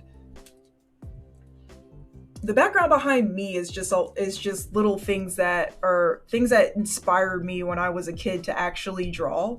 There are some posters in the background that I did draw, but a lot of them are like official posters and stuff of, again, things that just pretty much inspired me. Um, Let me see. The background of my stream, yes, I drew all of this. The background on the art, yes. Let me see. So hold on. This. So that's the starting soon. Hold on. So yeah, like my stream layout and everything, I actually drew that Yoshi and I animated everything here. Um, so that's where we're at with that. And then at the bottom down here, all these little guys, yeah, those are like all the characters that I'm doing so far. Um, on the art here, like this right here. Let me see, this right here, like that I didn't draw. This is official art, and that's like the style that I'm like kind of emulating.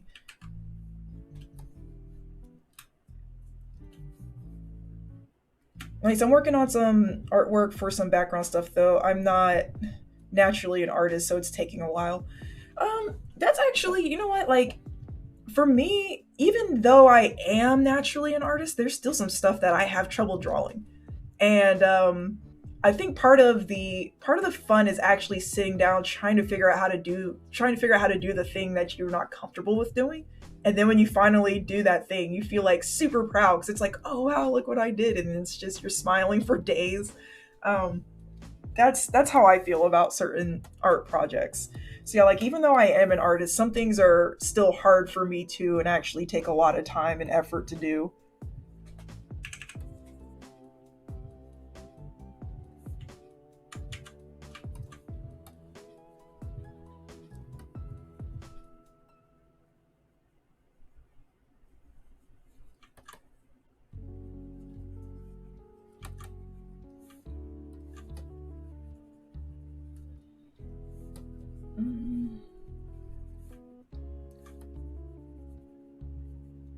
get some of these colors in here.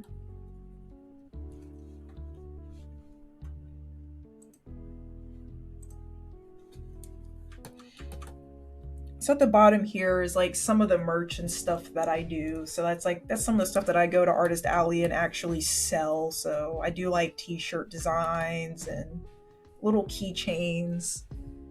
And like, here's one of my little keychains that I made right here. So that's pretty neat. I like doing stuff like this. Little keychain, and let me see. Project that I've been working on lately is like one of my coworkers from my old job like randomly surprised me with a button maker, and so I've been like hard at work making little buttons like this. So it's gonna be really fun. I love doing little artsy things.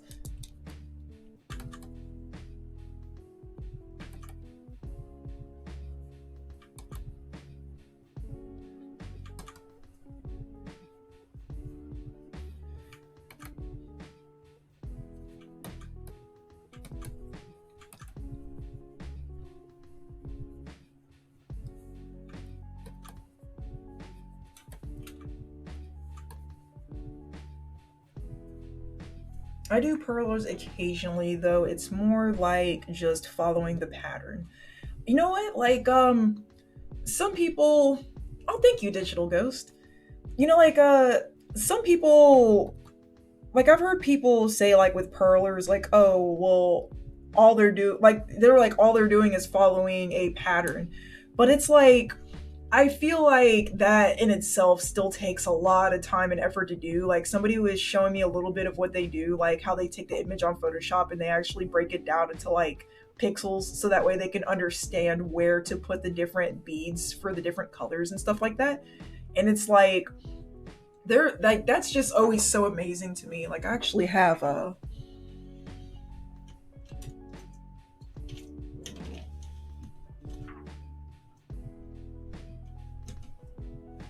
I actually still have this one that I got from like CEO. So like I'm always so impressed with like freaking bead art because I understand like the time and effort and everything that like has to go into it. So yeah, I bought this one at like CEO 2 years ago, and he hangs on my wall, so that's pretty cool. But like that one's just like flat colors. So like for people that actually add like shading and different colors and gradients and stuff like that to their actual like bead art, I'm like, holy crap, like how do y'all have the eye to do this? Like it's so amazing.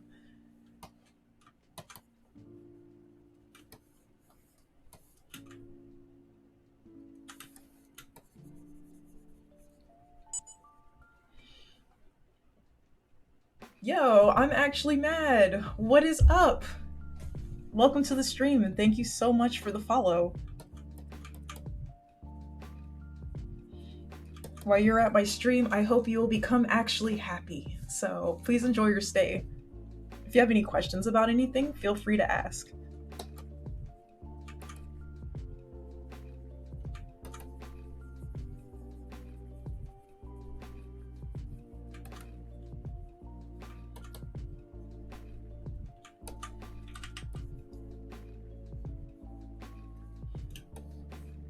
Alright, so for yellow, I'm gonna move this up here.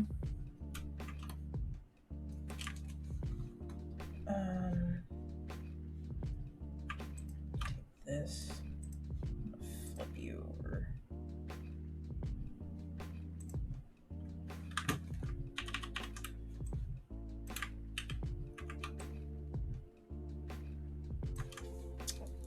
Alright, so pretty much what I do is because I'm drawing in this style, everything that I do, I'm taking the color palettes from here and applying it to whatever I have going on up here. So let's go ahead and first that horizontally. I'm gonna bring him up here. So these different colors and shades and stuff that we have going on here. Good alert for now. Have a good one. No, thank you so much for coming through. I really appreciate it. You have a good night.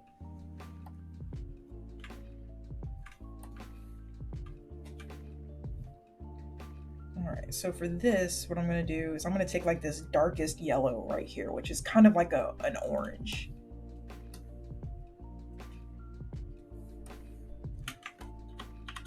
And then I'm going to apply that to this. So that way we get like the same gradient that they use in the official color palettes.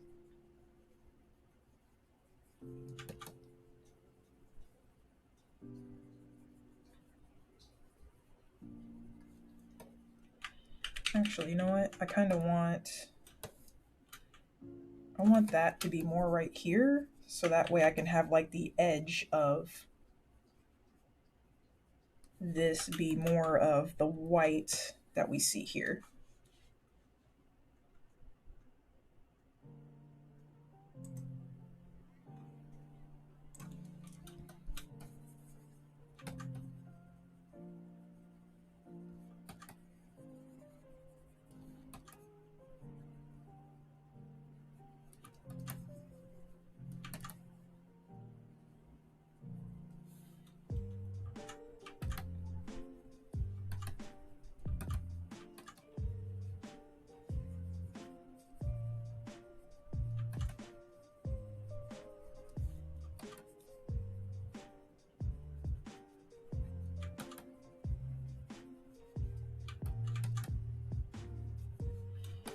Okay, so that looks good. And so over here, I'm gonna do the same thing. Let me tilt this a little. All right, so over here, I'm gonna do the same thing. So I'm gonna apply this orange down here.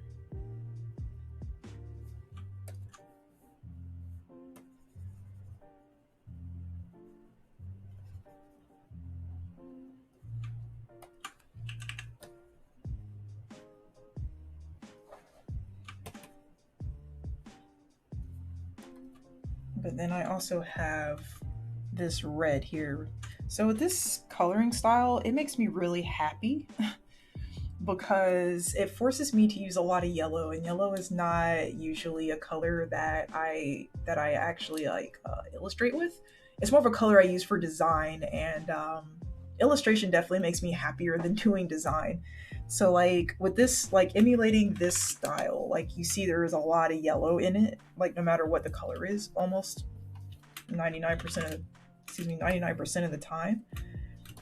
So getting to use more yellows really makes me happy, to be completely honest. I know it's like really random, but it's just little things like that that make me appreciate art, because art can make you feel all kinds of ways, um, to be quite frank. Like art's a good way to relieve stress. It's a good way to express yourself. So even if I'm like feeling down or something, like this style just makes me really happy, just because like the jagged lines. Are you drawing on a screen tablet? Yes, I am. Like I can actually show you my setup. Um, let's see.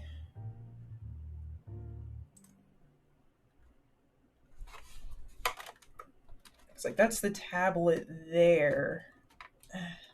So yeah, that's the screen. And then let me get a good picture of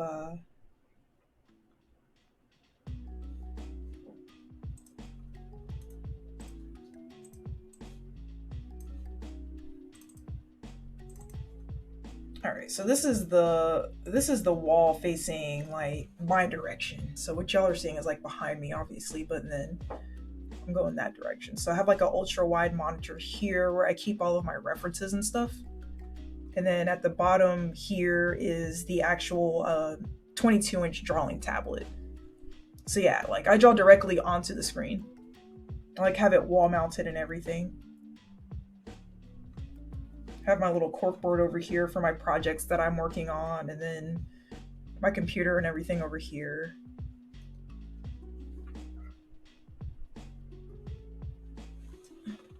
What? Oliver, what is wrong? Hey, what is wrong?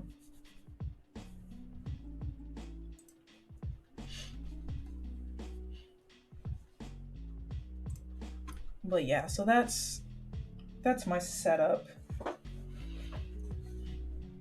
It took me so long to get this set up. Well, it's a pretty big tablet. But yeah, everybody has to start somewhere. So like whenever I show my setup, I like so I'm a very modest person and I really hate bragging or anything that even feels remotely close to bragging.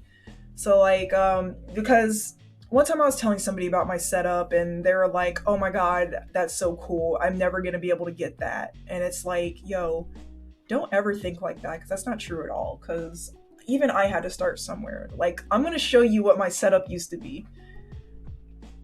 So this was my setup almost 10 years ago.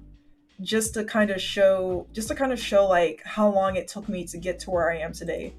Because everything that I have has definitely been a journey. Like there was no such thing as me just waking up and suddenly having things. Like that's not usually how life works for a lot of people. So hold on.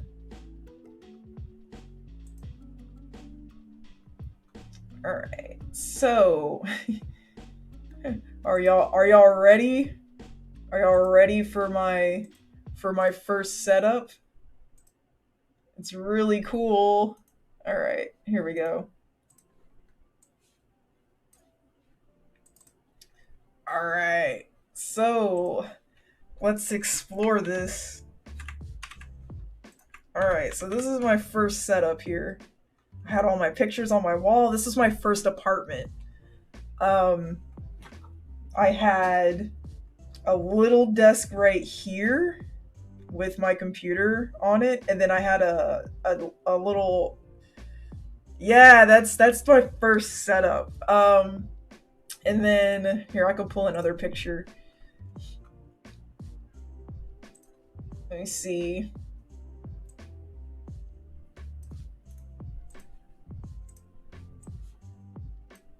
So we have this, and I had my desktop down there. I had my printer over here. Oh, there's a picture of my brother over there. All right, and then there. But yeah, so my first tablet was definitely not a screen tablet. That's what I had. And then my desktop was just on the ground and it fit so snug right there. But yeah, it's not bad, but I don't have pictures of my very, very first setup, but I'm going to explain my very, very first setup. Okay. So my very first setup was two filing cabinets, two metal rusted filing cabinets. It was like this. And then I had a plank of wood going straight across. And then my laptop, my little slow laptop, sat on top of that with my drawing tablet off to the side.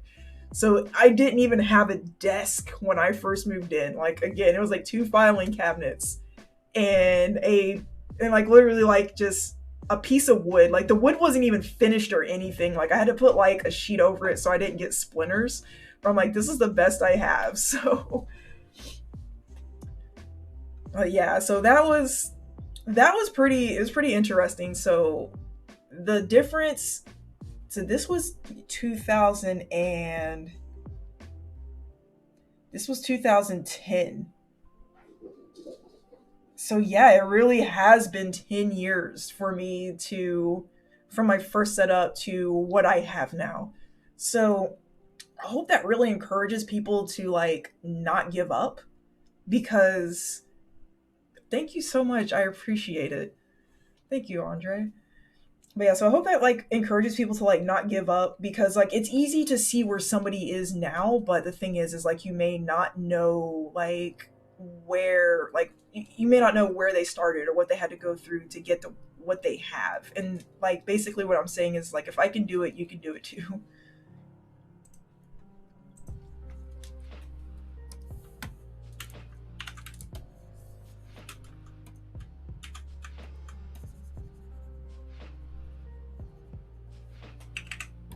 So yeah, I felt like super terrible like when I showed my setup and somebody's like, "Oh my god, that's cool. I'm never going to be able to do this because I don't have stuff like that." And it's like I worked my way up and you definitely like here's the thing.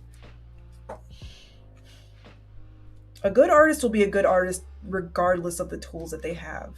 Um when Like when I first started, yeah, I didn't have a screen tablet, but I was able to do enough commissions to save up to get a screen tablet, and it was just easier for me to draw on a screen tablet because I've seen people that have made amazing art on tablets that aren't screen tablets, and but for me it was just kind of confusing because I get like I can't even read upside down. Like my orientation of what I'm doing has to be right in front of me, or I get like stupid confused. So a screen tablet really helped with what I was doing, but the fact of the matter is like my skill level still stayed the same. Like somebody having a drawing tablet isn't going to magically mean like, oh well, they magically know anatomy, or they magically know color theory, or they magically know how to draw this, that, and the other thing. So if there are any artists in here that are thinking that they can't do something because they don't have the particular tools, there's like always other things you can be doing while you're waiting to get your tools. And like while you're doing those other things, hopefully, like that makes you feel good about yourself as an artist to show that you are improving, and like so that one day when you get those tools, like you'll be ready to go. And like what I used to do is, and not to give anybody like a sob story or anything, but my when I was a kid, my father bought a laptop for me, and unfortunately, like my mother was like a drug addict, so like she would pawn my game systems and like my computer and my game systems and my TV and take them to the pawn shop and never get them back and stupid stuff like that. And yeah, I used to be like super angry. So I would be like, oh my God, well, I'm never going to become an artist because my mom keeps selling my stuff. And so what I decided to do was I'd go up to the library and I would like check out like how to do Photoshop books, how to do graphic design books. And I would read on them like every day. And then like I would draw on normal paper, like, okay, if I had a computer, this is the type of stuff I'd want to do. Like I never, even though I didn't have the tools, I never stopped educating myself. Like I never gave up. So I told myself, I'm like, okay, I'm going to read these books. I may not have the computer or the software or anything to do the examples side by side, but I'm going to keep reading this over and over again till it's drilled in my mind. So when I get the next computer I get my hands on, I'm going to do some amazing stuff. Like just you're gonna like sometimes you have to like think of stuff that way because life isn't always going to be fair, but like the harder you try, like I just the harder you try, the more that's going to happen for you. Because I easily could have gave up and been like, yeah, you know what, I can't do it because of this. But again, like it was something that I was really passionate about. It's something that I wanted so bad.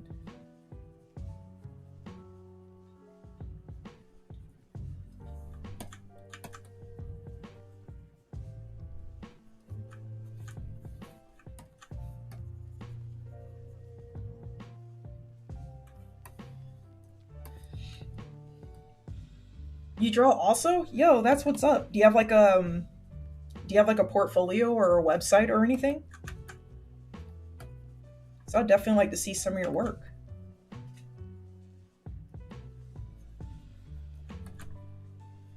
If you have a site, like feel free to drop it in the chat. I'll go check it out.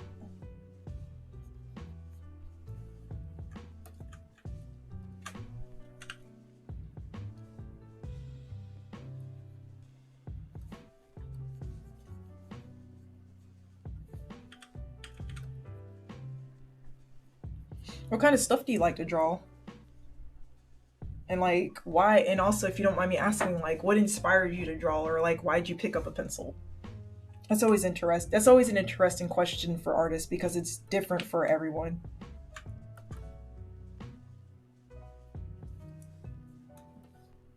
You're still working on a site? Yo, no shame in that. Like slow and steady wins the race. Like always like work on stuff that you like feel is presentable. Like don't ever feel rushed on stuff like that. I remember when I was making my site and whatnot, and then like everybody kept saying, "Oh my God, you've been working on it for the past 5 months. When are you gonna have it up, or when are you gonna start streaming?" And I'm like, "Bro, slow your roll. Like I'm working on my stuff. Hold on."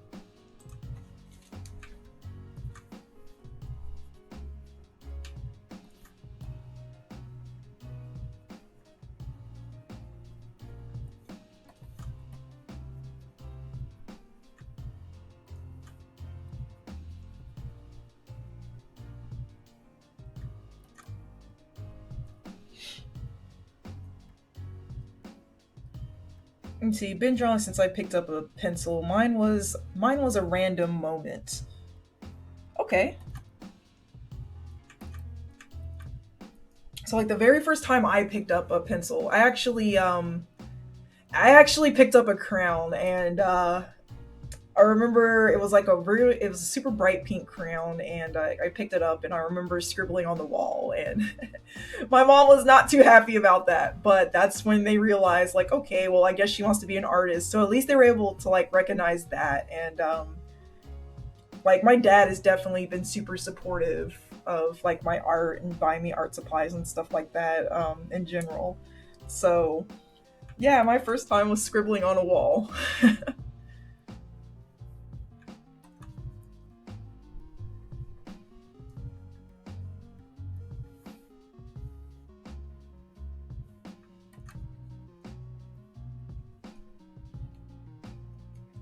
Andre, you're a cartoonist. Yo, that's what's up.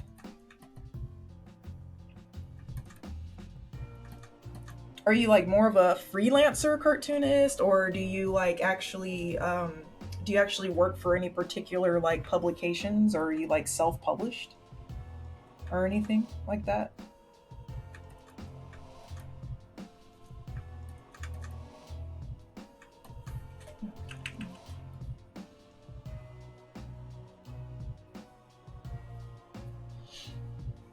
Yeah, I'm still good with a pen. My sister actually, she draws too, and she's really good at drawing with pens. Like I get super nervous when I draw with pens. Like here's some of my pen work here. But she can actually like sketch with pens and like draw on straight up pen. Like I have to draw with pencil first and then go over it with the pen. Um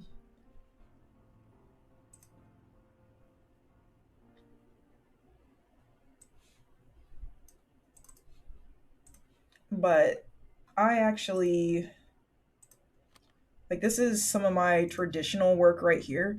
I prefer to draw digitally because like I actually don't have steady hands. So it's like really hard for me to like control the pen, so I end up being like more heavy-handed because I actually have to like jab the pen into the paper to keep my hand steady because of like how shaky it is. But with like digital art, I have like stabilizers and things that'll slow the brush strokes down for me, so it kind of makes it easier for me. But this is some of my pen work here.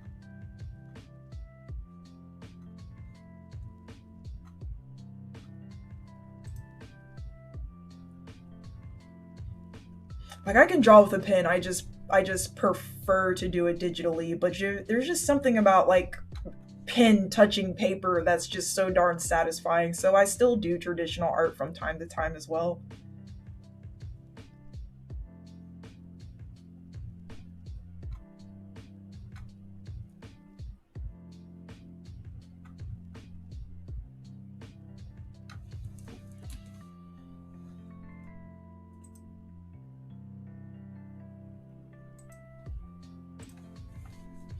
Like one feature I really like about this program is like I can actually demonstrate it here. So if I turn the stabilizer off, um,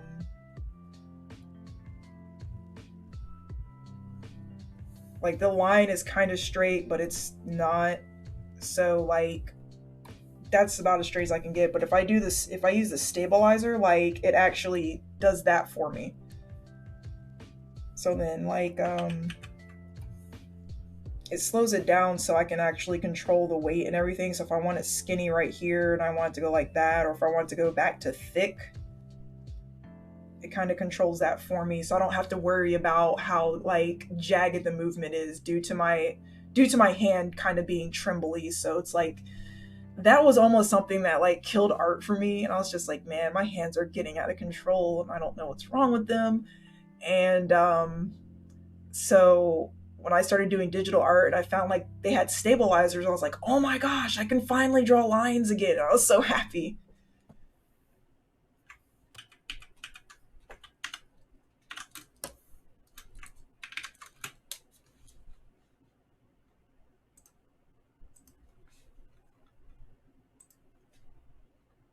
um,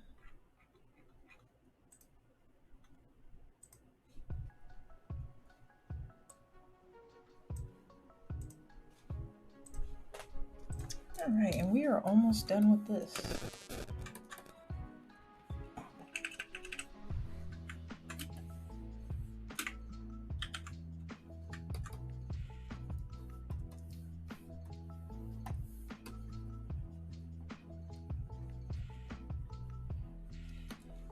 So that's actually another reason why I like this art style, because like these right here I didn't draw, like these Yoshis right here, like that's official artwork. But I really like how like squiggly the line art is. And I'm like, oh wow, a style for my trembly hands. So that's another reason why I really like this style. Like I don't have to use stabilizers for it all the time because the line art is already like really shaky.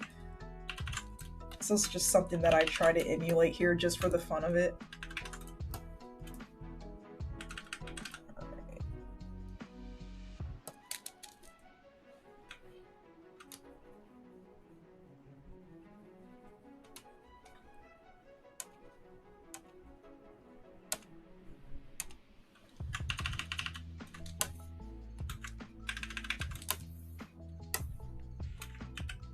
Alright, and then line art.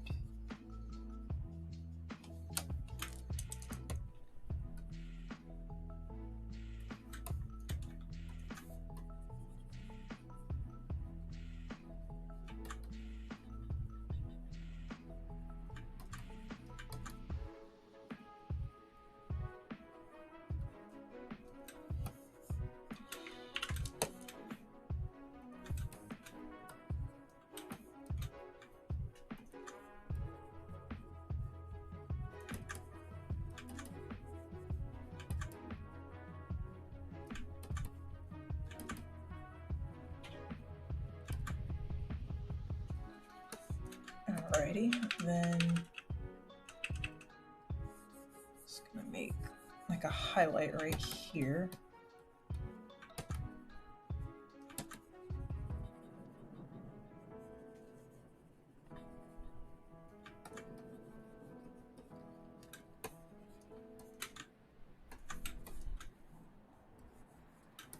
So light blue hat.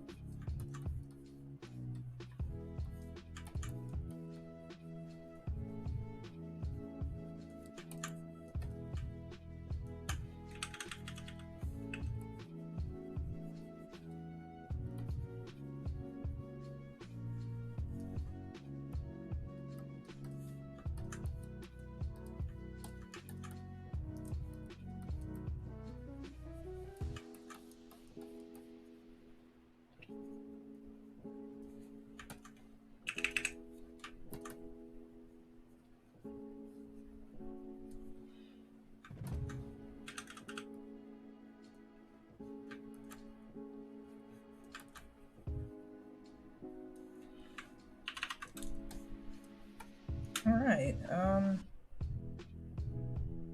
did I color everything? I think I did.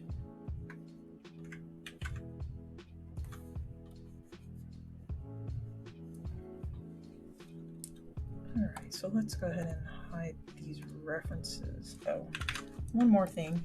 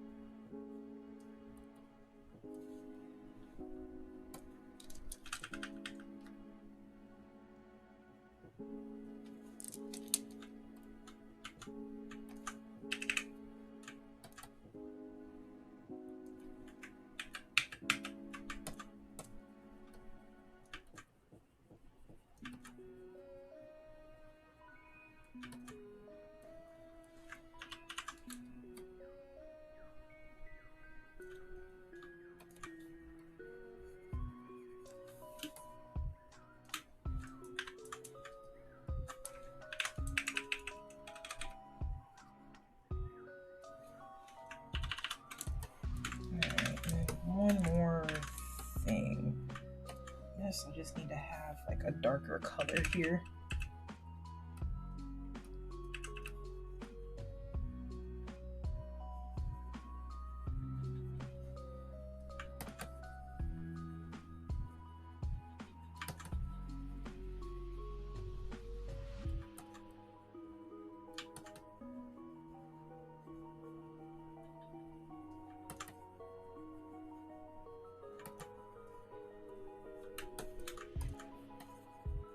Yellow here.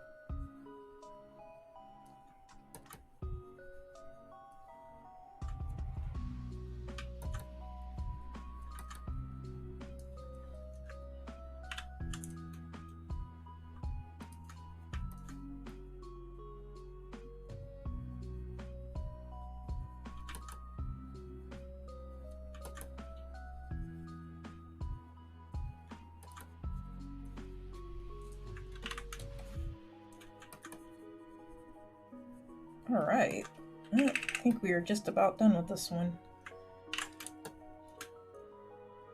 You know what? That looks amazing. So let's save.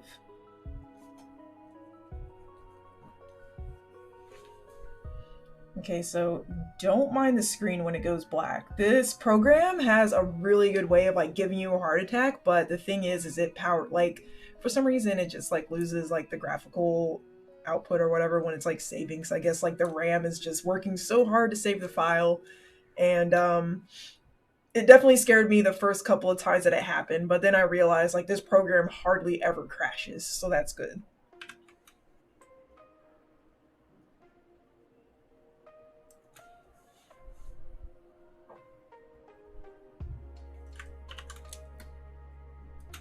All right, and you know what? I'm gonna call this done. Like I think that looks really good. All right, so that's it for Doc, and then next we're gonna do Ganon. All right. But okay, so I'm gonna go ahead and wrap the stream up here because wow, it is like 12:38. But you know what? We were vibing, we were having a good time, and so hold on, let me get this straight, and then I'm gonna switch over to this, and then yeah, there we go. But yeah, so we definitely thank you so much. It does look really awesome. Like I'm gonna take a screenshot of this because I like that so much. So hold on. Where's my screenshot button? Okay, but yeah, it does look really nice. I really like the way that it came out, and yeah, this I'm so excited about this. Like when you start something and then it's like taking a long time, but then you finally finish it, and then it's just like, oh my god, I love it.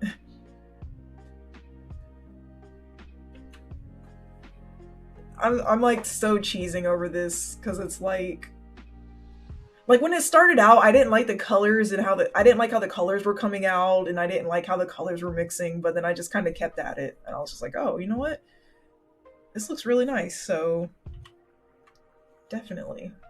But yeah, so my pretty much I start streams. So on Mondays, next stream will be on Monday, and Mondays I play Smash Brothers. So if anybody likes playing Smash and they want to like challenge me, I definitely open arenas, and that's a thing that I do.